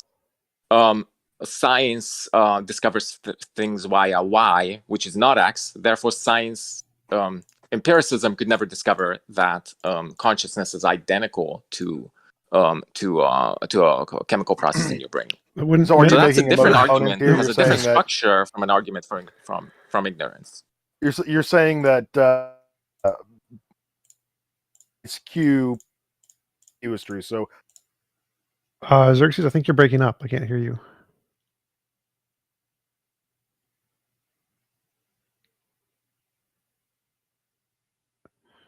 Now, I just don't see a good. Is there an objection to the argument? Hello. I can hear you. Yeah, I can hear you, Andre. I can't hear Xerxes though. Yeah, King Xerxes. Yeah. You got a good connection, or you got a bad connection, man? Press Control R to reload. We'll bring you back up on the stage, King Xerxes. Well, I'd say so. Yeah, if there's no objection to the argument, I'm just going to move on to the ontological objection. Well, no. Against, So the his idea objection was that you're saying that epistemically, the current model of science can't determine that consciousness is synonymous with physical states is just irrelevant. The current model of science isn't all science, and so the fact that we could do it in the future isn't ruled out. So all you've essentially done is show that the current iteration of science doesn't have the means to do that, which is fine, but it doesn't prove that it can't be shown in future that conscious states. No, but you see, my argument actually shows that any version of science can't do it, because science is necessarily descriptive. It describes things using propositions, and a consciousness is non-propositional. So science could never What do you mean? establish What do you mean that consciousness is non-propositional? So like I can say consciousness exists. That's a proposition. That'd be true. No, so what I mean is that when you think about like things like what it feels like to see the blue sky, can never describe using propositions without appealing to subjective, non-propositional. It feels silly to view the blue sky. That's a proposition. So propositions are all propositions are descriptive. Yes. And yeah, but you see, that's not picking out any of the necessary, any of the essential properties of what it feels like to see the blue sky, because it feels silly. One sec. But wait, let me. I just want to clarify this one thing. Just let me finish. I understand your argument. A particle, what it's made of, isn't propositional. And so if we say any particle will never be able to be described by propositions, that's true. You can never describe the territory with a map, the map and the territory distinction. So nothing in science will ever describe the fundamental essence of anything. It will only ever be able to make descriptions of that thing with propositions. But that doesn't mean that right. It's not physical. That's true. That's true. You can describe the essential properties of particles using propositions. So, for instance, a particle has a mass of 1 × 10⁻⁷. I don't know what. It has a negative charge. It has a velocity of such and such. And these are like essential intrinsic parts of a particle, right? So you can give it descriptive propositions about. Well, no, those are tangential. Those are interactions. Those aren't the fundamental essence of whatever energy is. Like if we tried to describe the fundamental essence of whatever energy is, you literally can't do it propositionally. Like there's no words, because science can only describe interactions. And so the fact that we can't create descriptive words that can accurately express the true essence of a thing does not mean it's not material, because material stuff is an essence of a thing, and our epistemic means to describe it using science tells us nothing of the ontological essence of the thing. And so you're confusing epistemology with ontology. So you see, hold on, Andre.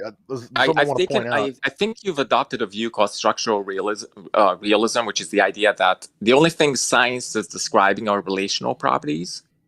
And I don't think you want to take that view, because it's extremely implausible. So basically, it's the idea that the only thing you can say about the world is that X and Y exists. And X causes Y, Y causes Z, Z causes W. but you can't really say anything else about what exists except just these relational attributes, right? Do you really want to take that view to avoid my argument? No, we infer its actual causal relation. Like we infer the material world is real from the interactions we see, but all we can see is the interactions. But that's irrelevant to the argument, because the argument here.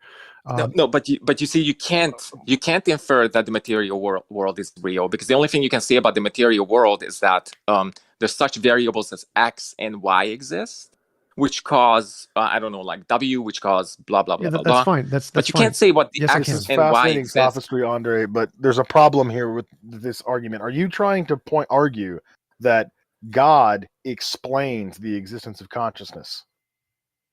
Prior to answering that question, I just wanna outline my point a little bit better. So my point was that you can't use science to establish identity between physical phenomenon and mental phenomenon. Let's say I grant that. And Granted, wait, giving it to you. But TJump has conceded that you can't do that because his model is that X and Y exist, but he can't say what X and Y are. So he can't establish that's wrong. X and Y We can are say that. identical. We can say that. So we can go beyond the interactions. But the fact that we have a language that describes things that can't ever exactly map onto the territory, we can still infer they map on. We can do the inference thing, but they can't ever exactly. How can we go beyond? Stop. The fact that your argument is that we have a language and our language can't perfectly describe the fundamental essence of a thing. It literally doesn't matter. It's a confusion between epistemology. Well, that's not my argument. It is your argument. No, my argument isn't that it can't perfectly describe. My argument is it can't describe anything about the intrinsic properties of such objects. So if you say the properties of consciousness and you can see subjective experience, that. I just did it. So subjective experience. No, is but intrinsic wait. properties of conscious, problem solved. I just did it.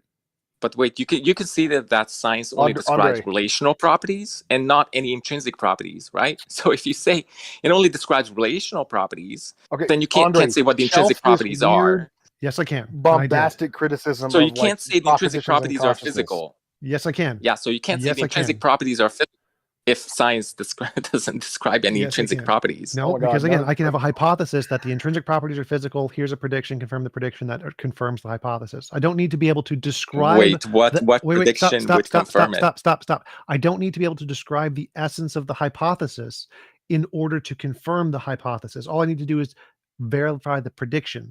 So like if I have a prediction that evolution is true and I predict that we're going to find fossils of Tiktaalik at some stage in geology, I don't need to literally watch Tiktaalik evolve because that's in the hypothesis. So if the hypothesis is the world is material and it makes a prediction, I confirm the prediction. The prediction is the propositional stuff that we're describing. And the prediction doesn't describe every feature of the hypothesis. It never will. It doesn't need to do that. You're confusing epistemology, the way that we verify and describe the facts of the phenomenon, with the hypothesis, the true essence of the thing. We use the predictions to infer that the hypothesis is true. None of the predictions, none of the hard science actually gives us a full, complete description of any theory. If that was true, we would never be able to verify evolution because we can't literally watch a T-Rex evolve. You're confusing epistemology and ontology. Our ability to describe things using a model will never be able to accurately map onto the territory. It's called a map in the territory fallacy. Okay, there are two things I want to respond to. So first of all, I began the argument with I specifically said that I'm going to give you an epistemological and an ontological objection. I'm only on the epistemological objection. Actually, Andre, you began your argument by saying that your God is a better explanation for the phenomenon that we observe in reality. Thus far, Andre, your entire argument thus far has just been a nitpick at what science can and cannot explain. You have yet to offer or even answer a direct question about how or what God explains. Well, Andre, okay, I'm going to respond to TJump. I'm going to respond to TJump's first because that was he made the point first. So the second objection was that physicalism makes unique predictions about what we should observe. But all he said is that his view of reality is that X and Y exists without specifying what the properties of X and Y are, the intrinsic properties. So he can't say physicalism makes unique predictions because I never said unique predictions. There's no because I like how you're so dead set on responding to TJump when you avoided like several questions that I asked you. Because this X and Y he's talking about is completely compatible with it being just mental phenomena. I never said exclusive, and it doesn't matter if it's exclusive. It's irrelevant to the argument. Andre. Wait, so if it can't make any unique predictions, then it can't make like why? What's they just need to be novel. They just need to be novel. It doesn't need to be unique. novel predictions. So Okay, but that's the point. Physicalism can't make any novel predictions, novel or unique predictions. Who fucking cares, Andre? How does your God explain any of this? All right. How does your God, who ostensibly is just by default conscious, explain the existence of consciousness? It would just be some property of his existence that he didn't have any choice or control over. So how does your God explain the existence of consciousness? Surely you can't be saying that because consciousness presents itself in the reality, that the default state of reality must be conscious. I could say the same thing about physicality. Because physicality presents itself in reality, the default state of reality must be physical. And you would not be happy with that kind of an that's a argument. great question. So the only thing my argument at this point is meant to demonstrate is that source idealism is a better view of reality than source physicalism. So source physicalism is the idea that consciousness is non-fundamental. Source idealism is the idea that consciousness is fundamental to the universe. And in the context of the argument, it's meant to show that source idealism in God is a better explanation for morality, for rationality, for fine-tuning, for etc., beginning of the universe, etc., than naturalism, and therefore we should prefer the God hypothesis. You also feel this way about digestion, because I don't understand why you're saying consciousness is fundamental to the universe. Like, it's a confusing statement. Do you think that other mechanisms are fundamental? Do you think that digestion or our healing, like the ability to form platelets, are also fundamental to reality or the universe? Yes. Oh, sorry, what was that? Platelets? So, like, I don't understand why consciousness would be special or even fundamental to the universe, and so I put consciousness and digestion on about equal levels. They're both mechanisms by which animals walk around on the macroscopic world and handle energy. And so I'm guessing, let's just take consciousness out and replace it with digestion. Do you believe that there is a fundamental digestion to the universe? Do you believe that God has a fundamental digestion, that he then imbued us with our digestion? Is there a fundamental digestion? I'm sort of torn on that issue. I think it could be the case that digestion is an emergent property, but I don't think there's such a thing as consciousness. God forbid, I don't think no pun intended. Yeah, no, I Andre, think if consciousness you have to realize is an emergent property, but your God doesn't it can't explain have any causal powers. That's why you're arguing is that consciousness is a random, immutable attribute of existence, right? Which doesn't make a whole lot of sense because, as I said earlier, and you didn't respond to it, Andre, you didn't respond to my analogy. Okay, so what the is only your thing analogy? it appears that you're saying is that because consciousness presents itself in the universe, that indicates somehow that consciousness must be a property of the fundamental state or most default state of existence. But I can make the same claim about anything, like Amy was doing.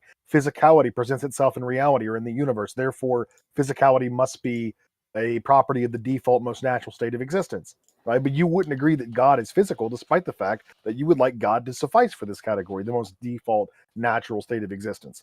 In fact, God shares very little in common with the rest of existence, consciousness being probably one of the only properties he has in common with anything else that exists in the reality that we observe.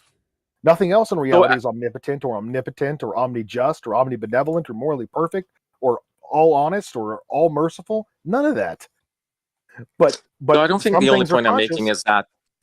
So I don't think the only point I'm making is that because consciousness exists, therefore it's fundamental. I gave an epistemological objection. I haven't given the ontological objection yet. Relating to God, though, if you think God is a satisfactory explanation for consciousness, I fail to see how that works, since God Himself would be conscious, and therefore. But you see, I'm not saying God. But you see, I'm not saying God is the explanation of consciousness. What I'm saying is that. Why the fuck are you bringing it up? What I'm saying is that if consciousness is fundamental to the universe, then the God hypothesis can explain the existence of moral facts. It can explain the existence of. It can explain the fine-tuning of the universe. I don't accept it can explain. The existence of moral it's facts. consistent. It's consistent with consciousness being fundamental to the universe, whereas physicalism, naturalism isn't. It's consistent with X, Y, and Z, the beginning of the cause of the beginning of the universe. So it can explain all of these phenomenon. So it's just a better model. That's the argument. I'm just gonna go back to giving because I'm having two different discussions. One with TJump and the other one with Xerxes. I think I'd prefer to talk with TJump.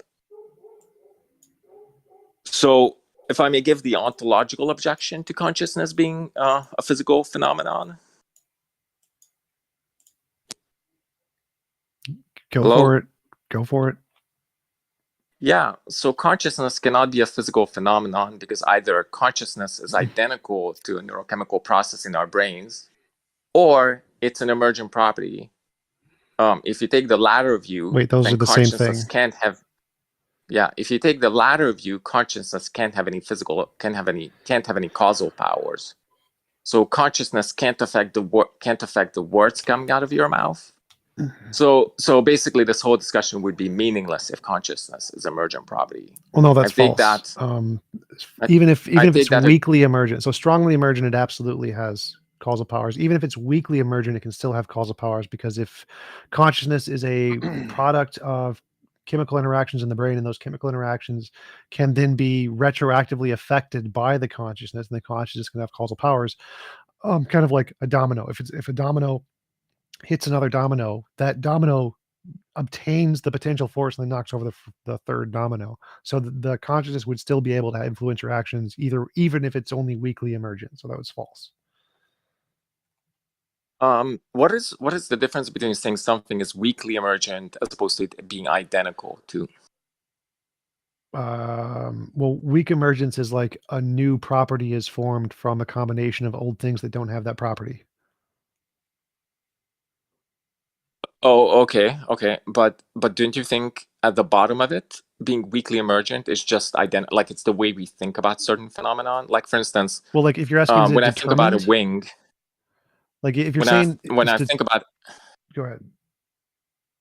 Well, if I may finish, so I think when you talk about weakly emergent properties, that's just another way of talking about it's just a concept. It's just a way of categorizing objects. So, for instance, when you talk about a wing being an emergent property, well, a wing is just a collection of particles, and ultimately, the causal powers of a wing are just equivalent to a collection to the causal powers of this collection of particles, right? It doesn't have any novel causal powers.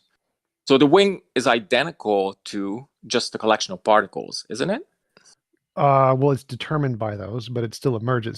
So weakly emergent doesn't mean it's like strongly emergent is where a new thing pops out of nothing, essentially. No one thinks that's the case, but there's no problem with saying consciousness is like a emergent as like a heart is emergent. There would be no problem with that.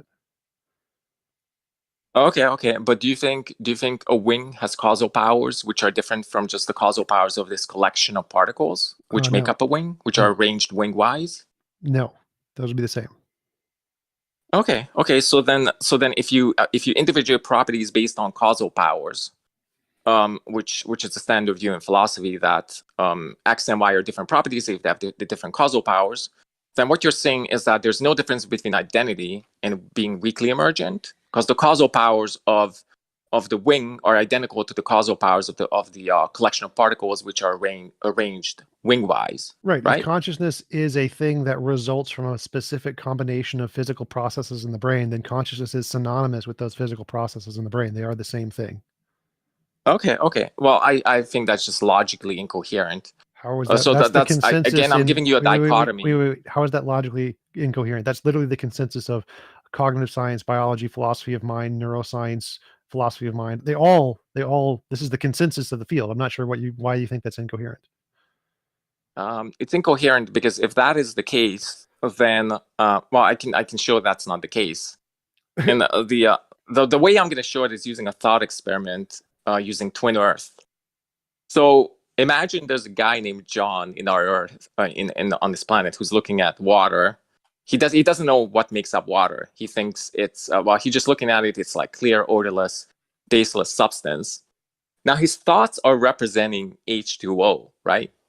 But imagine he has a counterpart on, let's say, twin Earth, who's let's call this person James. James is also looking at a tasteless, odorless substance, which is qualitative exactly like water, except it's made up of X, Y, and Z.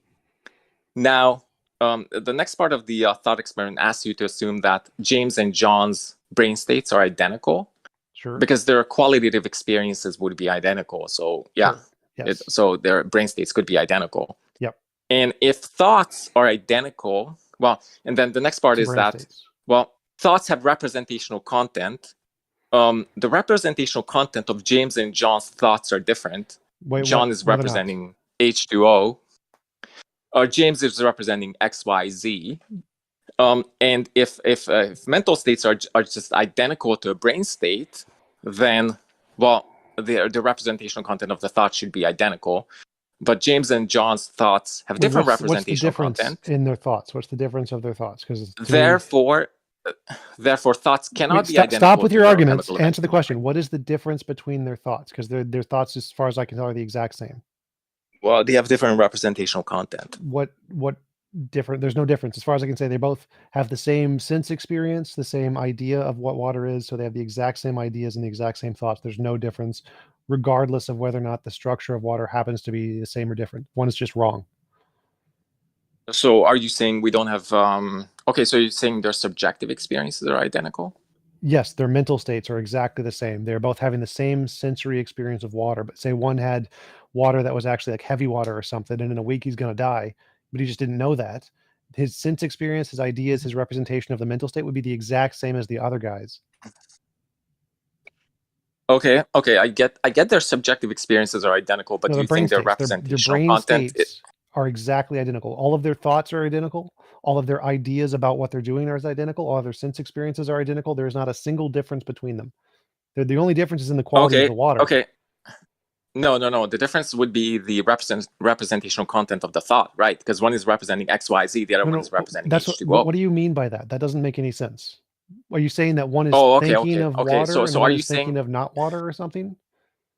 Well, presumably you think our thoughts represent external reality in some respect. Like, for instance, when I'm looking at an orange, my thoughts, the orangeness, the sweetness, etc., are representing some external property of that object. What represents if you how reject it that interacts view, with my brain? I mean, Sure. is that? I'm sorry. It represents how my brain processes that information. Sure. Okay, but don't you think your thoughts also represent your visual experiences represent some external property of objects around you? Sometimes. How does this relate to the argument? It's related to the argument. It first establishes that thought. Imagine there's two people, Bob and Bob 2, and Bob sees water and Bob 2 sees heavy water. They see nothing different. You can't see the difference between water and heavy water. They look exactly identical. So their mental states are exactly identical. They're getting the exact same information in their brain. Their brain is processing it in the exact same way. So the fact that one is seeing heavy water and just doesn't know it makes zero difference to the structure of their brain. It's still identical to seeing exactly water. Okay. That's a great analogy, because it's meant to demonstrate that your thoughts do have representational content in that they're representing some feature of external reality. Right. So I begin with the argument with the presupposition that your thoughts are representing something about your external reality. Sure. And that they have representational content. Yeah, Bob thinks he's looking at James water. And John's thoughts. Bob 2 thinks he doesn't look. Bob and Bob 2 both think they're looking at water. I'm trying to understand which premise you're denying. So are you denying the premise that your thoughts have representational No, I don't content? understand. Your argument is gibberish. I don't understand what your argument is. So there's no difference between Bob 1 and Bob 2. What is the difference? You haven't presented the difference between Bob 1 and Bob 2. Well, the difference is their thoughts have different representational content, and I just don't think you're What thoughts have different representational content? Which thoughts are they thinking differently? Well, when John thinks about water, he's thinking about XYZ. When James is thinking about water, he's thinking of H2O. So their representational content of their thoughts is different. Then their literal brain structure would be different. So if Bob 1 was taught that water was a different molecular structure than Bob 2, that molecular structure would have been saved in their brain states and have a different physical structure than Bob 2. Yeah, but you see, I began the thought experiment with the idea that this occurs prior to scientific knowledge. Like, for instance, let's say in the 1500s, prior to the chemical. Right, you can think it doesn't matter. It doesn't matter what he thinks it is. The way you learn what water is people teach you, or you try and guess it or whatever, and that way is saved in a physical structure in your brain. And so they have different physical structures in their brain in order to come to those different ideas of what water is. So there would be a difference in the brain state of both of these people. Yeah, well, no, I'm not even talking about them using the word water. I'm saying when they look at water, and we can obviously imagine a scenario in which James and John are looking at water, and they have the same subjective experience, yet the representational content of the thought is different. No, are you? They can't be. They cannot be different. It will be the same. Okay, Like, so so you're denying that the representational content is different? The only way to get an idea or a thought is that idea or thought is going to be shaped by the physical structure of your brain. Only ways to do that are through sense experience and what people tell you, essentially. Ideas and sense experience. Ideas and sense experience shape your thoughts. So when John is thinking of water, he's thinking of his past experience of water, whether that came from friends and family and other people or his ideas of water. Those will be different from the other guys. So they will not have an identical brain state. They will not have an identical brain state.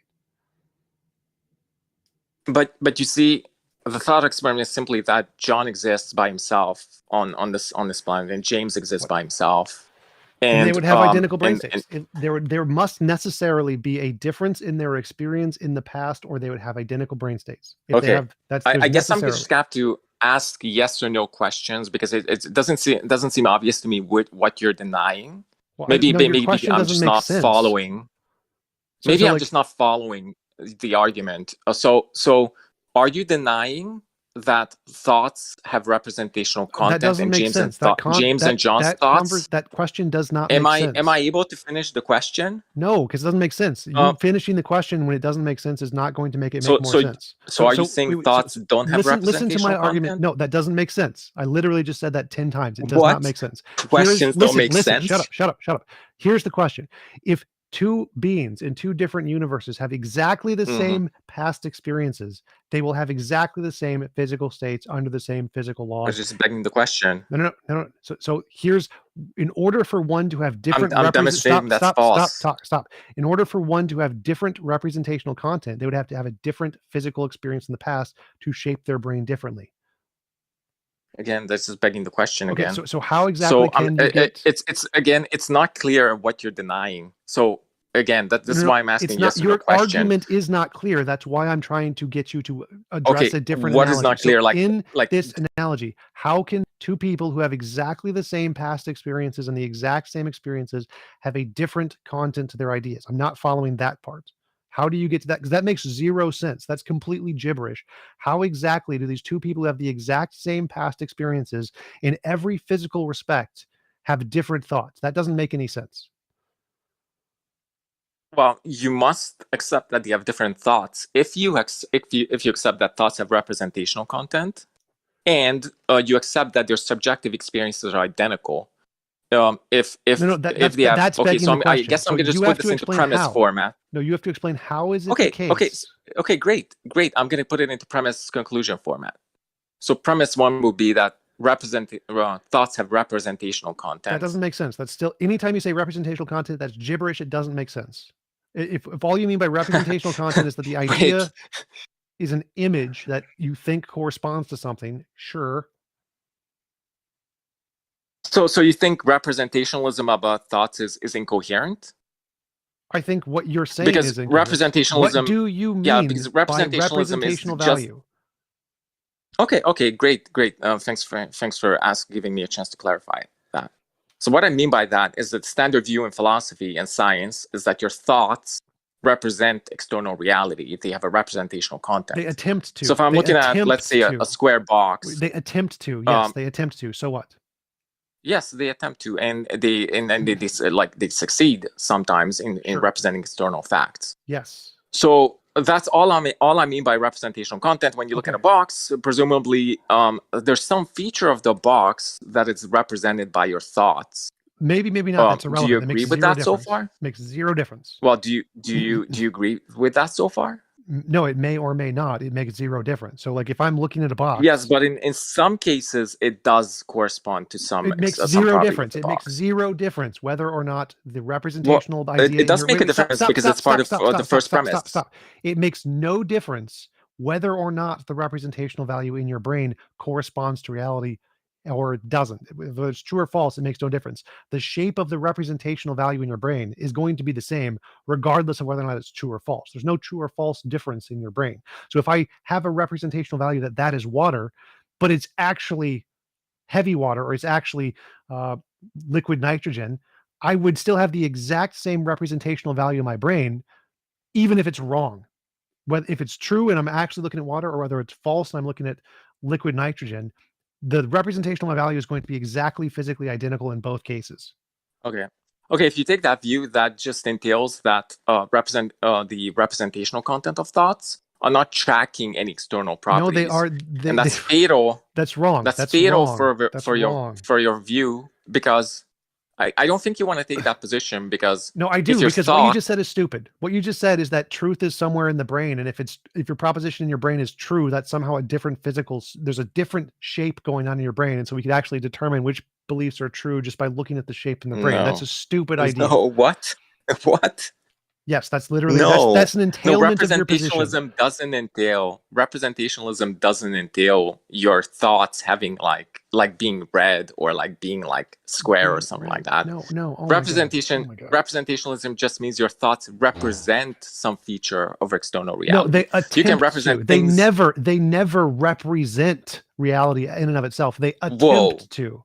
They attempt to represent reality. I don't think you want to take that view. No. I do. Are you sure you want to take the view that I know more thoughts... about philosophy than you. I know significantly more about philosophy than you. What you're saying entails the problem with this worldview. Why nobody in philosophy accepts it is because if what you're saying is true, and one person has a representation of water when looking at water, then there's going to have to require some difference in their representation than if someone's thinking water but looking at liquid nitrogen, which entails that the truth value of the proposition shapes the physical structure of their brain differently, which is the dumbest argument in the world, and no one accepts it. Yeah, so wait, are you saying, because I thought you said that your thoughts never represent any external properties? There is no direct connection between the thoughts and reality itself. There is no connection. Zero connection. Oh my God. Okay, I don't think you want to take that view. No, stop saying that. You are ignorant of philosophy. I know what I'm saying. Guess what? Delusions are a thing. You can have a representation in your idea that has zero correspondence. That is a thing. There is no necessary correspondence between your ideas and reality. We know this. It's called a brain in a fucking vat argument. Descartes' demon. This is basic fucking philosophy. Wait, but Descartes' demon doesn't entail that plausibly your thoughts don't have any connection to external reality. Right. It just means there's a possibility, but possibility is not plausibility. But you conceded something entirely different, something much more radical, which is that your thoughts never represent any feature of external reality. No, what you're saying is that there is some necessary connection between your thoughts and the reality they represent. There is not. There is no necessary connection. We know that. Well, I'm not saying there's a necessary connection. Yes, specifically, I said there's no necessary connection. You're just not tracking what I said. I've already debunked your argument. Sometimes your thoughts represent features of external reality. They can, and when they do, there's no difference in the thoughts. Great. Okay, sometimes they can. Okay, good. So they have representational content. Right, and that representational content has absolutely no change to the actual structure of the thought itself, whether it's physical or non-physical. Whether or not it accurately corresponds to reality changes literally nothing. Wait.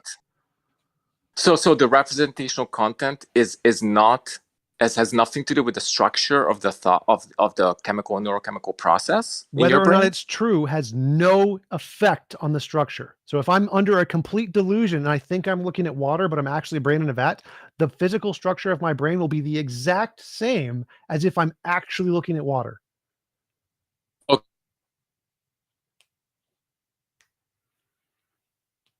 Did he cut out? It's like if you're imagining a hammer. The hammer shape doesn't show up anywhere in your brain physically. It does actually. There's several studies that show that. Oh, really? Sorry,